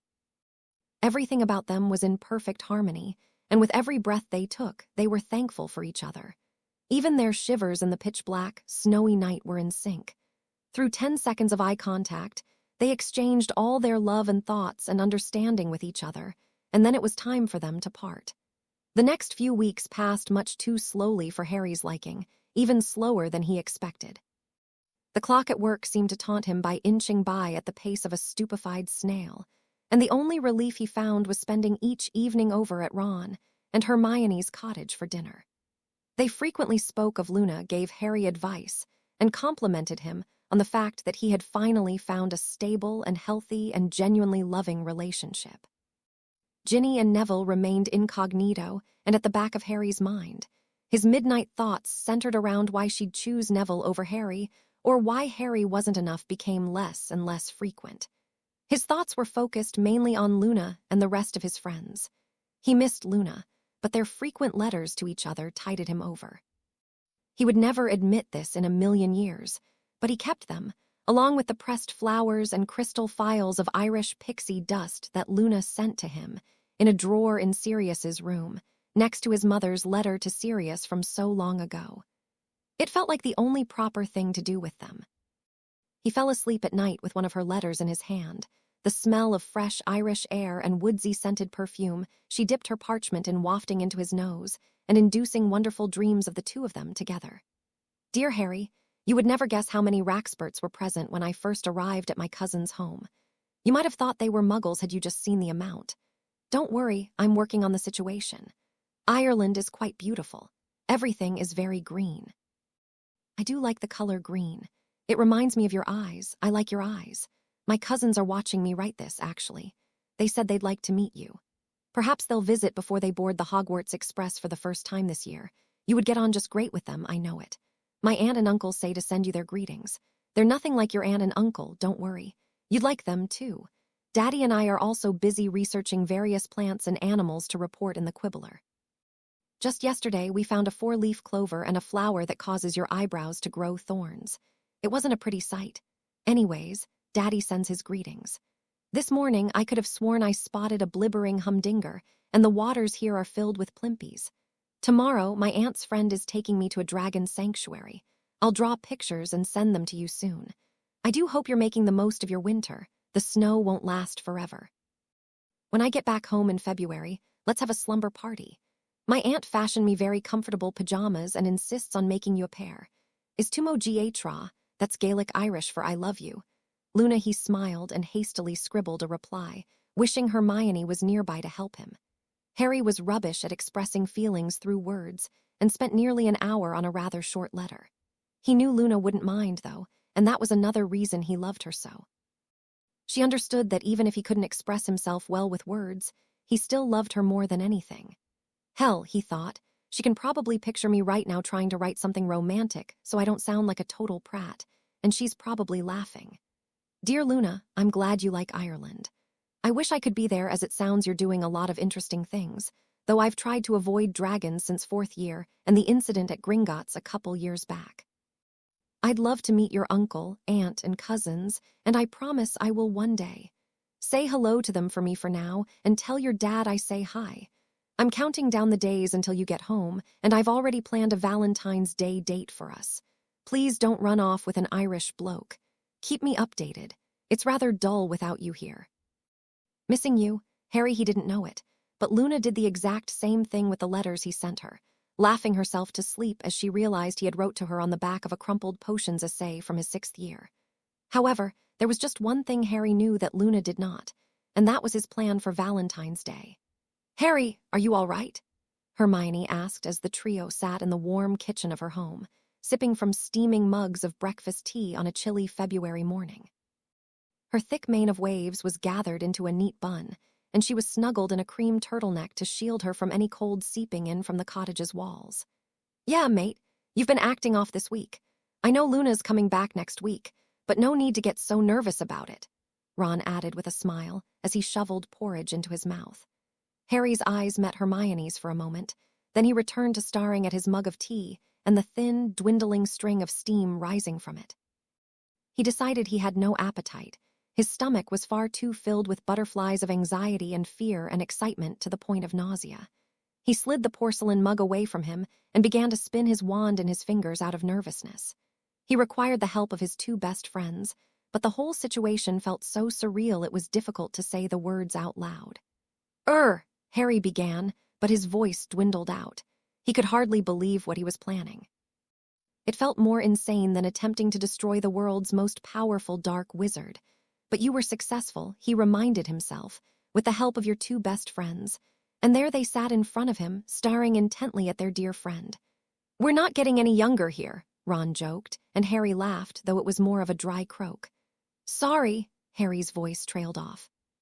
Something in Hermione's mind seemed to snap, as she slowly lifted her head and her coffee-colored eyes went wide and lit up, a behavior pattern Harry and Ron were extremely familiar with. They both looked at her, and Harry half hoped that she would just say what was on Harry's mind. "What is it, Hermione?" Ron asked immediately. "Harry James Potter," she squealed, popping up from her cushioned wooden chair and grabbing Harry's face excitedly. "You're going to do it, aren't you?" Harry fiddled with a teaspoon and broke it cleanly in two, having to take out his anxiety on something. His cheeks flushed a brilliant scarlet at Hermione's words, matching his Gryffindor sweater. The first place he felt like home, but not the last. He mumbled a few strings of incomprehensible words to Ron and Hermione, and the three extremely excited young adults got up, held hands, and disappeared with a loud pop. "Luna," Harry said softly, unable to contain his smile once they were alone. "Don't break your cheeks," she replied with an equally large grin, her eyes seemingly nearly popping with excitement. She had just returned from Ireland. Her father had to do extra research for a Quibbler article and wouldn't return for another week or two, and Harry had met her at her home. They were sitting on her soft bed, casually flicking their wands to unpack her suitcases. The sun was high and bright, and the skis were clear, perfect Quidditch weather, but there was nowhere Harry would rather be. "I'd missed Luna too much. How was your vacation?" he asked, genuinely curious. Luna always had an interesting story to tell. "It was simply sublime," she enthused, tightening her grip on Harry's hand. He made sure that she didn't get too close. "I tamed a dragon," Harry's jaw dropped. "You could have been killed," he began, "but I know you can handle it. I just can't help but worry." "You always have faith in me, Harry. No one else believed I could do it. Daddy especially didn't want me to." "He said dragons send out microscopic germs that latch onto your ears and crawl into your brain," Harry laughed. "I must have been infested with those since 4th year then," he joked. "I always did wonder how you did it. You always surprise me. You didn't know me when I was in my 3rd year, but as soon as I saw you steal the golden egg from the dragon, I was a bit interested, for lack of a better word. You were such a confusing character. I sensed pain. But you were still so hard to read. The hardest for me to ever read, in fact. Then once I spoke to you in my 4th year, it all sort of clicked. I just understood what you were saying with your eyes. And your lips. It's quite hard to explain. Nargle's got my thoughts," she said, sounding the least bit frustrated. "Lips," he said, widening his eyes comically. She nodded. "And I can tell that you want a kiss right now," she said, an accurate guess, planting her soft lips onto his. He had missed this feeling dearly. His heart somersaulted as she gently twirled the ends of his hair with her slender and gentle fingers. "Luna," he said abruptly, pulling apart to take a deep breath. He was unable to contain it any longer. "There's somewhere I want to go with you." With no further questions, she extended her arm. "Where are we, Harry?" she asked curiously, but before he could answer, she whispered, "Ah, you're home." The couple stood at the edge of the Hogwarts grounds, the beautifully rebuilt school erected in the distance, warming Harry's heart. Hogwarts and Luna, he smiled to himself. What a vision. He led her to the entrance of the castle. She did not question this, though she raised a faint eyebrow. "McGonagall gave me permission, don't worry," Harry said hastily. "There's just something I've got to show you." His heart felt as though it was beating in his throat, his dry throat, and he was sure Luna could feel it through their intertwined fingers. He looked down at them to make sure that the burning red hue in his face had not spread to his hands, and calmed slightly as he saw her fingertips, coated with vivid blue polish, were dancing casually, per usual, on top of his knuckles. "Lead the way, Mr. Potter," she said with a mysterious grin. They entered through the great doors of Hogwarts, and Harry felt the rush of thousands of memories crashing over him. He didn't know whether to laugh or cry, so he did neither. Luna inhaled deeply. "It still smells the same," she whispered to him. "It's such a beautiful place." Harry nodded, surveying the desolate area as they continued to walk towards a familiar hall. No one was there, just like McGonagall had promised. There was a Quidditch game, Gryffindor versus Ravenclaw, taking place, and Harry made a mental note that if all went well, he'd convince Luna to go watch it with him. He prayed she didn't take notice of the fact that he was leading her to the Fat Lady's Corridor, a place where Harry had once felt his stomach lifted of the weight of what felt like dozens of stones. A place where Harry's stomach was now overflowing with what he was certain were millions of butterflies. They reached the corridor. The Fat Lady was taking her usual afternoon nap, and nearly headless Nick could be heard arguing with the Bloody Baron somewhere in the distance. Harry couldn't help but smile, despite his anxiety. Hogwarts seemed to force him to calm down, and he was filled with nostalgic euphoria. "I wonder if my shoes are still hung up on the archway," Luna said curiously, breaking the silence. "You remember, then?" Harry asked, knowing that perhaps the most important moment of his existence was soon coming. "Of course, how could I forget? You were the first person I talked about my mum with," she replied softly. "I had no idea," he said, blushing but pleased that Luna had confided in him such a long time ago, even before he was hopelessly in love with her. "Why did you leave the shoes?" "Oh, for someone else to have, I suppose. I do quite like going around barefoot. It makes me feel rather free," she said serenely. "I know what you mean." "Mostly because you hid my shoes from me when we went on that picnic, remember?" Harry laughed. "How could I forget?" she asked, squeezing his hand more tightly. His eyes met hers for the first time all day. He regretted avoiding them, they were so beautiful, even if it meant risking that she could read him and his motives like an article from the Quibbler. "You've helped me so much, Luna," Harry said seriously. An odd feeling rose in him, and it was a few moments before he realized that he had to act now. He could contain it no longer. She stood in her blue, paisley-patterned dress with contrasting lacy, bronze stockings and leather boots, watching the boy intently as he removed his hand from hers and reached into his pocket, trying not to fumble, though his fingers were trembling violently. She stood without speaking, expressionless, unflinching. Harry thought his heart might stop beating as he realized that he was really doing this. This was no dream, though he had dreamed about this moment many times. He was holding a ring, an engagement ring, no less, in front of Luna Artemis Lovegood. Her mouth spread into a bright grin, her eyes widening even further than Harry imagined was humanly possible, seemingly absorbing the presence of the band, braided strips of silver and gold, with a sparkling diamond carved into the shape of a star resting atop it. She seemed unable to breathe and totally still, like a beautiful statue of pearly marble. "I love you, Luna, I really do. And I know it might seem like it's too soon, but I feel invincible with you. I need you and I want you and I always will. No one understands me like you understand me, and that's why I can't be with anyone else," he said fiercely, the words spilling from him uncontrollably. He paused, regained his breath, and continued. "I'm rubbish with girls, I know, I always have been. I've always felt this pressure to be the perfect boy who lived. But with you, I can escape from all of that. You're insanely perfect for me, Luna. We always have fun together, and we're always there for each other, and there's no one else I'd rather spend my life with." His throat went slightly dry. "Life. You can spend your entire life with Luna Lovegood. There's nothing I want more," he said surely to himself, shocked with newfound confidence and reassurance, and raw, honest words slipped out of his mouth in a more even flow. "You taught me what true love was. There's no one in the world like you. There's no one else I can be with, not like this. I know we're young, but there's nothing I've been more sure that I wanted. I've thought about this for a really long time. Will you just marry me?" He stopped speaking. He could hardly think or move. She gently touched the band with her steady fingers. After what felt like an eternity of silence, she spoke in her dreamy voice Harry had learned to find as a great source of comfort. "You know, Harry, for most of my life I thought that marriage meant getting trapped. I thought it meant always putting on shoes and cutting my hair, and no more expeditions to foreign countries, and no more researching creatures and astronomy and plants. But there's something about you that makes me so sure that I'll be even more liberated and happy if we're together.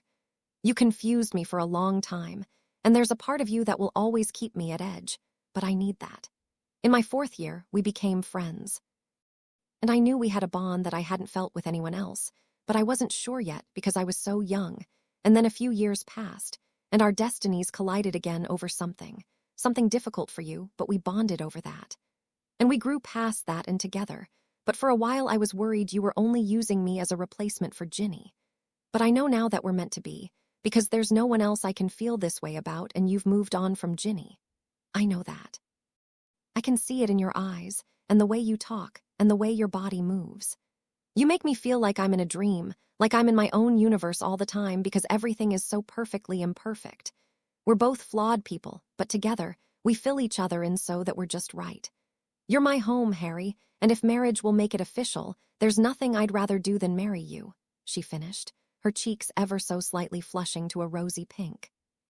Harry felt a rush of intense happiness he was sure he'd never felt. Without saying another word, he slid the ring onto Luna's outstretched hand and hungrily pressed his face against hers, kissing her with explosive love and longing. Life. You're going to spend your entire life with Luna Lovegood, Harry thought to himself as he deepened his kiss with his fiancée. Everything was so perfect Harry could have sworn he was simply looking into the mirror of Arist, yet the sweet smell of her hair and taste of her lips assured him that it was all very real. The warmth from her small but strong body filled him with energy and ecstasy, and he never wanted to let go. Finally, she pulled away from him, regaining her breath and raising her hand up to observe the ring. "Star," she murmured curiously. "Why a star?" Blushed, ran his fingers through his hair, straightened his spectacles and breathed deeply, his world still spinning with excitement and pure bliss. "Hermione and Ron helped me with everything. Well, mostly Hermione," he admitted. "We had narrowed it down between a flower and a star, and the star seemed like a better fit. You're so bright and hopeful, like a star to wish upon. You're different from everyone else, so a normal ring just wouldn't work, but if you prefer another one, we can exchange it." The goblin said, "Oh no, Harry, you're so silly. This ring is perfect. Anything you could ever possibly give to me would be perfect. I'd take a hippogriff feather as an engagement ring from you," she said. "I'm glad you like it," Harry smiled. "Shall we go alert McGonagall that the mission was a success?" she asked with a sly grin. "You knew I'd put her up to this," Harry exclaimed. "How?" "You're awful at keeping secrets, especially from me, Harry," she responded as if it were the most obvious thing in the world. "Let's go," he said, unable to refrain from smiling. "Wait," he remembered as soon as they began to walk out of Hogwarts and towards the Quidditch pitch. "There's one more thing about the ring." He took her hand in his, squeezing it tightly. "Watch the ring," he instructed. Slowly, the couple observed the glimmering diamond shift into a scarlet ruby color, and a few seconds after that, change into a deep sapphire. Luna gasped. "Gryffindor and Ravenclaw, it's wonderful," she whispered before planting Harry with a tender kiss, her lips just tickling his. He felt his entire body shiver. "I love you so much," he said. "Not as much as you love Quidditch," she joked. "Now, let's go watch the game. I can't wait to see Ravenclaw pummel Gryffindor." "My ring will be so ashamed. It'll stop turning to ruby and just stay at sapphire." "Now it's on," he laughed, wrapping his arm around Luna's waist. "I'm still sure Gryffindor'll win. With Dennis Creevey as Seeker, everyone says he's amazing, almost as good as me. You should go on the field and show them the proper way to play Quidditch, seeing as you're the best player Hogwarts has ever seen," she replied with a smile.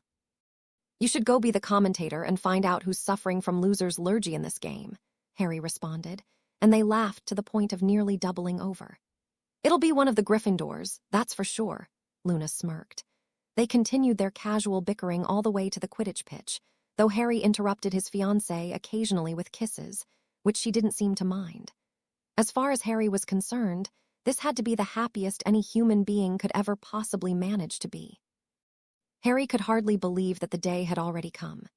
He and Luna had long ago decided that the engagement would be a short one, that the wedding would not be a huge ordeal, that it would be a few friends and close relatives, that it would be short and quick, and then they would escape to their honeymoon, with planned stops in Tokyo, Athens, Venice, Paris, and of course, Stockholm. The search for crumple-horned snorkax had a bit to do with it, Luna admitted. They had chosen the humble Godric's Hollow Church, St. Clementine's, as the location for the ceremony, and the festivities were to take place, at the request of Xenophilius, at Luna's home. Well, not for much longer, Harry thought to himself happily. Then we'll be living at Grimmauld Place. Harry looked in the ornate, gold-encrusted mirror in the room at the back of the church as he prepared for what he was sure was one of the most important and surreal-feeling moments of his lifetime. The brilliant spring sun was at its peak. Harry smiled as he realized that it was the 27th of March, his father's birthday. Harry could not physically feel sadness. He was too excited, too happy, too nervous, and instead felt a sense of pride as he was sure his father watched over him, along with his mother, Sirius, Lupin, and all of the others who had given their lives for Harry. In fact, at Luna's request, the first row in the church was to be left empty, as she put it. The ones who had left had not really left at all, and would indeed be in attendance watching the ceremony. "It's for my mum, Harry's mum and dad, Remus, Tonks and her dad, Fred, Sirius, Cedric, Dumbledore, Snape, Colin, Moody, and even Dobby and Hedwig," Luna explained. "So we have to be sure to leave the first row or two open, okay?" Harry sobered as he buttoned his sleek black robe and remembered the look that had fallen on Hermione's face. She had been doing most of the planning. "We'll see them again," Harry told himself, remembering what Luna had told him on that day after Sirius' death so many years ago. "In the meantime, I'd better try to fix my hair." "Oh, Harry, your hair never lies flat, does it?" Harry heard Hermione groan as she watched him attempt to flatten the surprisingly powerful tufts of jet black hair. "Not even for my wedding day," Harry shrugged. "I didn't expect it to."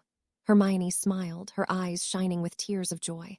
"I'm so happy you're happy, Harry. I can't believe you're marrying Luna of all people, but it's worked out so well." Harry couldn't help but laugh. "It wouldn't have happened if you hadn't been helping with all of the planning. And you're the one who gave me all the advice, remember? I'd probably still be mopping in my bedroom alone if it weren't for you. Oh, Harry."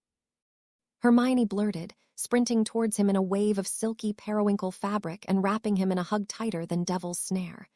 "I can't believe we're all going to be married soon. Just think, in a few years we'll be organizing playdates for our children." "Hermione," Harry groaned, but hugged back tightly nonetheless. "Where's the best man?" he asked as he resumed his futile efforts of flattening his hair. "Right here, mate," Ron said, dashing into the room hurriedly. "Just escaped Crumb. It's a miracle I didn't hex him right there. He's been asking me if I'm still with Hermione. I still don't know why you invited that bloody Bulgarian," he complained. "Oh, and good luck, Harry. I'll pretty much be standing next to you the whole time if you need me." The two men laughed, and Hermione looked embarrassed and flattered simultaneously. "Thanks, Ron. And I had to invite him. McGonagall told me once that it's a tradition to invite your fellow Triwizard champions to your wedding." "That's why Fleur did it, I reckon. She's never really liked him much," Harry explained. "Yeah, she always complains that E is much too aggressive," Hermione chimed in. "Sorry to break up your fuzzy little reunion, but the wedding's starting in about 10 minutes. I'm going to check up on Luna, seeing as I'm her maid of honor." She disapparated with a quiet pop, leaving Harry and Ron alone in the back room of the church. "McGonagall's here, you know," Harry informed Ron. "She's the one who let me go back to Hogwarts with Luna to propose." "Blimey, Harry, who else have you invited?" Ron asked with wide eyes. Harry knew that McGonagall had always slightly scared him. "Most of Dumbledore's army, Luna's family, Slughorn. Trelawney, Hagrid, Ollivander, Andromeda, Teddy, Oliver, and a countless amount of Weasleys," Harry replied with a smile. "Oh, and Draco. I never thought he'd be at my wedding, but he's really changed. I think he's under the Imperious curse, if you ask me, and I could have sworn I saw nearly headless Nick zooming around somewhere, as long as Peeves didn't tag along with him." "Are you nervous?" Ron asked after a moment of complete silence. "What do you think?" Harry responded wryly. "I've been where you are, mate. Hell, you've been where I am. It's awful but great at the same time, you know," Ron said knowledgeably. "Yeah, I just want it to be over soon. I wouldn't have minded just inviting you and Hermione, but I owe it to a lot of people." "You've invited about a fourth of the people that Hermione and I did," Ron protested. "We had ours in a bloody backyard and people were lined up all the way to Hogwarts," he exaggerated. "You mean your mum invited?" Harry laughed. "Anyways, the ceremony will be short, I expect, and then we'll go to Luna's. You've got the elves making food, right? Hermione'll insist we pay them," Ron scoffed. "Winky would probably cry if we offered her money, and Creature'll probably want to pay your mum for letting us borrow him." Harry's voice trailed off. The subject of Ginevra Weasley was fast approaching, and it was not so much that speaking of her upset Harry. He was far past caring so much. He just preferred that the conversation with his best friend before his wedding not be tainted with the awkwardness that accompanied mentioning her, and Ron's strained relationship with her. "She's cooled down, Harry. She's not going to crash your wedding because no one's home guarding her," Ron said with a genuine grin, suddenly turning quickly to alarm. "Now let's go. In case you've gone deaf, the music's starting." Harry felt his stomach drop, like it had fallen off of a firebolt during a Quidditch match. He ran his fingers through his hair one last time before his palms went sweaty and took a much-needed deep breath. "Are you ready, mate?" Ron asked, smiling merrily. "You okay?" "Never better. Let's go." As Harry and Ron took their places at the front of the church next to the priest and other groomsmen, Oliver Wood, Bill, and George, he could hardly believe that this, his wedding, was happening. To Luna Lovegood, of all people. Luna Potter, he remembered. She's going to be Luna Potter. The name sounded beautiful in his head. He disregarded the multitudes of eyes on him and stood stiffly at the altar, greeting the priest politely. His name was Father O'Marin, and he was the priest that had baptized Harry. As a surprise, Luna had tracked him down and requested that he perform their wedding. The extremely old wizard, with only a few wisps of white hair plastering his leathery face, was more than happy to fulfill her wish, and Harry was more than happy that his fiancée was such a caring and wonderful person. The music changed, and Harry realized that this meant that Luna would be walking down the aisle with her father soon. The bright room, once vibrating with excited chatter, went silent as the band played Xenophilius' own composition in lieu of the traditional wedding song. It was a whimsical melody that sounded as though nature had gathered into a select group of instruments and let their music echo throughout the church. The flower girls, Luna's triplet cousins, tossed floating, shimmering petals of magical flowers that seemed to radiate a light of their own and sink slowly and lazily through the air. Their dresses matched the silky silver blue of the flower petals, but Harry paid no attention to such a silly thing as that the moment Luna stepped into the church.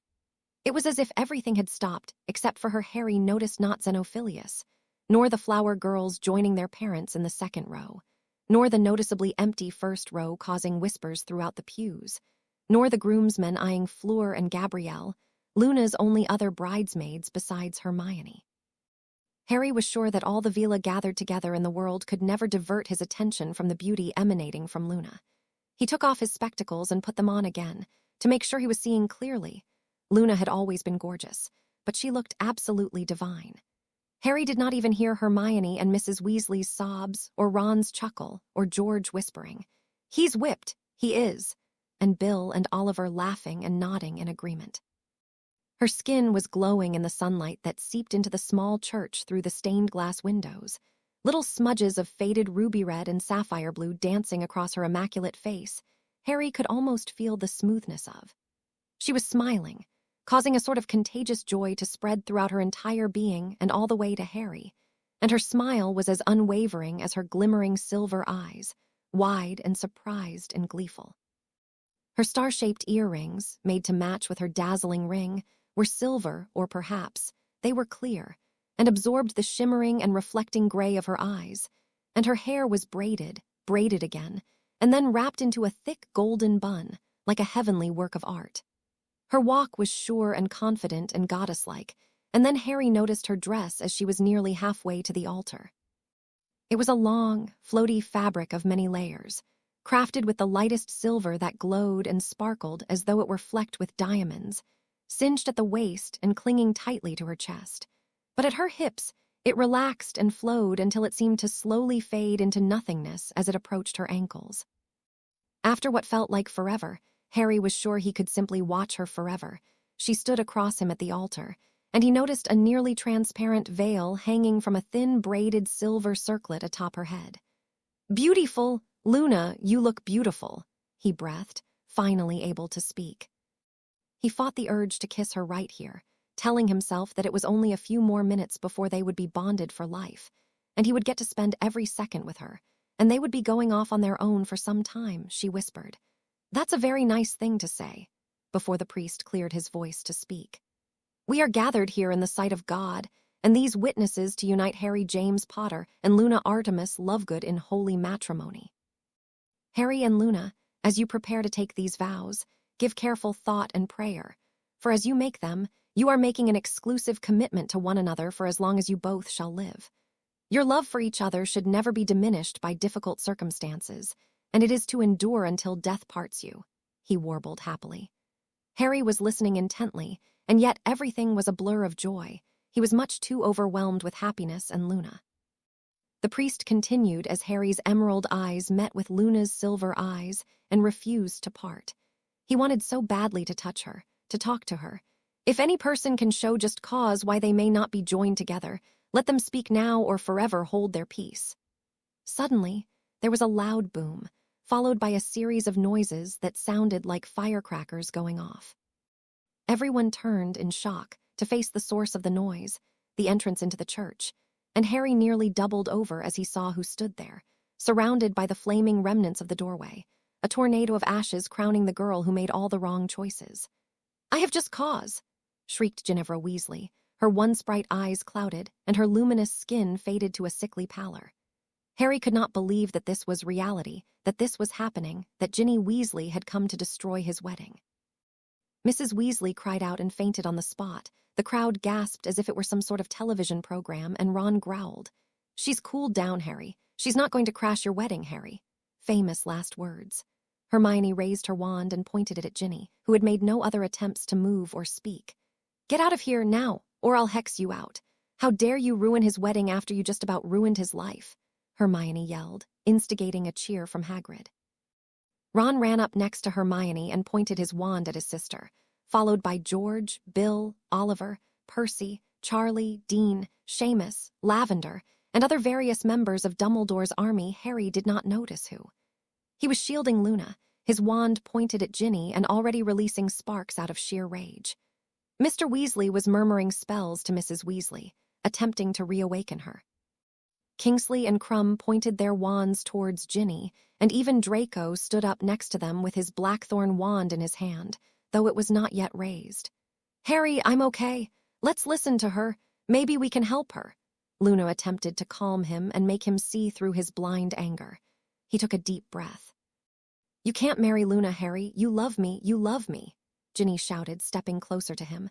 "Will you all put down your wands? Mine's already back in my pocket," she continued. Her wand was indeed tucked in her pocket, much to Harry's surprise. "Where'd you get that wand?" Harry thundered. "Yours was taken away." Luna clutched his hand tightly. "Neville, the poor thing, he'll probably be here soon. Actually, I invited him along. He seemed a bit upset for some reason." "He might as well have Luna back, seeing as I'm going to marry you," Ginny said confidently. "You're insane. I'm not going to marry you. I'm here to marry Luna. Now get out or I'll force you out," Harry shouted, surprised he had not cursed her yet. Luna's comforting vibe spread through his veins, though it was getting tested. Harry's Gryffindor temper made him want to blast Ginny into oblivion. He tore himself from Luna and stepped towards her menacingly, his wand pointed threateningly at her chest. "Oh, really?" Ginny said with a wicked smile. "Well, I'm not that easy to get rid of." She stepped closer, so that she was only a few feet away from Harry. "You're going to marry her, over me? Good luck marrying Luna if there is no Luna." Before Harry could think, spells were firing from his wand, spells he did not take the time to identify. But Ginny ducked to dodge them and resurfaced, wand in hand, and managed to block the spells coming at her in 3 directions, from Kingsley and Draco, from the Weasley boys and Hermione, and from Harry, and nimbly leapt for Luna while Luna drew her wand and blasted something into the wall. But she was too late. And her radiant eyes of silver met Harry's for the smallest second with a look of longing and fear and understanding. And Ginny's hand met Luna's, and the 2 young women disapparated with an ear-splitting crack. Before Harry could think clearly, before he could see past the anger blinding him, he realized that he was screaming. Luna was gone. Ginny had taken her. His head spun and felt heavy, and he doubled over as a wave, a tsunami of guilt crashed into him. She was right there. He could have kept her safe. "I could have stopped this. Harry," Hermione yelled, picking him back up onto his feet. "Ron and I are getting everyone except for Dumbledore's army and a few others, and we're going to find her," she said surely, and ran off, Ron trailing behind her. "Harry M-boy," Harry heard a thunderous voice shout. His limbs felt like lead. He found it impossible to steady himself enough to stand up. Everything was so light. Why was the sun shining if Luna was gone? Harry could not understand it. "Awry!" Another voice bellowed. Harry looked up slowly to see Slughorn and Hagrid extending their arms. Before Harry could move, Hagrid simply picked him up and propped him against a pew. "I never could have imagined Potter," another man called. Harry turned to see Draco Malfoy and Kingsley Shacklebolt join the group crowded around him. "We are going to find Rai," Fleur said confidently. Harry's eyes widened. He saw McGonagall, Trelawney, Mr. and Mrs. Weasley, Charlie, Bill, Percy, George, Angelina, Alicia, Katie, Oliver, Seamus, Lavender, Lee, Dean, Dennis, Victor, Ron, and Hermione gathered together around him, looking at each other anxiously. "I escorted out everyone else. It's just us. Victoire and all of the other children are in good hands, Fleur, don't worry." Percy, Audrey is calming Luna's relatives, and some of the others have gone to alert the ministry and go searching on their own, but they won't find Luna that way. "We've got to split up systematically in order to find Luna quickly," Hermione urged. "In what places should I look? I have no idea how this Ginny thinks," Victor said, eyeing Hermione apprehensively. "We'll have to brainstorm a bit," Charlie said. "I thought I knew my baby sister pretty well, but oi, what's that mark over there?" Oliver asked curiously, pointing to a perfectly circle-shaped mark that was blasted onto the paneled church wall. Trelawney stood in a corner, her eyes shut tightly and her lips moving with no sound escaping them. Harry could have sworn he saw McGonagall shake her head. "What does it matter what's blasted on the wall? We've got to act now. Do you think Ginny would take Luna to Hogsmeade? She always loved the 3 broomsticks," Dean suggested.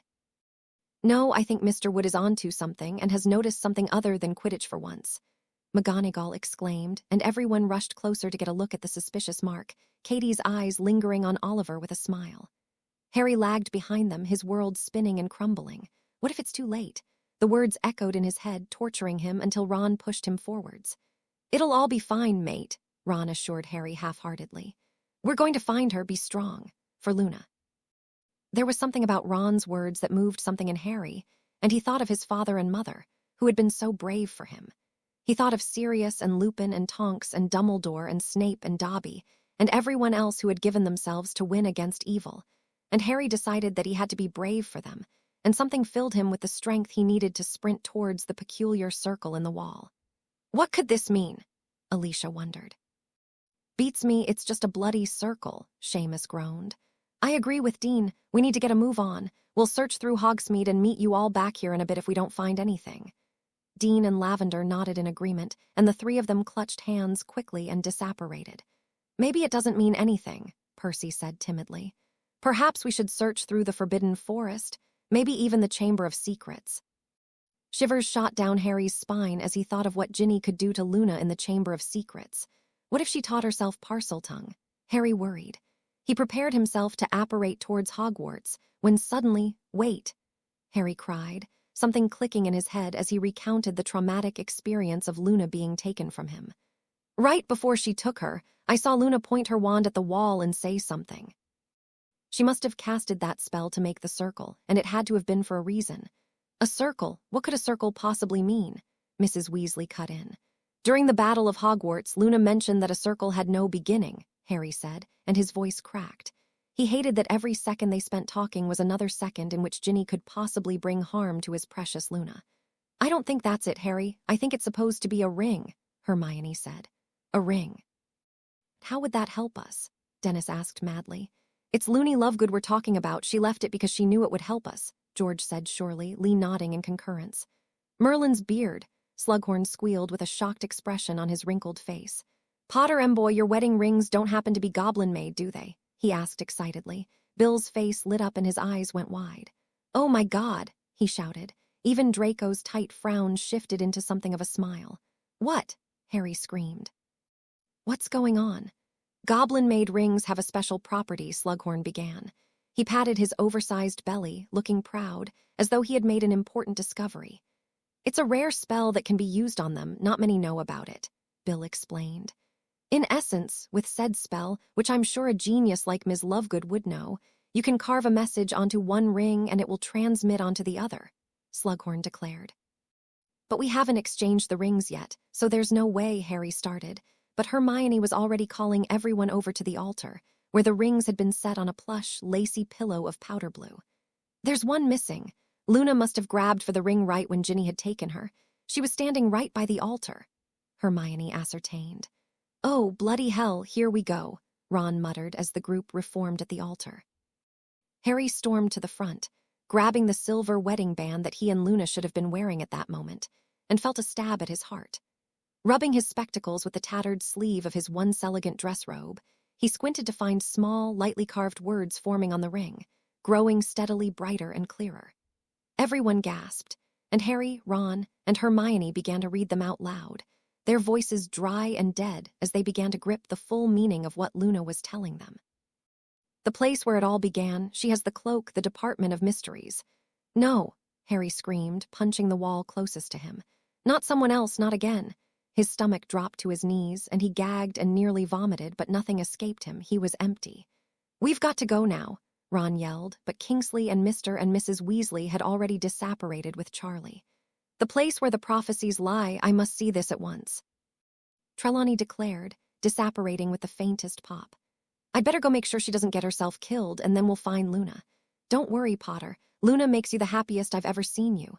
I'll do all in my power to see to it that she is returned to your arms safely," McGonagall said with a small smile, and then disapparated speedily. "Fleur, Victor, Angelina, Katie, Oliver, George," Bill roared, sounding uncharacteristically adamant. "Come with me now. We're going to the ministry to inform everyone of the new circumstances." Without a moment's hesitation, 7 more disappeared from their ranks. "I'll go get the ones who went a Hogsmeade and bring them to the ministry," Percy said crisply and calmly. "We'll go with you," Dennis said, gesturing to himself and Alicia. The group 3 linked arms and disapparated. Harry, Hermione, and Ron held each other tightly, prepared to apparate to the phone booth. Harry did not care if Muggles saw him at this point, used to access the ministry when an oddly familiar voice shrieked, "Wait, wait, it's me. I've come to redeem myself." However, it was too late, seemingly at first. The 3 began to apparate, but someone, the shrieking man, jumped onto them and clutched them at the last second as the trio that became a quartet was squished into the tight tube that threatened to crush them into oblivion. After what felt like much too long to Harry, he, Ron, and Hermione rolled onto the crowded London streets and stood up, finding themselves face to face with Neville Longbottom. "I've come to redeem myself, Harry, Ron, Hermione."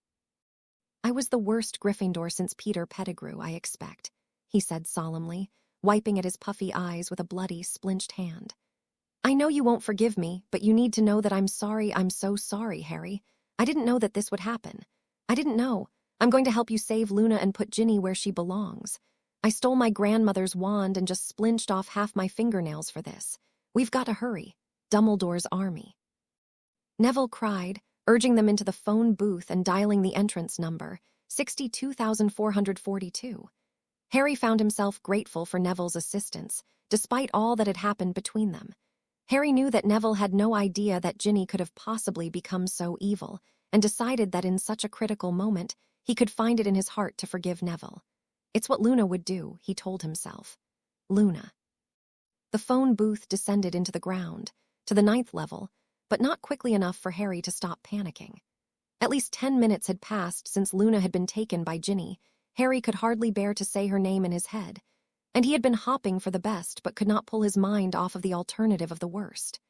They rushed down into the ministry, and as they sprinted through the fairly populated marble halls, no one dared stop them. Harry had no idea where anyone else was, but he was sure that the ministry had been informed of the situation, as the crowds were in havoc, wizards and witches of all ages madly clutching thin air as if to pull off the invisibility cloak. However, no one seemed to be heading in the direction of the Department of Mysteries, save Harry, Ron, Hermione, and Neville, each clutching their wands tightly as they turned corners, boarded lifts, and blasted people out of their way. Finally, they made their way to a plain-looking corridor lit by the bluish-white torches Harry remembered too well. It led to the entrance chamber.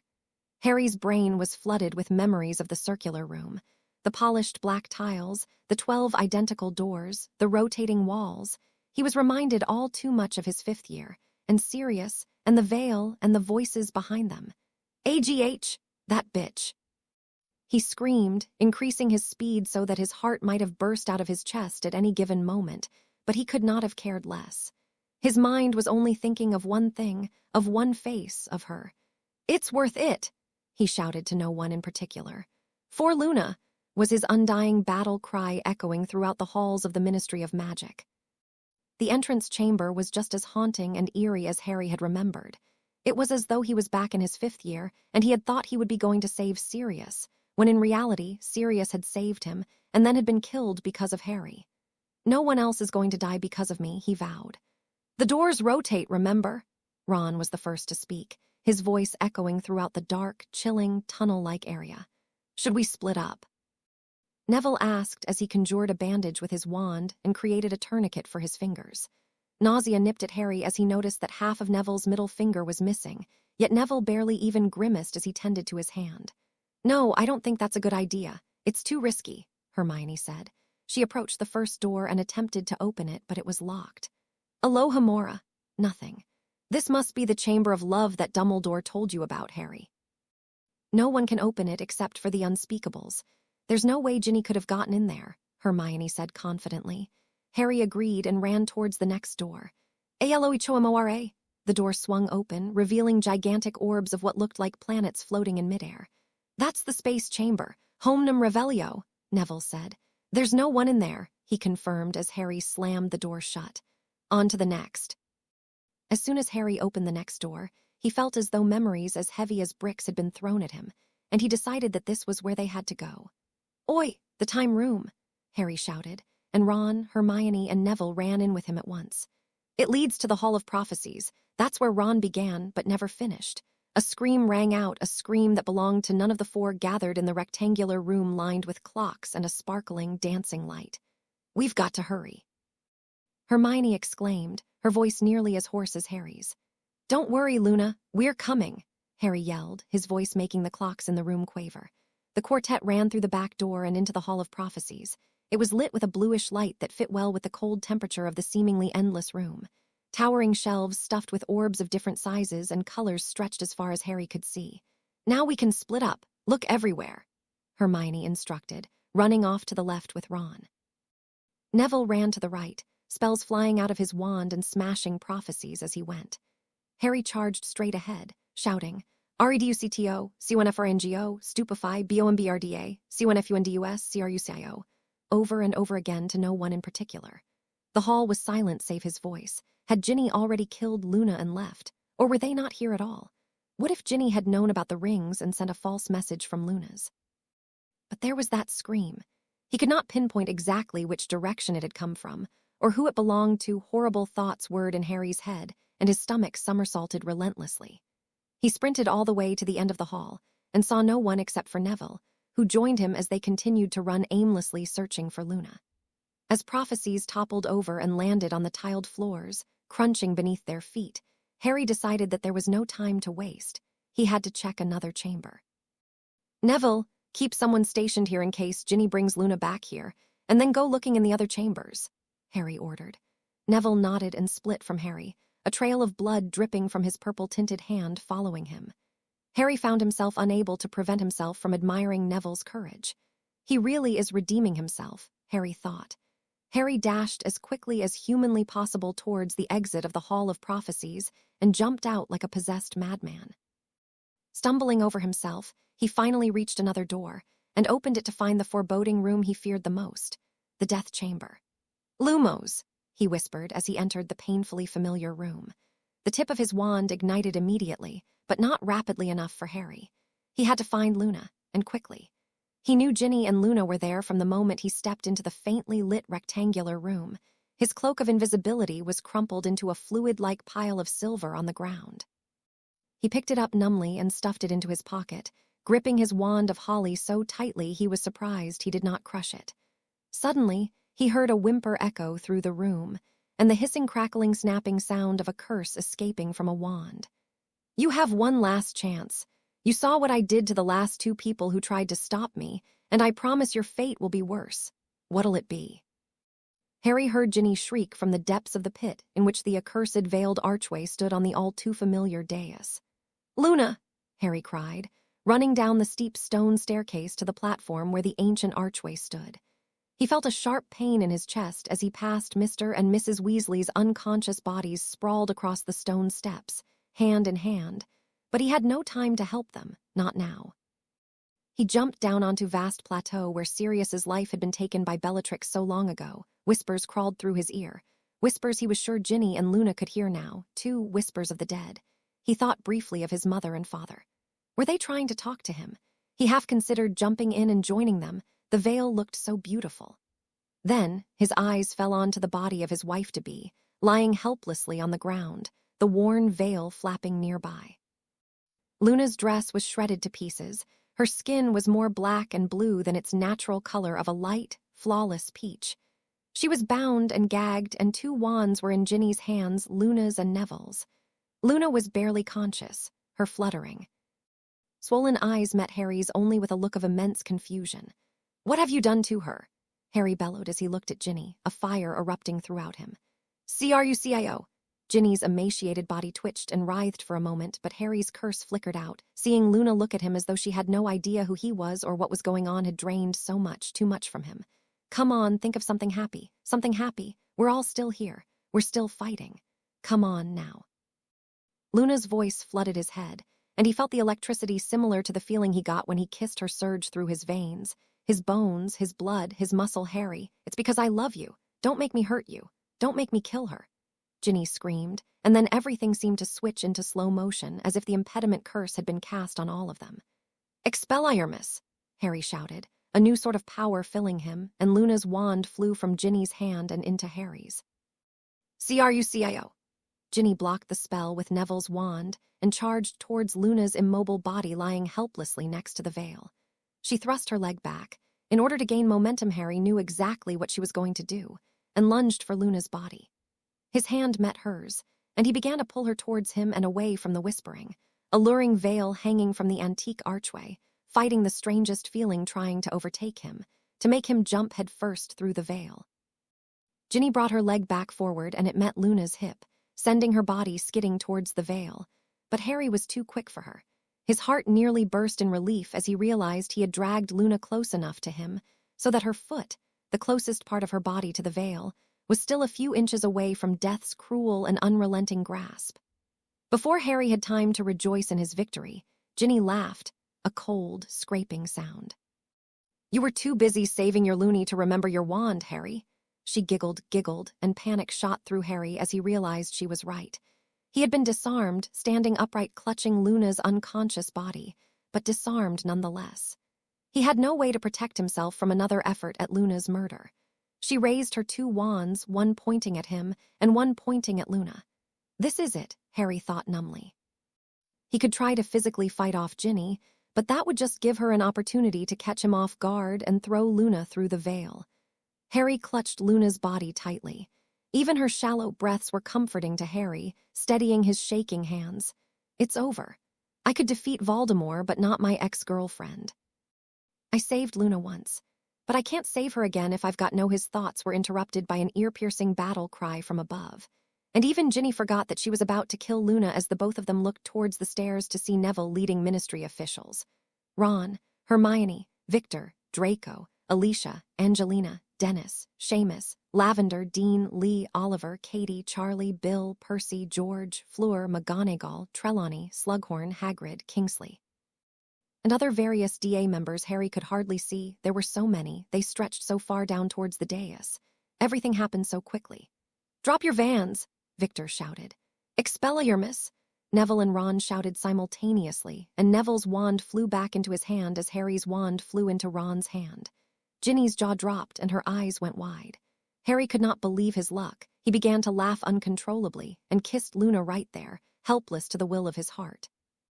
He was not going to die. She was not going to die, despite the warm blood on her lips that Harry could taste. She was going to be okay, he was sure. That was all that mattered. He had even tuned out the poignant whispers from the veil. At the touch of his lips to hers, Luna's eyes shot open. "Harry Potter," she whispered dizzily, resting her head on his shoulder. "It's about time you repaid me that life debt, I think." She smiled before slipping back into unconsciousness. He held her securely, knowing she would be okay, and grinned as he saw Ginny's world falling apart around her. The urge he had moments ago to painfully kill Ginny was gone as soon as Luna had spoken to him. Ginny stood helplessly, her gaunt face contorted with a look of horror and defeat. A part of Harry still wanted so badly to point his wand directly at her chest and yell, "Avada Kedavra." But he thought of those who had died for him, and thought of Dumbledore, and came to the realization that living would be more difficult for her than a sudden and painless death. And with one last look of disgust at her, he backed away and returned his focus to his soon-to-be wife resting in his arms. Kingsley stepped forward with the other ministry officials and bound Ginny's hands and legs together. She seemed too in shock to speak and made no protest. "Everyone, head to St. Mungo's. We'll decide what to do from there," Kingsley commanded. "Arthur, Molly, Neville, and Luna need medical attention as soon as possible." Several disapparated immediately. Only one of the ministry officials, Draco, Neville, Ron, Hermione, and Dean remained with Harry and Luna. The rest of the Weasley family had gone to take Molly and Arthur to St. Mungo's and to see what was going to happen to Ginny. The remaining group exited the cold, spine-chilling death chamber, elated because of their triumph. "Thank you so much," Harry said to Neville. "If you hadn't brought reinforcements, don't mention it. I owed you that," Neville said shamefully. "I can't be sorry enough for what I did. The fame got to my head and I don't care anymore, Neville. Luna and I are starting a new life. That's all that matters. What you did, that's all in the past. It's all going to be different now." I forgive you," Harry said truthfully, unable to be angry at the man who was the reason Harry was walking away from the Department of Mysteries with Luna's living, breathing body in his arms. He saw Ron and Hermione smile, and it was clear in their expressions that they had forgiven Neville as well. Dean ran up towards Harry and Neville, leaving Draco and the ministry official trailing behind. "Harry, is Luna all right?" Dean asked with a deep look of concern on his face. Harry studied Luna's battered body, anger resurfacing in him. How could Ginny do such a thing to such a beautiful and innocent and kind and gentle person, a person who had never wronged her? "I'm going to take the flu network to St. Mungo's right now, but I'm sure she'll be fine. I don't think she's strong enough to apparate, though." "Hey, Harry," Ron interrupted. "Here's your wand, mate," he said, handing him the only wand that felt natural in his hand. "And Hermione says she knows a couple healing spells for bruises and whatnot." "Thanks, Ron," Harry whispered gratefully. "Honestly, I'd be lost without you too." Hermione raised her wand to Luna and silently patched up a few gashes on her arms and legs so that they were mere whitish lines etched into her. She also completely healed the bruises staining her smooth skin. However, she had still not awoken, and they wanted to check her into St. Mungo's in case Ginny had used a darker spell on Luna that had not surfaced yet. Harry prayed that was not the case, but with this new, deranged Ginny he did not know at all, he was not quite sure. "I wouldn't put it past that conniving. Harry, it's over," Hermione reminded him. "Try not to think of her." "It's hard," Harry replied. "Ron, how are you taking it?" "I dunno, Harry. It hasn't quite sunk in yet that my baby sister tried to kill my best mate's fiancé," Ron said sullenly. "I just hope she doesn't get the kiss." Harry remained silent, along with Hermione. "I know you're half wishing she would get it, Harry, but I'm her brother. I can't hate her that much," Ron admitted. "Hermione's right. It's over," Harry said, fury flickering in him every time he thought of Ginny and what she had done and tried to do to Luna.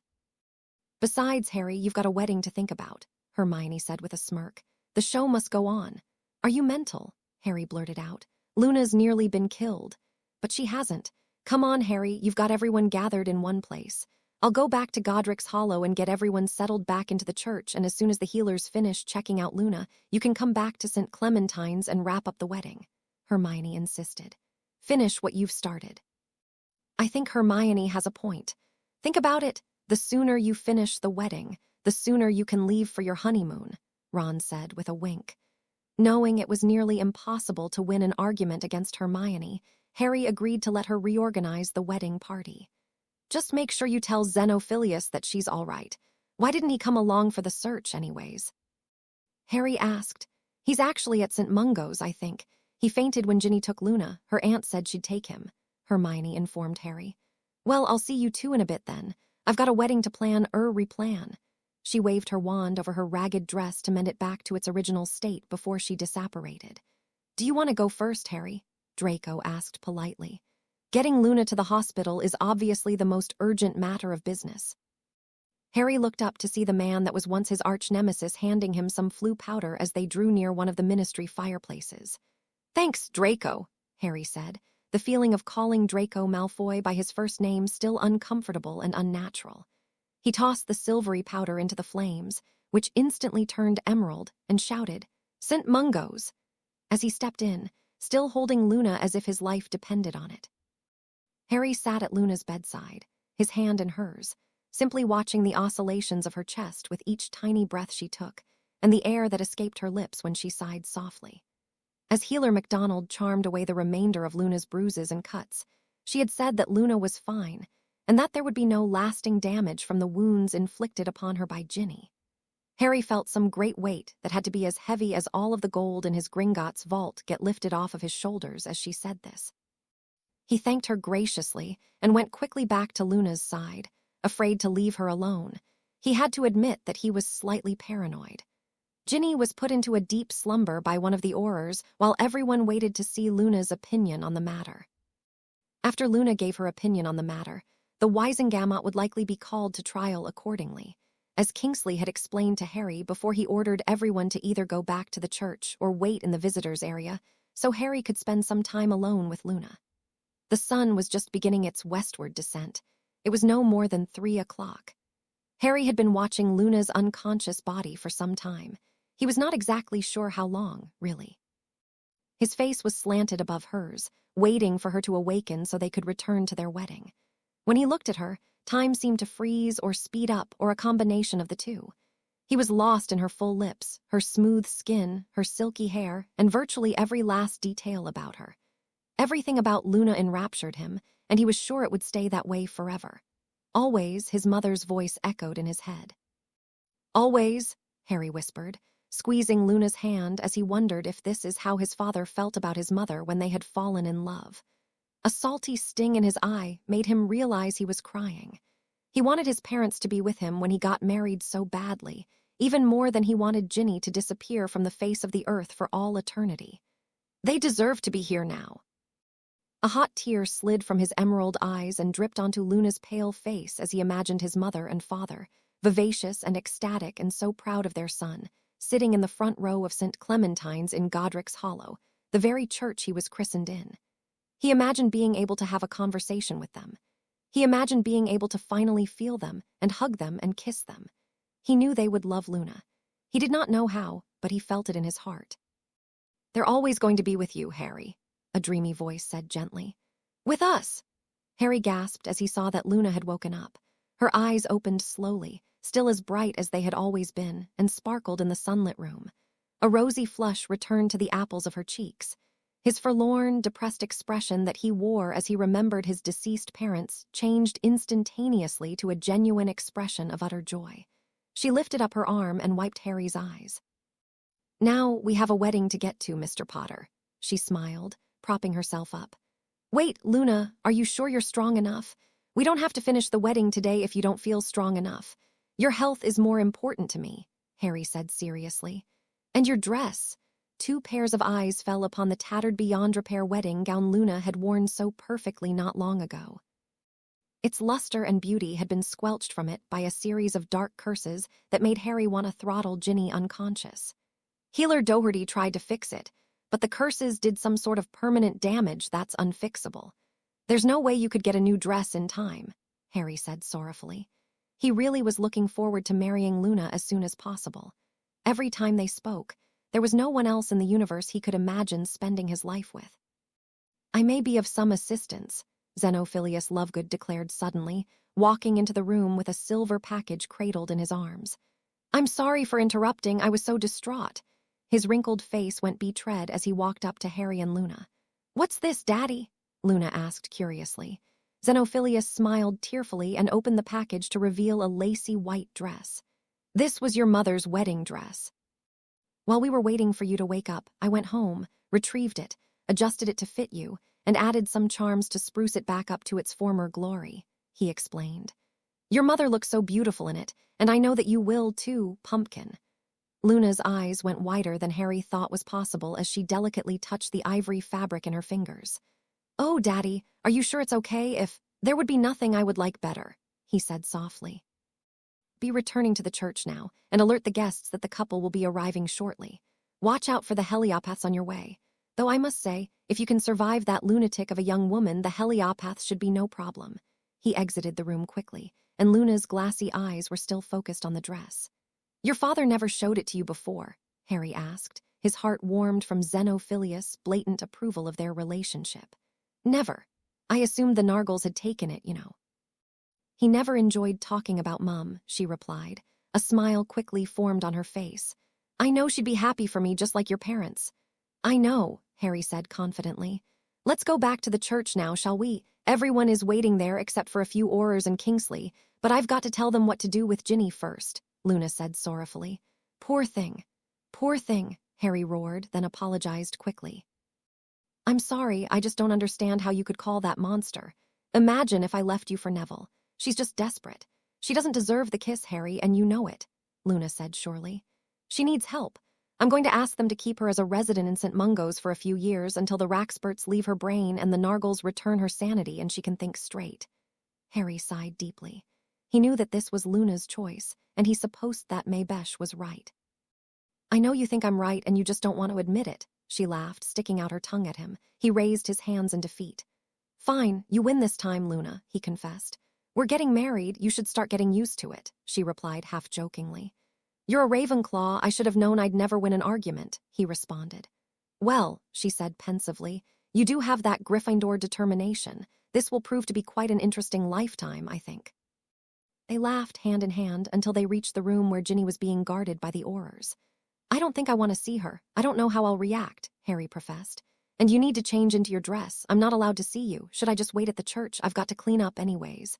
Personally, I think you look more devil-may-care this way, but it's up to you, she said with a twinkle in her eyes. I'll see you on the flip side, my dear. The flip side? Harry asked, confused. I heard a Muggle say it. Don't ask me what it means. I just like how it sounds, she said. So incredibly, Luna. I'm the luckiest man in the world, Harry thought to himself before he hugged her tightly one last time and apparated back to the church. Shall we pick up where we left off then, Mr. Potter? The priest asked as Harry stood, all cleaned up and hardly believing his luck at the altar of the church once more. Harry had forgotten all about Ginny and all about the people seated in the pews in front of him. Luna was once again the only thing on his mind. I suppose, Harry shrugged. I just want to get married. Ron, George, Bill, and Oliver laughed hysterically, and the priest signaled for the music to begin again as Luna once again walked into the church, her arm intertwined with her father's. Harry's breath once again escaped him as he saw Luna walking down the aisle for the second time.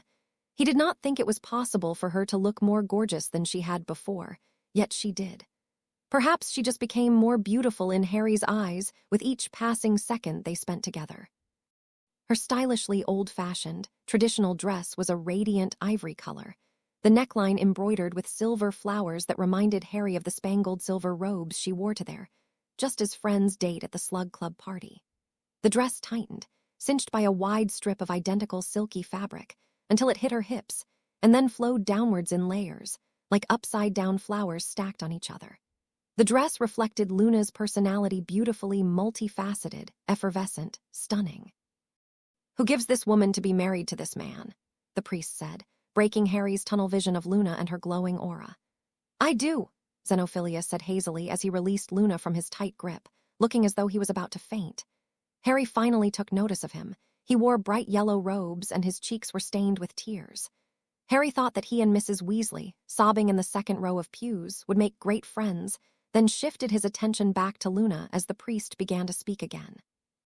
Let me charge you both to remember that your future happiness is to be found in mutual consideration, patience, kindness, confidence, and affection. Harry, it is your duty to love Luna as you love yourself, provide tender leadership, and protect her from danger. Luna, it is your duty to treat Harry with respect, support him, and create a happy, healthy home. It is the duty of each of you to find the greatest joy in the company of the other, to remember that in both interest and affection, you are to be one and undivided. Harry and Luna, you have made a very serious and important decision in choosing to marry each other today.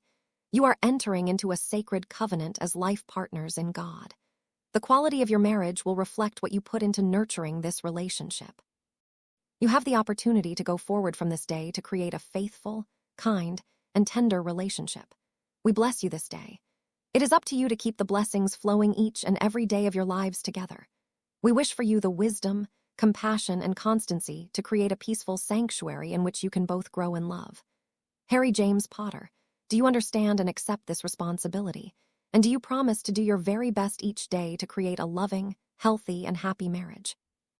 Harry dimly perceived that all eyes were on him, but he could only see Luna, the priest's voice just a background noise. Love her forever. I can do that. I do, Harry said, his heart thudding in his chest with pure bliss. The priest turned to Harry's jubilant bride, now standing across from him, a barely visible sheet of lace acting as a veil. Luna Artemis Lovegood, do you also understand and accept this responsibility? And do you promise to do your very best each day to create a loving, healthy, and happy marriage? Of course I do, Luna said serenely, her glossy lips curved into a smile matching Harry's. Luna, Harry said, making his vow, I don't think it's even possible for you to understand how much I love you. It feels a bit odd saying it, since you know I'm not big on talking about my feelings. She nodded and blushed as he continued. You just understand me like no one else can. You're so you, and that's what I love so much. You don't care what others think about you. You know what it's like to be an outcast. You're different. You get me. You taught me what true love was when I had no hope. You always make me feel better when we talk, and you already know how I'm feeling by just looking at me. I'd love to have you as my wife, from this day forward, for better or for worse, for richer or poorer, in sickness and in health, to love and to cherish always. You're the best thing that's ever happened to me. Remember that every day, he finished, his entire face hot and red as he heard Mrs. Weasley and Fleur weeping hysterically. He had not even rehearsed his speech. The words just seemed to float upwards from his heart and out of his mouth. Luna's protuberant eyes seemed to glisten with tears of joy and look deep into his soul, yet her voice did not shake, and she did not flinch once before she spoke in her peaceful voice. Harry, Luna began her vow, I've loved you for quite a while. You were the only person there for me for a long time. You don't treat me like I'm incapable of doing anything by myself, or like I'm crazy, and that's quite rare, you know. We've been through so much together, Harry. You're the best friend anyone could ask for, and best friends make the best couples. My mum told me that once. You don't give yourself enough credit for always knowing how I feel, Harry. Even if Rackspurts make my brain go fuzzy, I know my heart will lead me back to you. Nargles can steal everything I own, I'll still be perfectly wonderful if I have you. Our love is really quite sublime. I trust you with my life. We've even had it put to the test, but that's not important right now. What's important is that we're together, and we will be, no matter what happens. Always. Harry felt a great rush of affection for Luna. His only regret at that moment was not getting to know the Luna he loved so greatly from the moment they met on the Hogwarts Express. He never knew it was possible to want someone to share his life with all of them, all the time, always so much. The priest then handed them their smooth silver wedding bands. Harry slipped Luna's onto her finger, and Luna slid Harry's onto his finger. Their eyes did not move from one another's until they noticed the priest waving his hazel wand over their heads, a shower of tiny golden stars falling onto their entwined fingers. Harry remembered the swirling stars from Bill and Fleur's wedding. They were the magical way of permanently bonding the marriage, of making it official. It felt wonderful. I'm married, he realized exuberantly. I get to be with Luna forever. She's my other half, my better half. I now pronounce you man and wife, the priest announced with a grin on his face, though it dimmed in comparison to Harry's. Harry, you may now kiss the bride. With one last look into her wide, deep, infinite, smiling eyes, Harry leaned forward to kiss Luna Artemis Potter. Their kiss was slow and sweet and beautiful. Her skin and lips were warm and soft and tasted remotely like wildflowers. The way his lips slanted onto hers just felt right. Harry could not possibly imagine a better way to start his life as a married man. After what could have been seconds or hours, Harry lost track of time whenever he was with Luna, let alone kissing her. He realized that people were watching and pulled away blushing. You're cute when you're embarrassed, Luna whispered in his ear as they slipped from each other's arms. His blush spread to the tips of his ears and she laughed. It was music to him to hear her so happy and full of life. Luna Artemis Potter. The name bounced around in his head. He loved the way it sounded and how it felt and what it represented, a lifetime with her. He wanted nothing more. The crowd slowly poured from the church after they offered their blessings to the newlywed couple and disapparated from Godric's Hollow to Otterycent, Catchpole, in order to attend the reception at the Lovegood home. Harry and Luna remained, thanking the priest and changing into more comfortable robes. Harry put on a casual black robe, and Luna changed into a dress that resembled a white slip with a dress of sheer lace that hit right above the knee thrown over it. She waved her wand over her glitter-flecked hair and it French braided itself, complete with silver flowers woven into it. She took off her shoes altogether and shoved them into her canvas bag.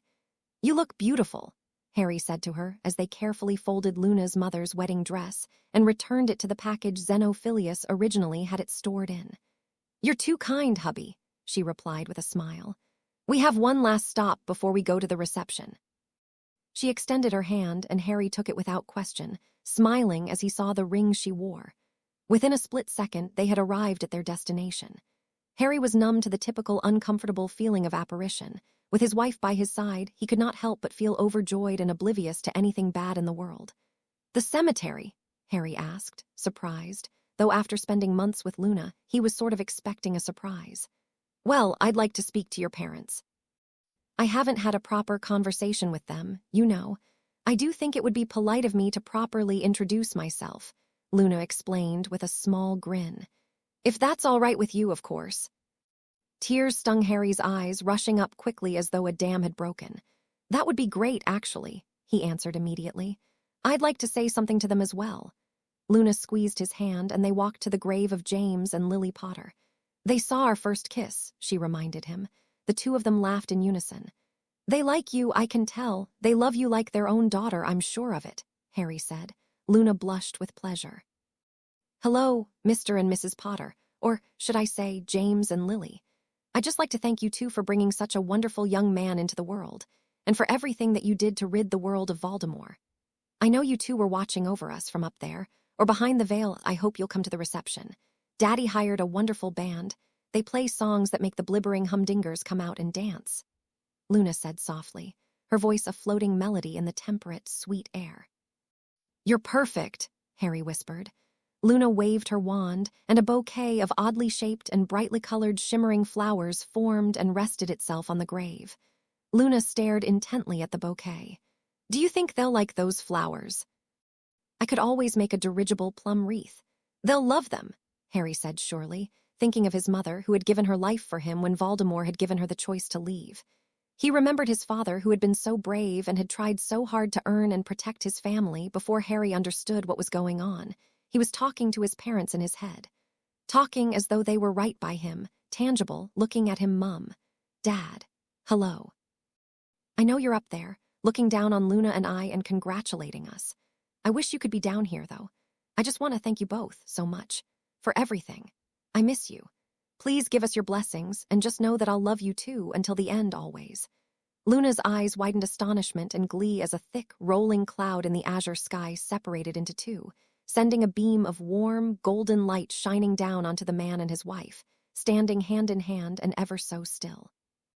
"They gave us their blessing," Luna whispered serenely in his ear.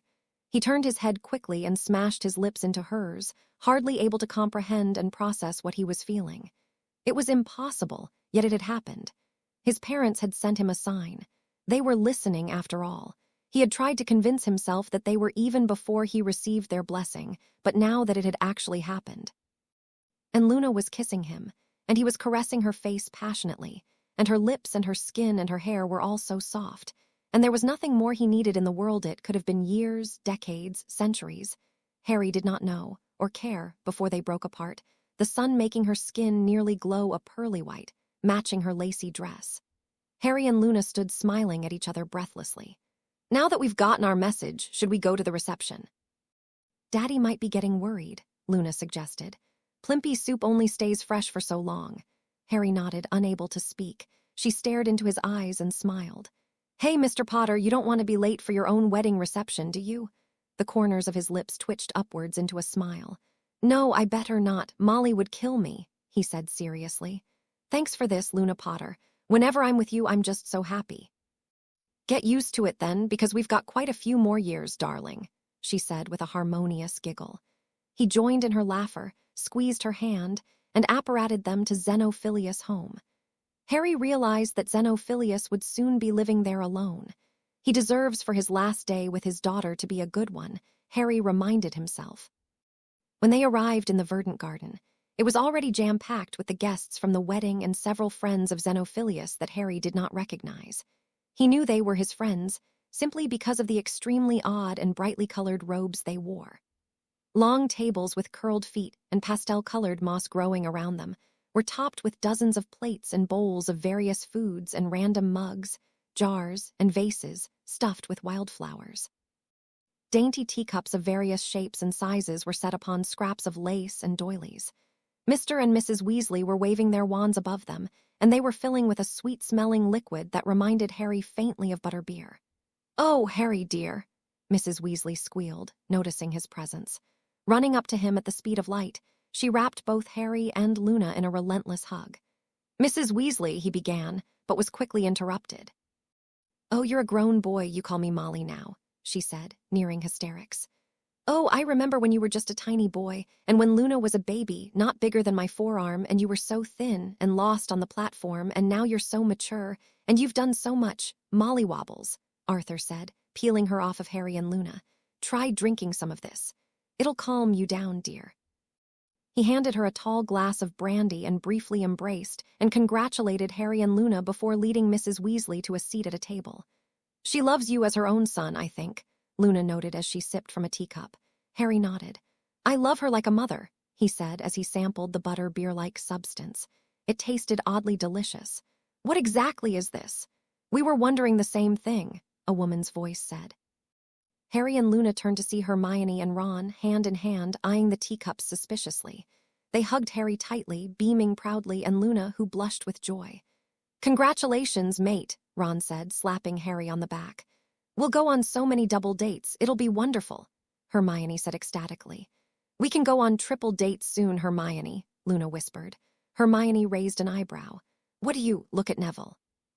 "He seems to be enjoying himself over there," Luna observed, pointing towards the tables where people were seated, eating steaming bowls of soup and plates of fish, steak, and vegetables. "Who's that blonde witch hanging on his arm?" Ron asked loudly. "SHHH," Hermione hissed. "The Slytherins sleeping in the dungeons at Hogwarts could probably hear you." "That's my mum's best friend's daughter, Jacqueline Jenkins. She and Neville will get along great, I'm sure," Luna said happily. "I didn't know Daddy invited her. She seems like a nice girl. But honestly, Luna, what is this?" Hermione inquired, pointing to the liquid filling the teacups. "It's honeysuckle nectar mixed with the essence of wildflowers and butterbeer with a hint of cognac," Luna explained. "Daddy likes mixing different ingredients and seeing what tastes good. I'm his lab hamster, that's a muggle term Harry taught me."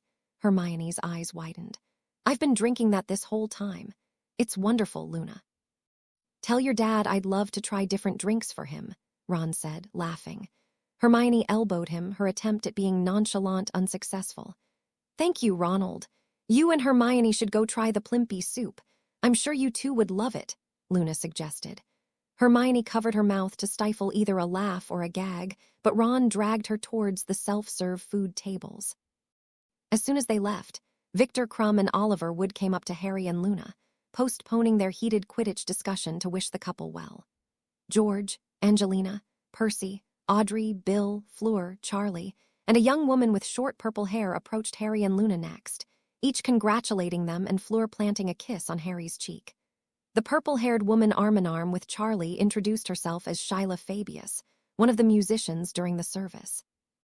As they left to go get food, George whispered to Harry, "Mum's off sobbing somewhere because Charlie's finally got a girlfriend." Seemingly hundreds of more people congratulated the newlywed couple, hugging and kissing them and slipping envelopes of money and even odd little trinkets into their hands, interrupting them even as they ate the surprisingly tasty Plimpy soup.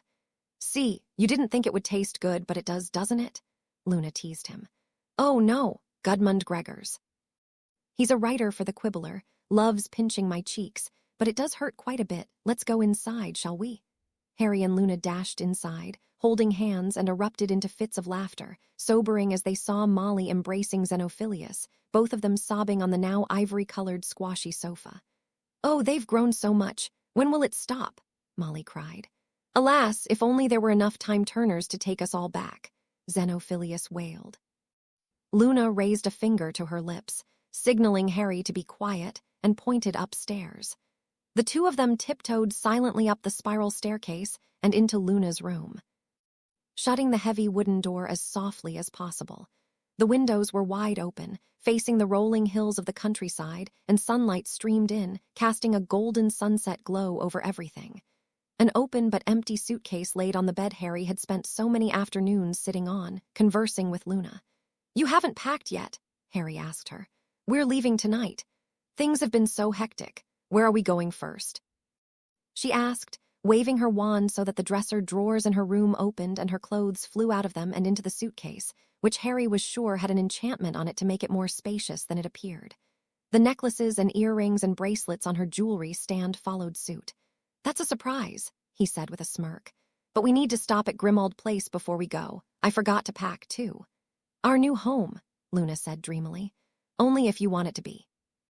We can always buy a cottage here, close to Ron and Hermione and your dad and the Weasleys," Harry reminded her. "As long as I'm with you, anywhere is fine," Luna said seriously. "We have decades. We could spend a few months in every country of the world if we wanted to." "That sounds like fun to me," Harry smiled. He leaned closer to Luna, so close that her eyelashes tickled his cheeks. He knew she could feel his heart thudding, his breaths becoming shallow. She shut her globe-like eyes and kissed him, and he pulled her closer, and she ran her fingers through his messy hair, and he held her tiny body securely in his arms, and she pulled back for a second to smile, and he came crashing into her again. He pried himself from her after a period of paradise to breathe and calm his heart. He could not wait until he and Luna were finally alone and could start their marriage. "Let's start now," Luna said suddenly, reading his mind. Her suitcase clicked itself shut and she smiled widely. "Let's go to Grimmauld Place so you can pack and start our honeymoon right now." "Luna, you're so cool," he said breathlessly, remembering a conversation they had years ago. "That's a very nice thing to say," she replied sweetly. They stood up quickly and held hands, readying themselves for apparition. "Are you sure your father will be okay with this?" Harry asked. "We are disappearing without a trace." "Valid point. I'll write him a note." "What would I do without you?" she asked as she scribbled a few words onto a scrap of parchment. "You'd be fine. I'd die without you," Harry laughed. "I love you, Harry James Potter. I love it when you say my name, Luna Artemis Potter, and I love you too." She squeezed his hand, and they disapparated with the faintest noise they could manage, as Molly and Xenophilius were still bawling in the sitting room. Harry, for the first time in his life, did not feel in the slightest the discomfort of apparition. He was too focused on Luna, and her hand in his, and his strong and undying and amazing love for her, and the way she looked into his eyes and said his name, and the way she was always on his mind, a constant in his life, the only person who understood him perfectly, the only one of her kind, and how he could not imagine a life without her in it, every day, forever, and always. The garden was Harry's favorite thing about their home in Ottery, St. Catchpole.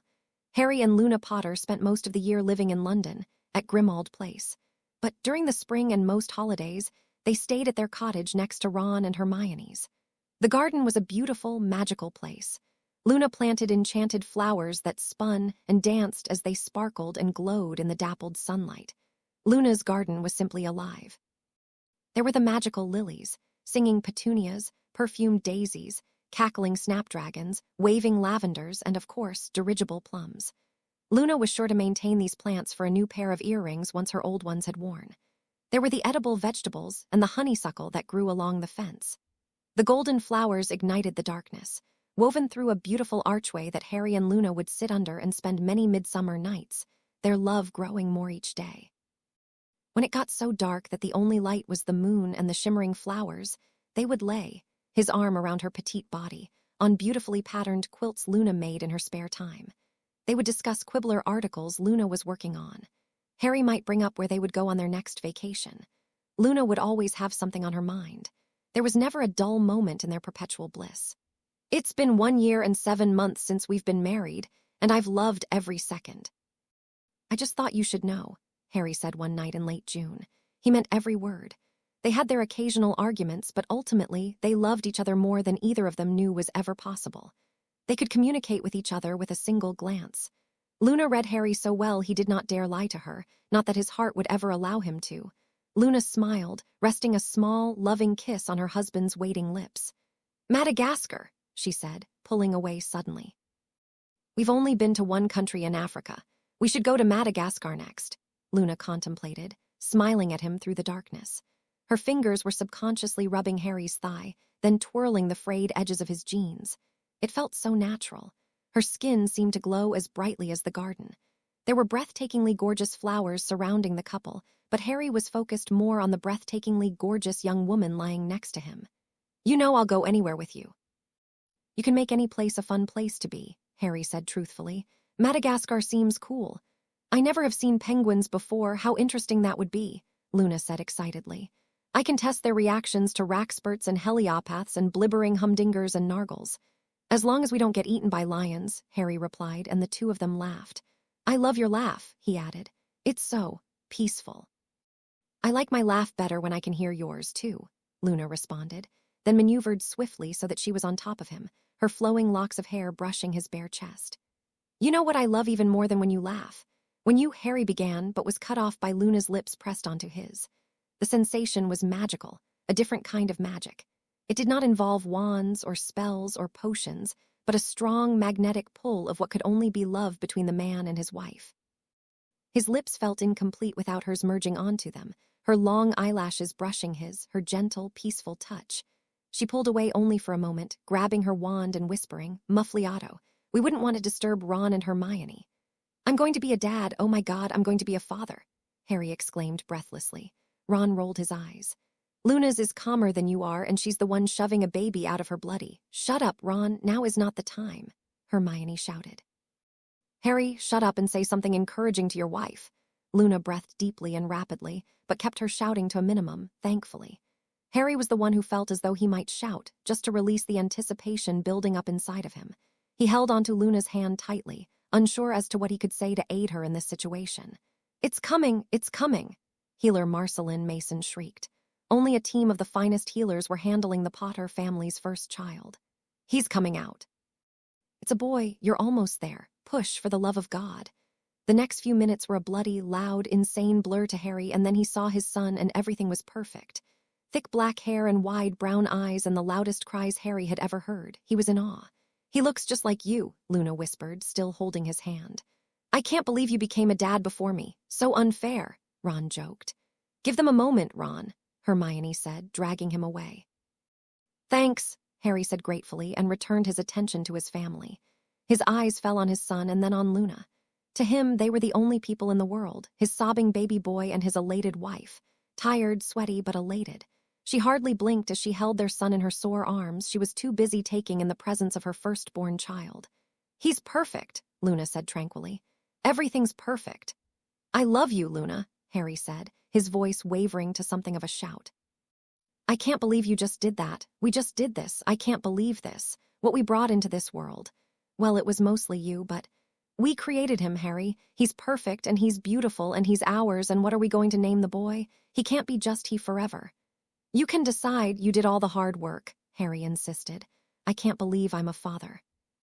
I can't believe I'm a father, and I have a son and a beautiful wife and a wonderful family." "No, we're doing this together," Luna said firmly. After a half hour of intense discussion and lots of snogging and celebrating and crying and laughing, Harry emerged from the room and found Healer Mason. "James Sirius Potter." "It's a healthy baby girl," Healer Mason announced, smiling widely as she held up the very red infant. Even the child's thick tufts of hair were a fiery shade of red, complementing her unusually protuberant silver eyes. Healer Mason carefully handed the baby, swaddled in a pink blanket, to her mother, a thin, pale, sweaty, aching but beaming Luna Potter. "What would you like to name her, miss? She's a beautiful one, she is." "Dada, Mama." 1-year-old James Sirius Potter pleaded for attention, tugging on his father's trousers. Harry was too busy to notice. He was clutching Luna's hand tightly, their eyes focused only on each other and their second child. "Lily Amarantha Potter," Luna said confidently, looking at Harry understandingly. "She's going to make an impact on this world, I can feel it." "With a mother like you, how could she not?" Harry asked, his voice edging on ecstatic hysteria. "I'll go get Zeno. You might as well let in the Weasleys. I know they're all out there. Never has there been such a gathering of rackspurts," Luna said weakly, managing a laugh. "Are you all right?" Harry inquired, concerned. "I don't want you to get too worn out." He was absent-mindedly stroking Lily's hair, still taking in the presence of the two most beautiful women in the world lying on a bed in St. Mungo's in front of him. I'm tougher than I look, Luna said, sitting up enough to plant a kiss on Harry's lips, trembling with excitement. I love you, he murmured, and she ran her hand through his messy hair, which had not been combed for days. It stuck up in all directions, and his clothes were stained, and his glasses were crooked, all of the things that came with parenthood, all of the things that Harry and Luna would not trade for the world. I love you too, Harry James Potter. The 1-year-old boy zoomed around the kitchen on a children's broomstick, hovering hardly 2 feet above the ground, yet still managing to wreak endless amounts of havoc. James Sirius Potter, it's time to eat, Hermione shouted. Rose is at the table, Lily is at the table, Mummy and Daddy and Uncle Ron are at the table. It's hopeless, Harry informed her. Sorry about the vase he broke. He usually comes when we tell him Rose is here, Hermione observed curiously. Quidditch must be more important to him now, men. At least he'll be good at Quidditch, Ron chimed in optimistically. 10 sickles he's going to be a chaser. Seeker, Luna replied suddenly. Her eyes were unfocused, her hand in Harry's instinctively, yet she was paying complete attention to the conversation. He's going to be a seeker. How do you, Ron began, but was quickly interrupted by Harry. Don't question it, Harry laughed. He wondered what the world looked like through Luna's eyes. He figured it must be wonderful to be Luna, and decided that being married to her was the next best thing. Should we just begin supper, then? Hermione asked. There's something Ron and I have to tell you, too. They had been catching up all afternoon. Harry wondered what Hermione and Ron had yet to tell them. The understanding look on Luna's face gave Harry the impression that she already knew. Spit it out, then, Harry said cautiously, as Hermione set down platters of steak and vegetables in front of the 4 of them. Luna waved her wand, and 2 jars of baby food made their way to Lily and Rose, strapped into their high chairs. The mushy, nutritional concoction began magically feeding themselves to the 2 infants, who simultaneously cooed with delight. I'm pregnant again, Hermione explained with a smile. Blimey, that's wonderful. Harry congratulated his 2 best friends, wrapping them both in warm hugs before returning to his seat to begin eating the hot, delicious meal in front of him. I'm so happy for you too, Luna grinned. There's something I've also been meaning to tell all 3 of you, she announced. I'm pregnant as well. Harry's fork slipped from his hand and would have dropped to the ground, but James zoomed by on his broomstick and caught it in midair before it fell. It's you 2 again, eh? Healer Mason laughed as she walked into the Potter family's hospital room, her thick black hair now flecked with gray. I saw it coming, you know. You can't keep your wand to yourself, if you know what I mean, Mr. Potter. The 3rd time in 3 years, my God. Harry blushed and covered James' ears as he cradled 1-year-old Lily in his other arm. Luna's just given birth. Would you mind just giving us the paperwork? He asked, rolling his tired green eyes and running his fingers through his forever untidy black hair, still soaking wet from the spring rain. Sure, it's a boy, right? That's what Healer Pearson told me, Healer Mason said as she scribbled and peeked at the baby, cuddled in his mother's arms in the hospital bed. He's got the prettiest blonde hair, it's just like his mummy's. And eyes just like his daddy, Luna noted. The baby boy had emerald, almond-shaped eyes that contrasted beautifully with his unusually pale skin. Harry looked at her and grinned. Luna smiled back and nodded. We're going to name him Remus. Remus Ronald Potter, Harry declared proudly, handing Lily Amarantha to a very pregnant Hermione so he could hold his 2nd son. Harry thought of Remus, his Professor Lupin, and how happy he must have been to learn that Harry named his son for him, just returning the favor. You gave me the best godson I could ever ask for, Harry said to himself casually, as if he were having a conversation with Lupin. Now I've got all the marauders in my kids' names, the true marauders at least. James Sirius was busy playing peekaboo with Ron. Ron and Hermione were James's godparents, Neville and Jacqueline were Lily's, and George and Angelina were set to be Remus's. I hope he inherits my sense of humor, Ron whispered to Hermione, who giggled, yet elbowed him nonetheless. How are you holding up? Harry asked his wife as he cradled Remus in his arms. This is your 3rd time. You must be so exhausted. I'm not even 30, Harry Potter, and neither are you. We're just getting started. I'm not so much exhausted as I am excited. I've already got an idea. Let's take the 3 of them to Greece next month when summer starts. And Ron and Hermione and Rose can come as well if she's given birth to her son yet. Hold on, how do you know she's having a son? She wanted to keep it a surprise, Harry whispered, stifling laughter at the fact that Luna was so energetic less than an hour after giving birth. I can feel it in the air, Luna said simply, and Harry nodded as if it were the most obvious thing in the world. He had gotten used to Luna's quirks long ago and loved her for them. I can also feel Professor Lupin looking down on us. He must be so happy right now. You're bloody amazing, Harry murmured, brushing wet strands of her blonde hair out of her face and kissed her softly. Harry felt butterflies soar in his stomach. After all this time, he still felt the fireworks exploding when their lips met. She pulled him closer by the collar, surprisingly strong for a woman who had just given birth. Then again, Luna surprised Harry frequently. The children are at Andromeda's playing with Teddy and Rose, Luna announced one summer afternoon as Harry sat at his desk in the study of their home in London, filling out an application for a job. Wonderful. Nice to have some peace and quiet for a change, Harry said as he scribbled his credentials onto the fancy parchment. You're worried. Why are you worried? Luna asked, approaching her husband slowly. If it's about the job, you know it is. There's not one person in this world more qualified to be a defense against the dark arts teacher. You know that, Luna said softly. McGonagall asked me specifically to apply, Harry admitted. But what if I do get the job? I can't just leave you four here alone. I won't. Luna massaged his shoulder gently with one hand as she pulled an envelope out of her pocket. Read this, she suggested. Harry opened the letter.